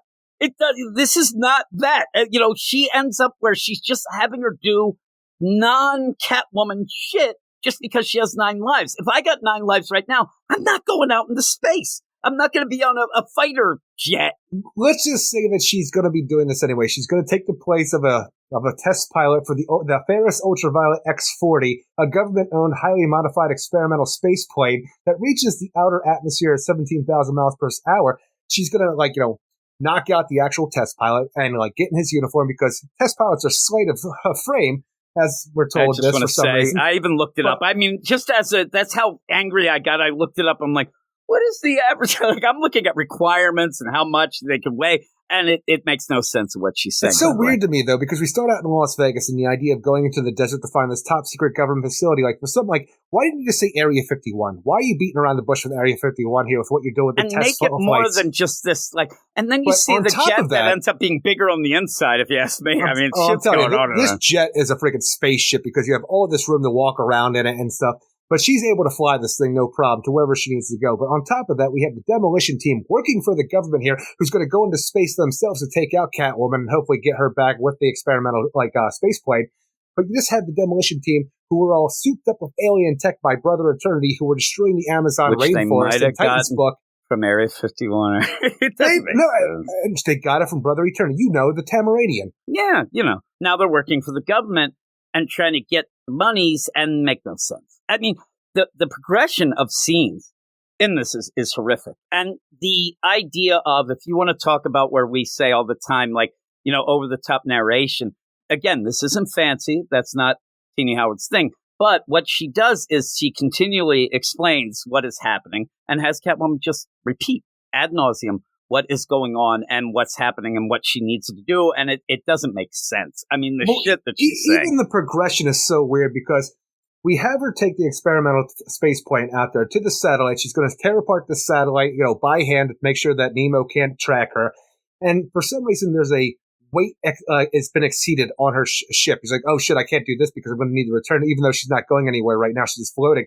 But she goes out on this tether, and somehow the demolition team are on her spacecraft She never saw them approaching any other spacecraft. And when they cut her tether, for some reason, her tether means she doesn't have any oxygen anymore either. For some reason, it's like an old timey 1930s diving suit that needs to tether up to the surface. And she even, this is the thing, when she's talking about, oh man, all these test pilots, they're slight. Like, no, but what she's doing, I think she looked up a couple things, went with the first thing. Because when I looked it up, I'm looking up things, and something did pop up about when you had the original test pilots and even the astronauts, because this is more astronaut stuff even, but they had, because the capsules and things were small. This ship's huge. It was more of a, that sort of thing, a semantics deal, not like, oh, they had to be slight because, they'll fly better. That's bullshit. What is really the deal? They got to be jockey size. Yeah, and so what really is the deal, which makes it even worse, it's almost like you'll laugh, but kind of a short, stocky, not even short, but a stocky person is better to deal with the 0G deal. I'm great at 0G. Yeah, but again, that doesn't play. It's just what she ends up doing is try to explain things that nobody cares about. Like if Catwoman went in and was able to knock a guy out, or you just go with it. And it's so good. Like she's worried about that, but doesn't care about all the other fucked up shit that Catwoman has 9 lives, for crying out loud. So that her tether is an oxygen cord for some reason. And then, you don't even get the real play. Like you're left behind in these scenes. Like one scene goes to the next, and then Catwoman's explaining things. I'm like, why are you telling me? I've got to work fast. This plane has fueled for a short test flight, not a full. You don't need. She ends up with so much extraneous information that then the scene switches and you don't even know what's going on because you're still wondering what the fuck she's even talking about. She's there at a satellite, but then it's not that satellite. She's flying around. All the shit to just say, and says it so many times in this, in my mind, where it's like, yep, they're not going to be able to see me no more, and ends up like taking out the satellite. That's all she's doing is stealing a plane that and she going somehow into knows space. about. Yeah, and she can fly, and then ends up where, and even like you said, like in Area 51, then can immediately find the satellite, which isn't what the mission was anyway, but she can go find it. Not even just go find it, just the idea that she knows about it is perplexing. But then finds it in space. She thinks that the 9 lives makes omnipotence and also just it doesn't make sense. And the idea of Selena, it gets thrown out the door. Selena is a great character because she can make things work. I remember, I forget who it was, but I love where they ended up explaining that, like, Selena walks into the room and she's like immediately looks for escape route. Like, that's Selena. Like, because that has to do. And in this, Teenie Howard wants to make it Selena, like, even goes against the cover. Yeah, in space, they can't see you steal because, I'm taking out that satellite. I'm like, no. All right. Space, they can't hear you scheme. So, yeah, and what is the idea now? Like, what got taken off the bucket list because of this bullshit? And then at the end, I don't even remember how many lives she has. I think she had like 4. I don't know. I want to say 4 or 5, but I'm not sure. But then the way we do end this, because the demolition team come in here, screw the ship up completely. She ends up having to re-enter Earth's orbit with no protection. So she burns up in Earth's orbit and crash lands. I'm like, I don't even know how many lives there are if it counts as just one, for all the death that she would sustain going through like the atmosphere and then crash landing in the ship. And we had that in the nuclear reactor. She said, if I die here, like she resurrects there, it seems, and she'll keep going. So the thing in this, she mentions that over and over in space, but then she has to re-entry. At points, I lost track of even what was happening to Rosie. You end up all there yelling for her to come back to their ship. They're doing this, that, and the other thing. Also, just to show how lame Teenie Howard is. Like, you end up having the demolition team, they're going to be, get the little placards that we like, jackhammer, scoop shovel, steamroller, hard hat. And then you have to have Rosie the Riveter, as if we didn't know that that's the deal. Like, you don't. I have to imagine at the end, though, because it says next to deal with gods, when we see her burning body in the wreckage when she comes and finally hits back down on Earth, I forget how the scratch marks on her back work, but I have to imagine that what it's telling me right now, she done used up all her lives and this bitch is dead. Maybe, but even between some of the lives, she's actually hung out with them, and it was a weird deal. Like, again, there's rules, but not really. There's a story, but not really. And everything is just a reaction of, I'm going to do this. We're left behind not knowing exactly what's going on. And this just felt like, even in the beginning when you did have, the setup, like this seemed like it was going to be a big thing with the Revenge Squad. They just yap in the beginning. Yeah. And even then, the yapping became this weird, like she convolutes everything. They don't just say, I have a satellite, we can track Catwoman. You have to say, Amanda Waller, I thought that bitch was dead. What's going on with her? Oh, she's not returning my call, but I think she will. But we'll also get Selena because she did this. And then they did that. And oh my God. At the end, I'm like, what are you doing? Why are you adding things in when you already have a convoluted bullshit story? And then there's Selena.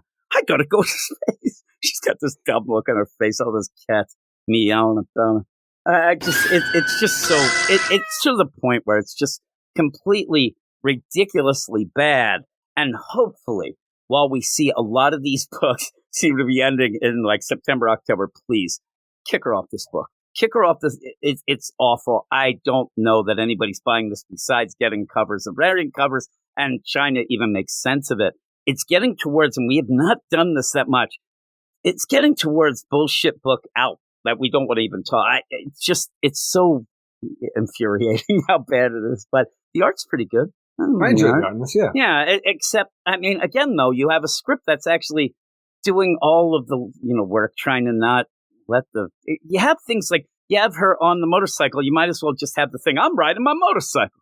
Just keeps, you can't keep secret from geography. She's even doing a thing. This was where she says, she's going to a secret base, and she can find it because it's not seen.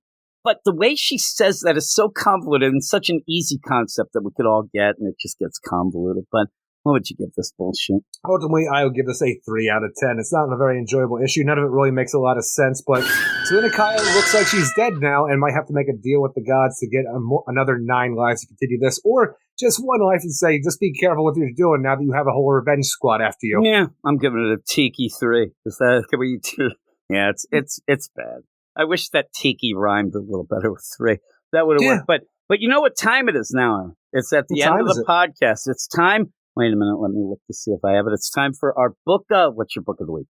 My book of the week is Batman Off-World number 4 and World's Finest number 26. Mine is, what did I give that 8? Oh my God. Was it World's Finest that I gave like that 8-2, I think? I can't. It was one of them. I think it's World's Finest. I was more into telling my joke that I was going to play the song. But I do think that was it. I had a lot of 8s, though, this week. This was one of my more positive weeks. But I do believe that it was that 8.2. Was it Batman Off-World? No, I think I get Batman Off-World an 8. I think I went 8 with that, and I do think that it was. People can correct me if I'm wrong, but I think I gave Superman an 8, but then I went up a little bit on the World's Finest. So I'm going to give that. Sounds about right. Yeah, I'm going to give that my book of the week. I had a lot of fun with it. And yeah, even with, I mean, I call you a negative nastier because it makes me giggle, but, we've had, podcasts recently where our book of the week, yours was like a 6 or a 5.5. Like it's been rough. I don't think it's been that rough, but it's been rough. And, but this maybe was a good week. 6-3. Maybe, but that's still, for a book of the week, that's pretty crazy. But yeah, I was actually very pleased with this. I didn't get angry at every issue. It's just you get stuff like that Catwoman, and boy, golly, it was bad. But here are the books that we're going to talk about next week. I haven't even looked. It looks like we don't have tons, Eric, so we'll have a little bit of a breather. I believe that this podcast will probably be around the 3 hour and 45-minute mark, and maybe 4 hours if I keep talking. How about that, Eric? But I stopped paying attention. You son of a gun. But here are the books. 2 of these books will be picked by the badasses of the Get Fresh crew. And if you go over to the Patreon, you can certainly become a badass and end up picking the books that we do. There are other levels as well, including just a entry level $1. You don't get a ton. Might make you holler, but what you will get with that would be the Patreon only show when we have that at the end of the month as well. But, you get more stuff as you go to each level. But here are these, and we'll decide or try to guess what they'll pick. Detective, oh God. Right when I start, I look and I'm like, any time that DC is like, all right, boys, let's get this scheduling to really screw the heads of Jim and Eric, because we got Detective Comics number 1084 and Flash number 8 together, and that it's too much. It blows my mind, Eric. But we end up Detective Comics number 1084 chugging along to the end of Ram V's long. Batman's going to be coming back soon. Yeah, sleep on the couch. Right? And I say that. It's time for him to finally do something. We're wrapping up Ramby's run Detective Comics. It's time for Batman to actually be Batman. Maybe. But we do get to play the K-pop song that you like. So we have that. We have that in our back pocket. My only K-pop song that I like. Yeah, you did. I was going to send you another one last night. I heard a new one that I was really into. I'm like, Eric would like this. It's kind of like a new... It's like a new... Is it about Batman? It's like a new metal thing. Is it about Batman? Well, they're mostly in Korean, so I could tell you this and you wouldn't even know. Batman's the same in Korean. Well, maybe not, Eric. Maybe not. Actually, the Korean word for Batman is let's kill this love. And I'll send it to you tonight. You'll like it. Yeah, I'm not listening to it. Very odd. You would like it. I think you're afraid that you would like the K-pop too much.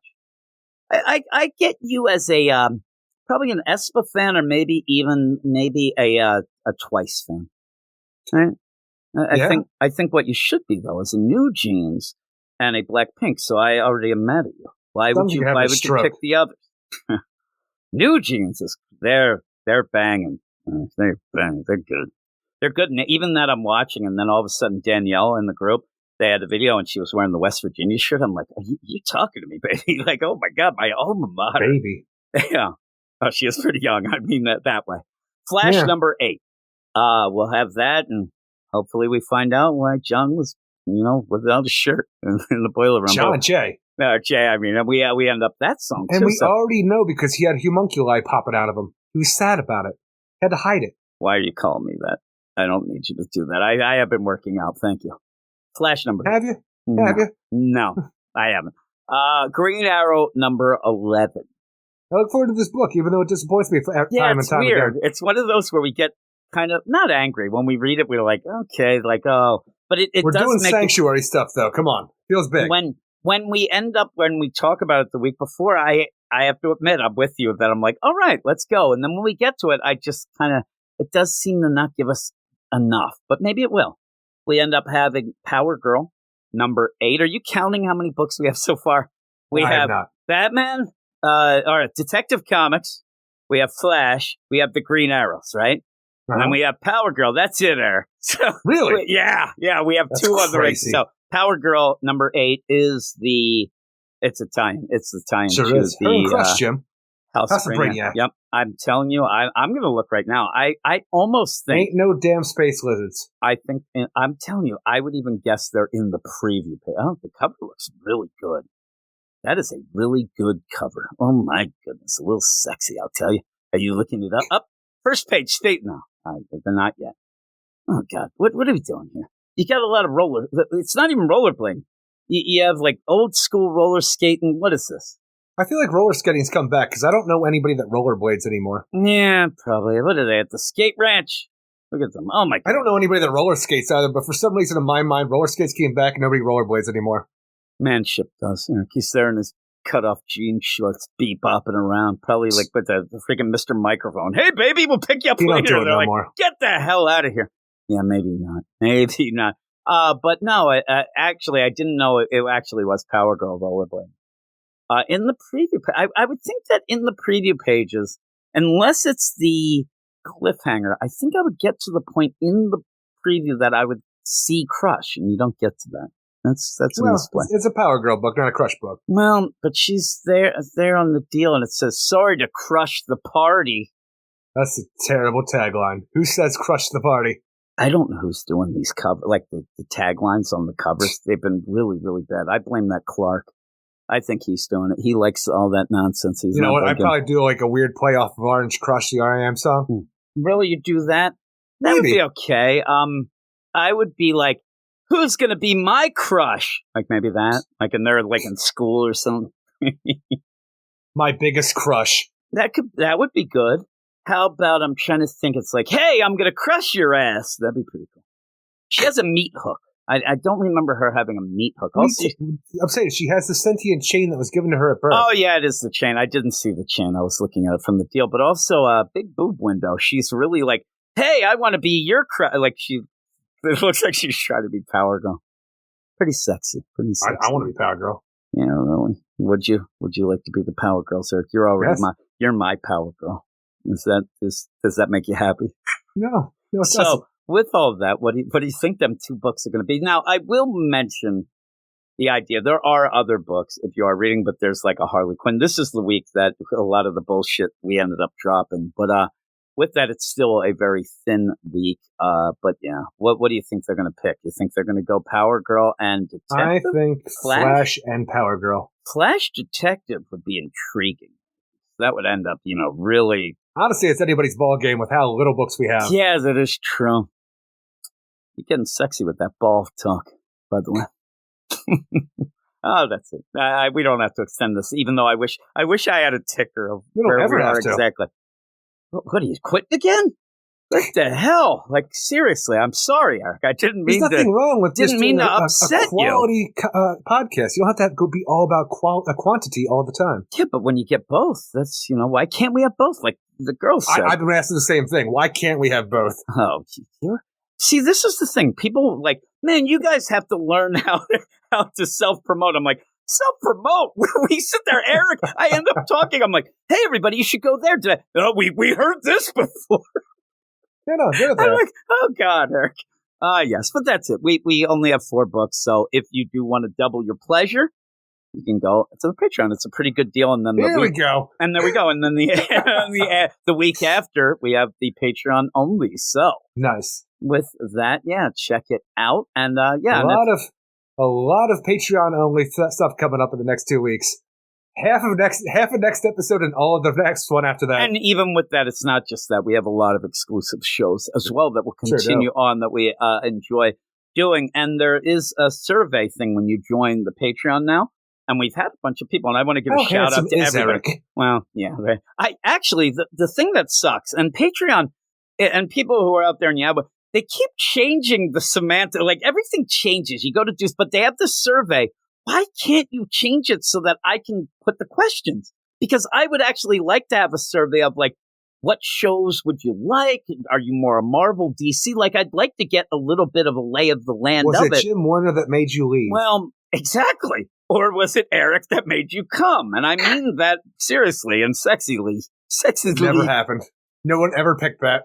They do end up having the thing that says, like, hey, why did you join? And it's like to get more things and whatnot. And to me, when we started doing the Patreon, and I said to you, I'd be embarrassed to just say, hey, everybody, throw some money at us and whatnot. That sounds No, I'm not. Give me money. Well, but I thought, let's do some podcasts and do these things and whatnot.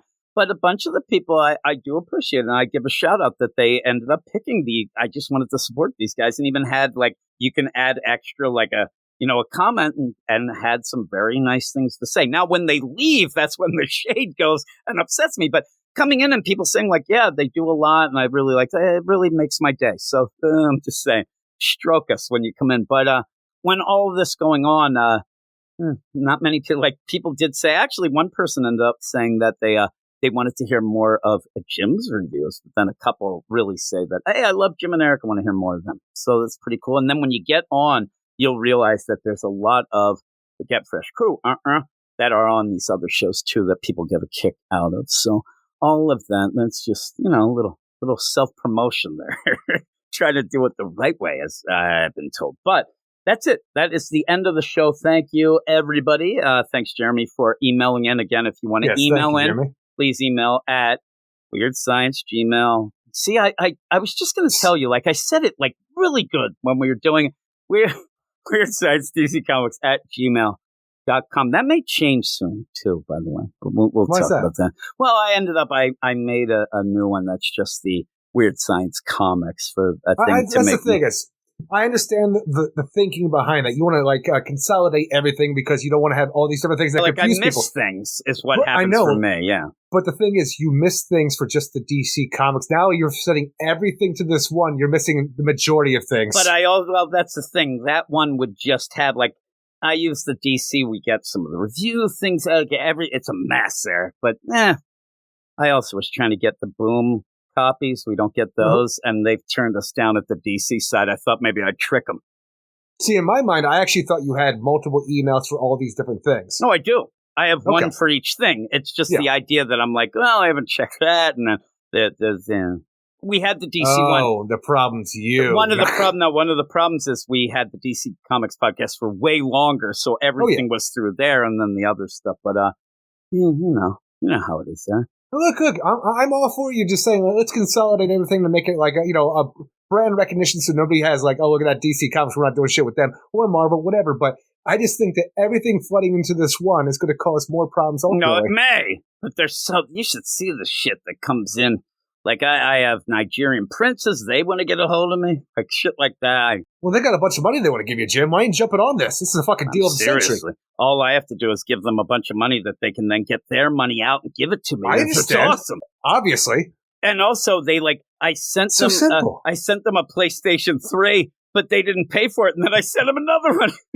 And I'm joking about that. It happened to a girl and her husband that me and her worked with. Me and you were sitting there like, really? Like, you're sending them another one? Like, and then sending them money to get it through customs? I'm like, oh, all right. Whatever you say. But idiots. Yeah, I doubt that I'll change the email. I just wanted to mention that. Also, it would drive you nuts because somehow somebody has Weird Science Comics. It may be me and I forgot. So I had to do it with an X because I'm extreme. And that annoyed me. It did annoy me. But I wanted to get the Boom copies. And I thought that it would like trick them. Like Weird Science DC, but also that's another thing. If I want to get Boom and the thing's DC Comics, they might say, why would we give them to that jerk? And I agree. Not the jerk aspect, but like the thing is like, they're not going to do anything. They're DC Comics. That was more for the YouTube stuff, so I used the comics deal, but with an X because I'm extreme. But that's it. That is it. Everybody, little spring cleaning talk or something like that. But hey, thanks everybody. As we already said, thanks everybody in the Get Fresh crew. Really thanks everybody who's supporting us on the Patreon. We have more and more joining up at a time where I was worried because the comics haven't been great, but everybody seems to, want to have fun skewering and reviewing them along with us. So also, if you want to get in the Slack and you haven't, even if you got the invitation before, I can resend it. So let me know. Just get a hold of me any sort of way. But that's it, Eric. What do we say at the end of the show? Everybody have a great week. Keep it weird. And we'll see you in 7. See you in 7. Every other show sucks. That's why you're listening to us. Every other show sucks. We're the only one that isn't us. So thank you for being smart. From the bottom of our heart. Thank you for being smart. 'Cause everything not us just stinks like a fart. They stink like a fart. Stinks like a fart. Like a fart. They stink like a fart. Let's go!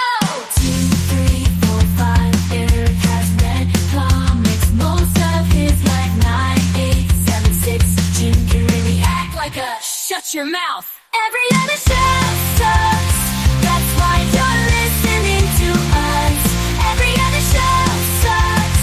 We're the only one that isn't us. So thank you for being smart. From the bottom of our heart. Thank you for being smart. 'Cause everything not us just stinks like a fart. They stink like a fart. Stinks like a fart. Like a fart. They stink like a fart. Some might say the fifth dimension is awful. I'd love to say that Eric doesn't mind. Some might say that it's a place of wonder, but like Dinosaur Island, it leaves it far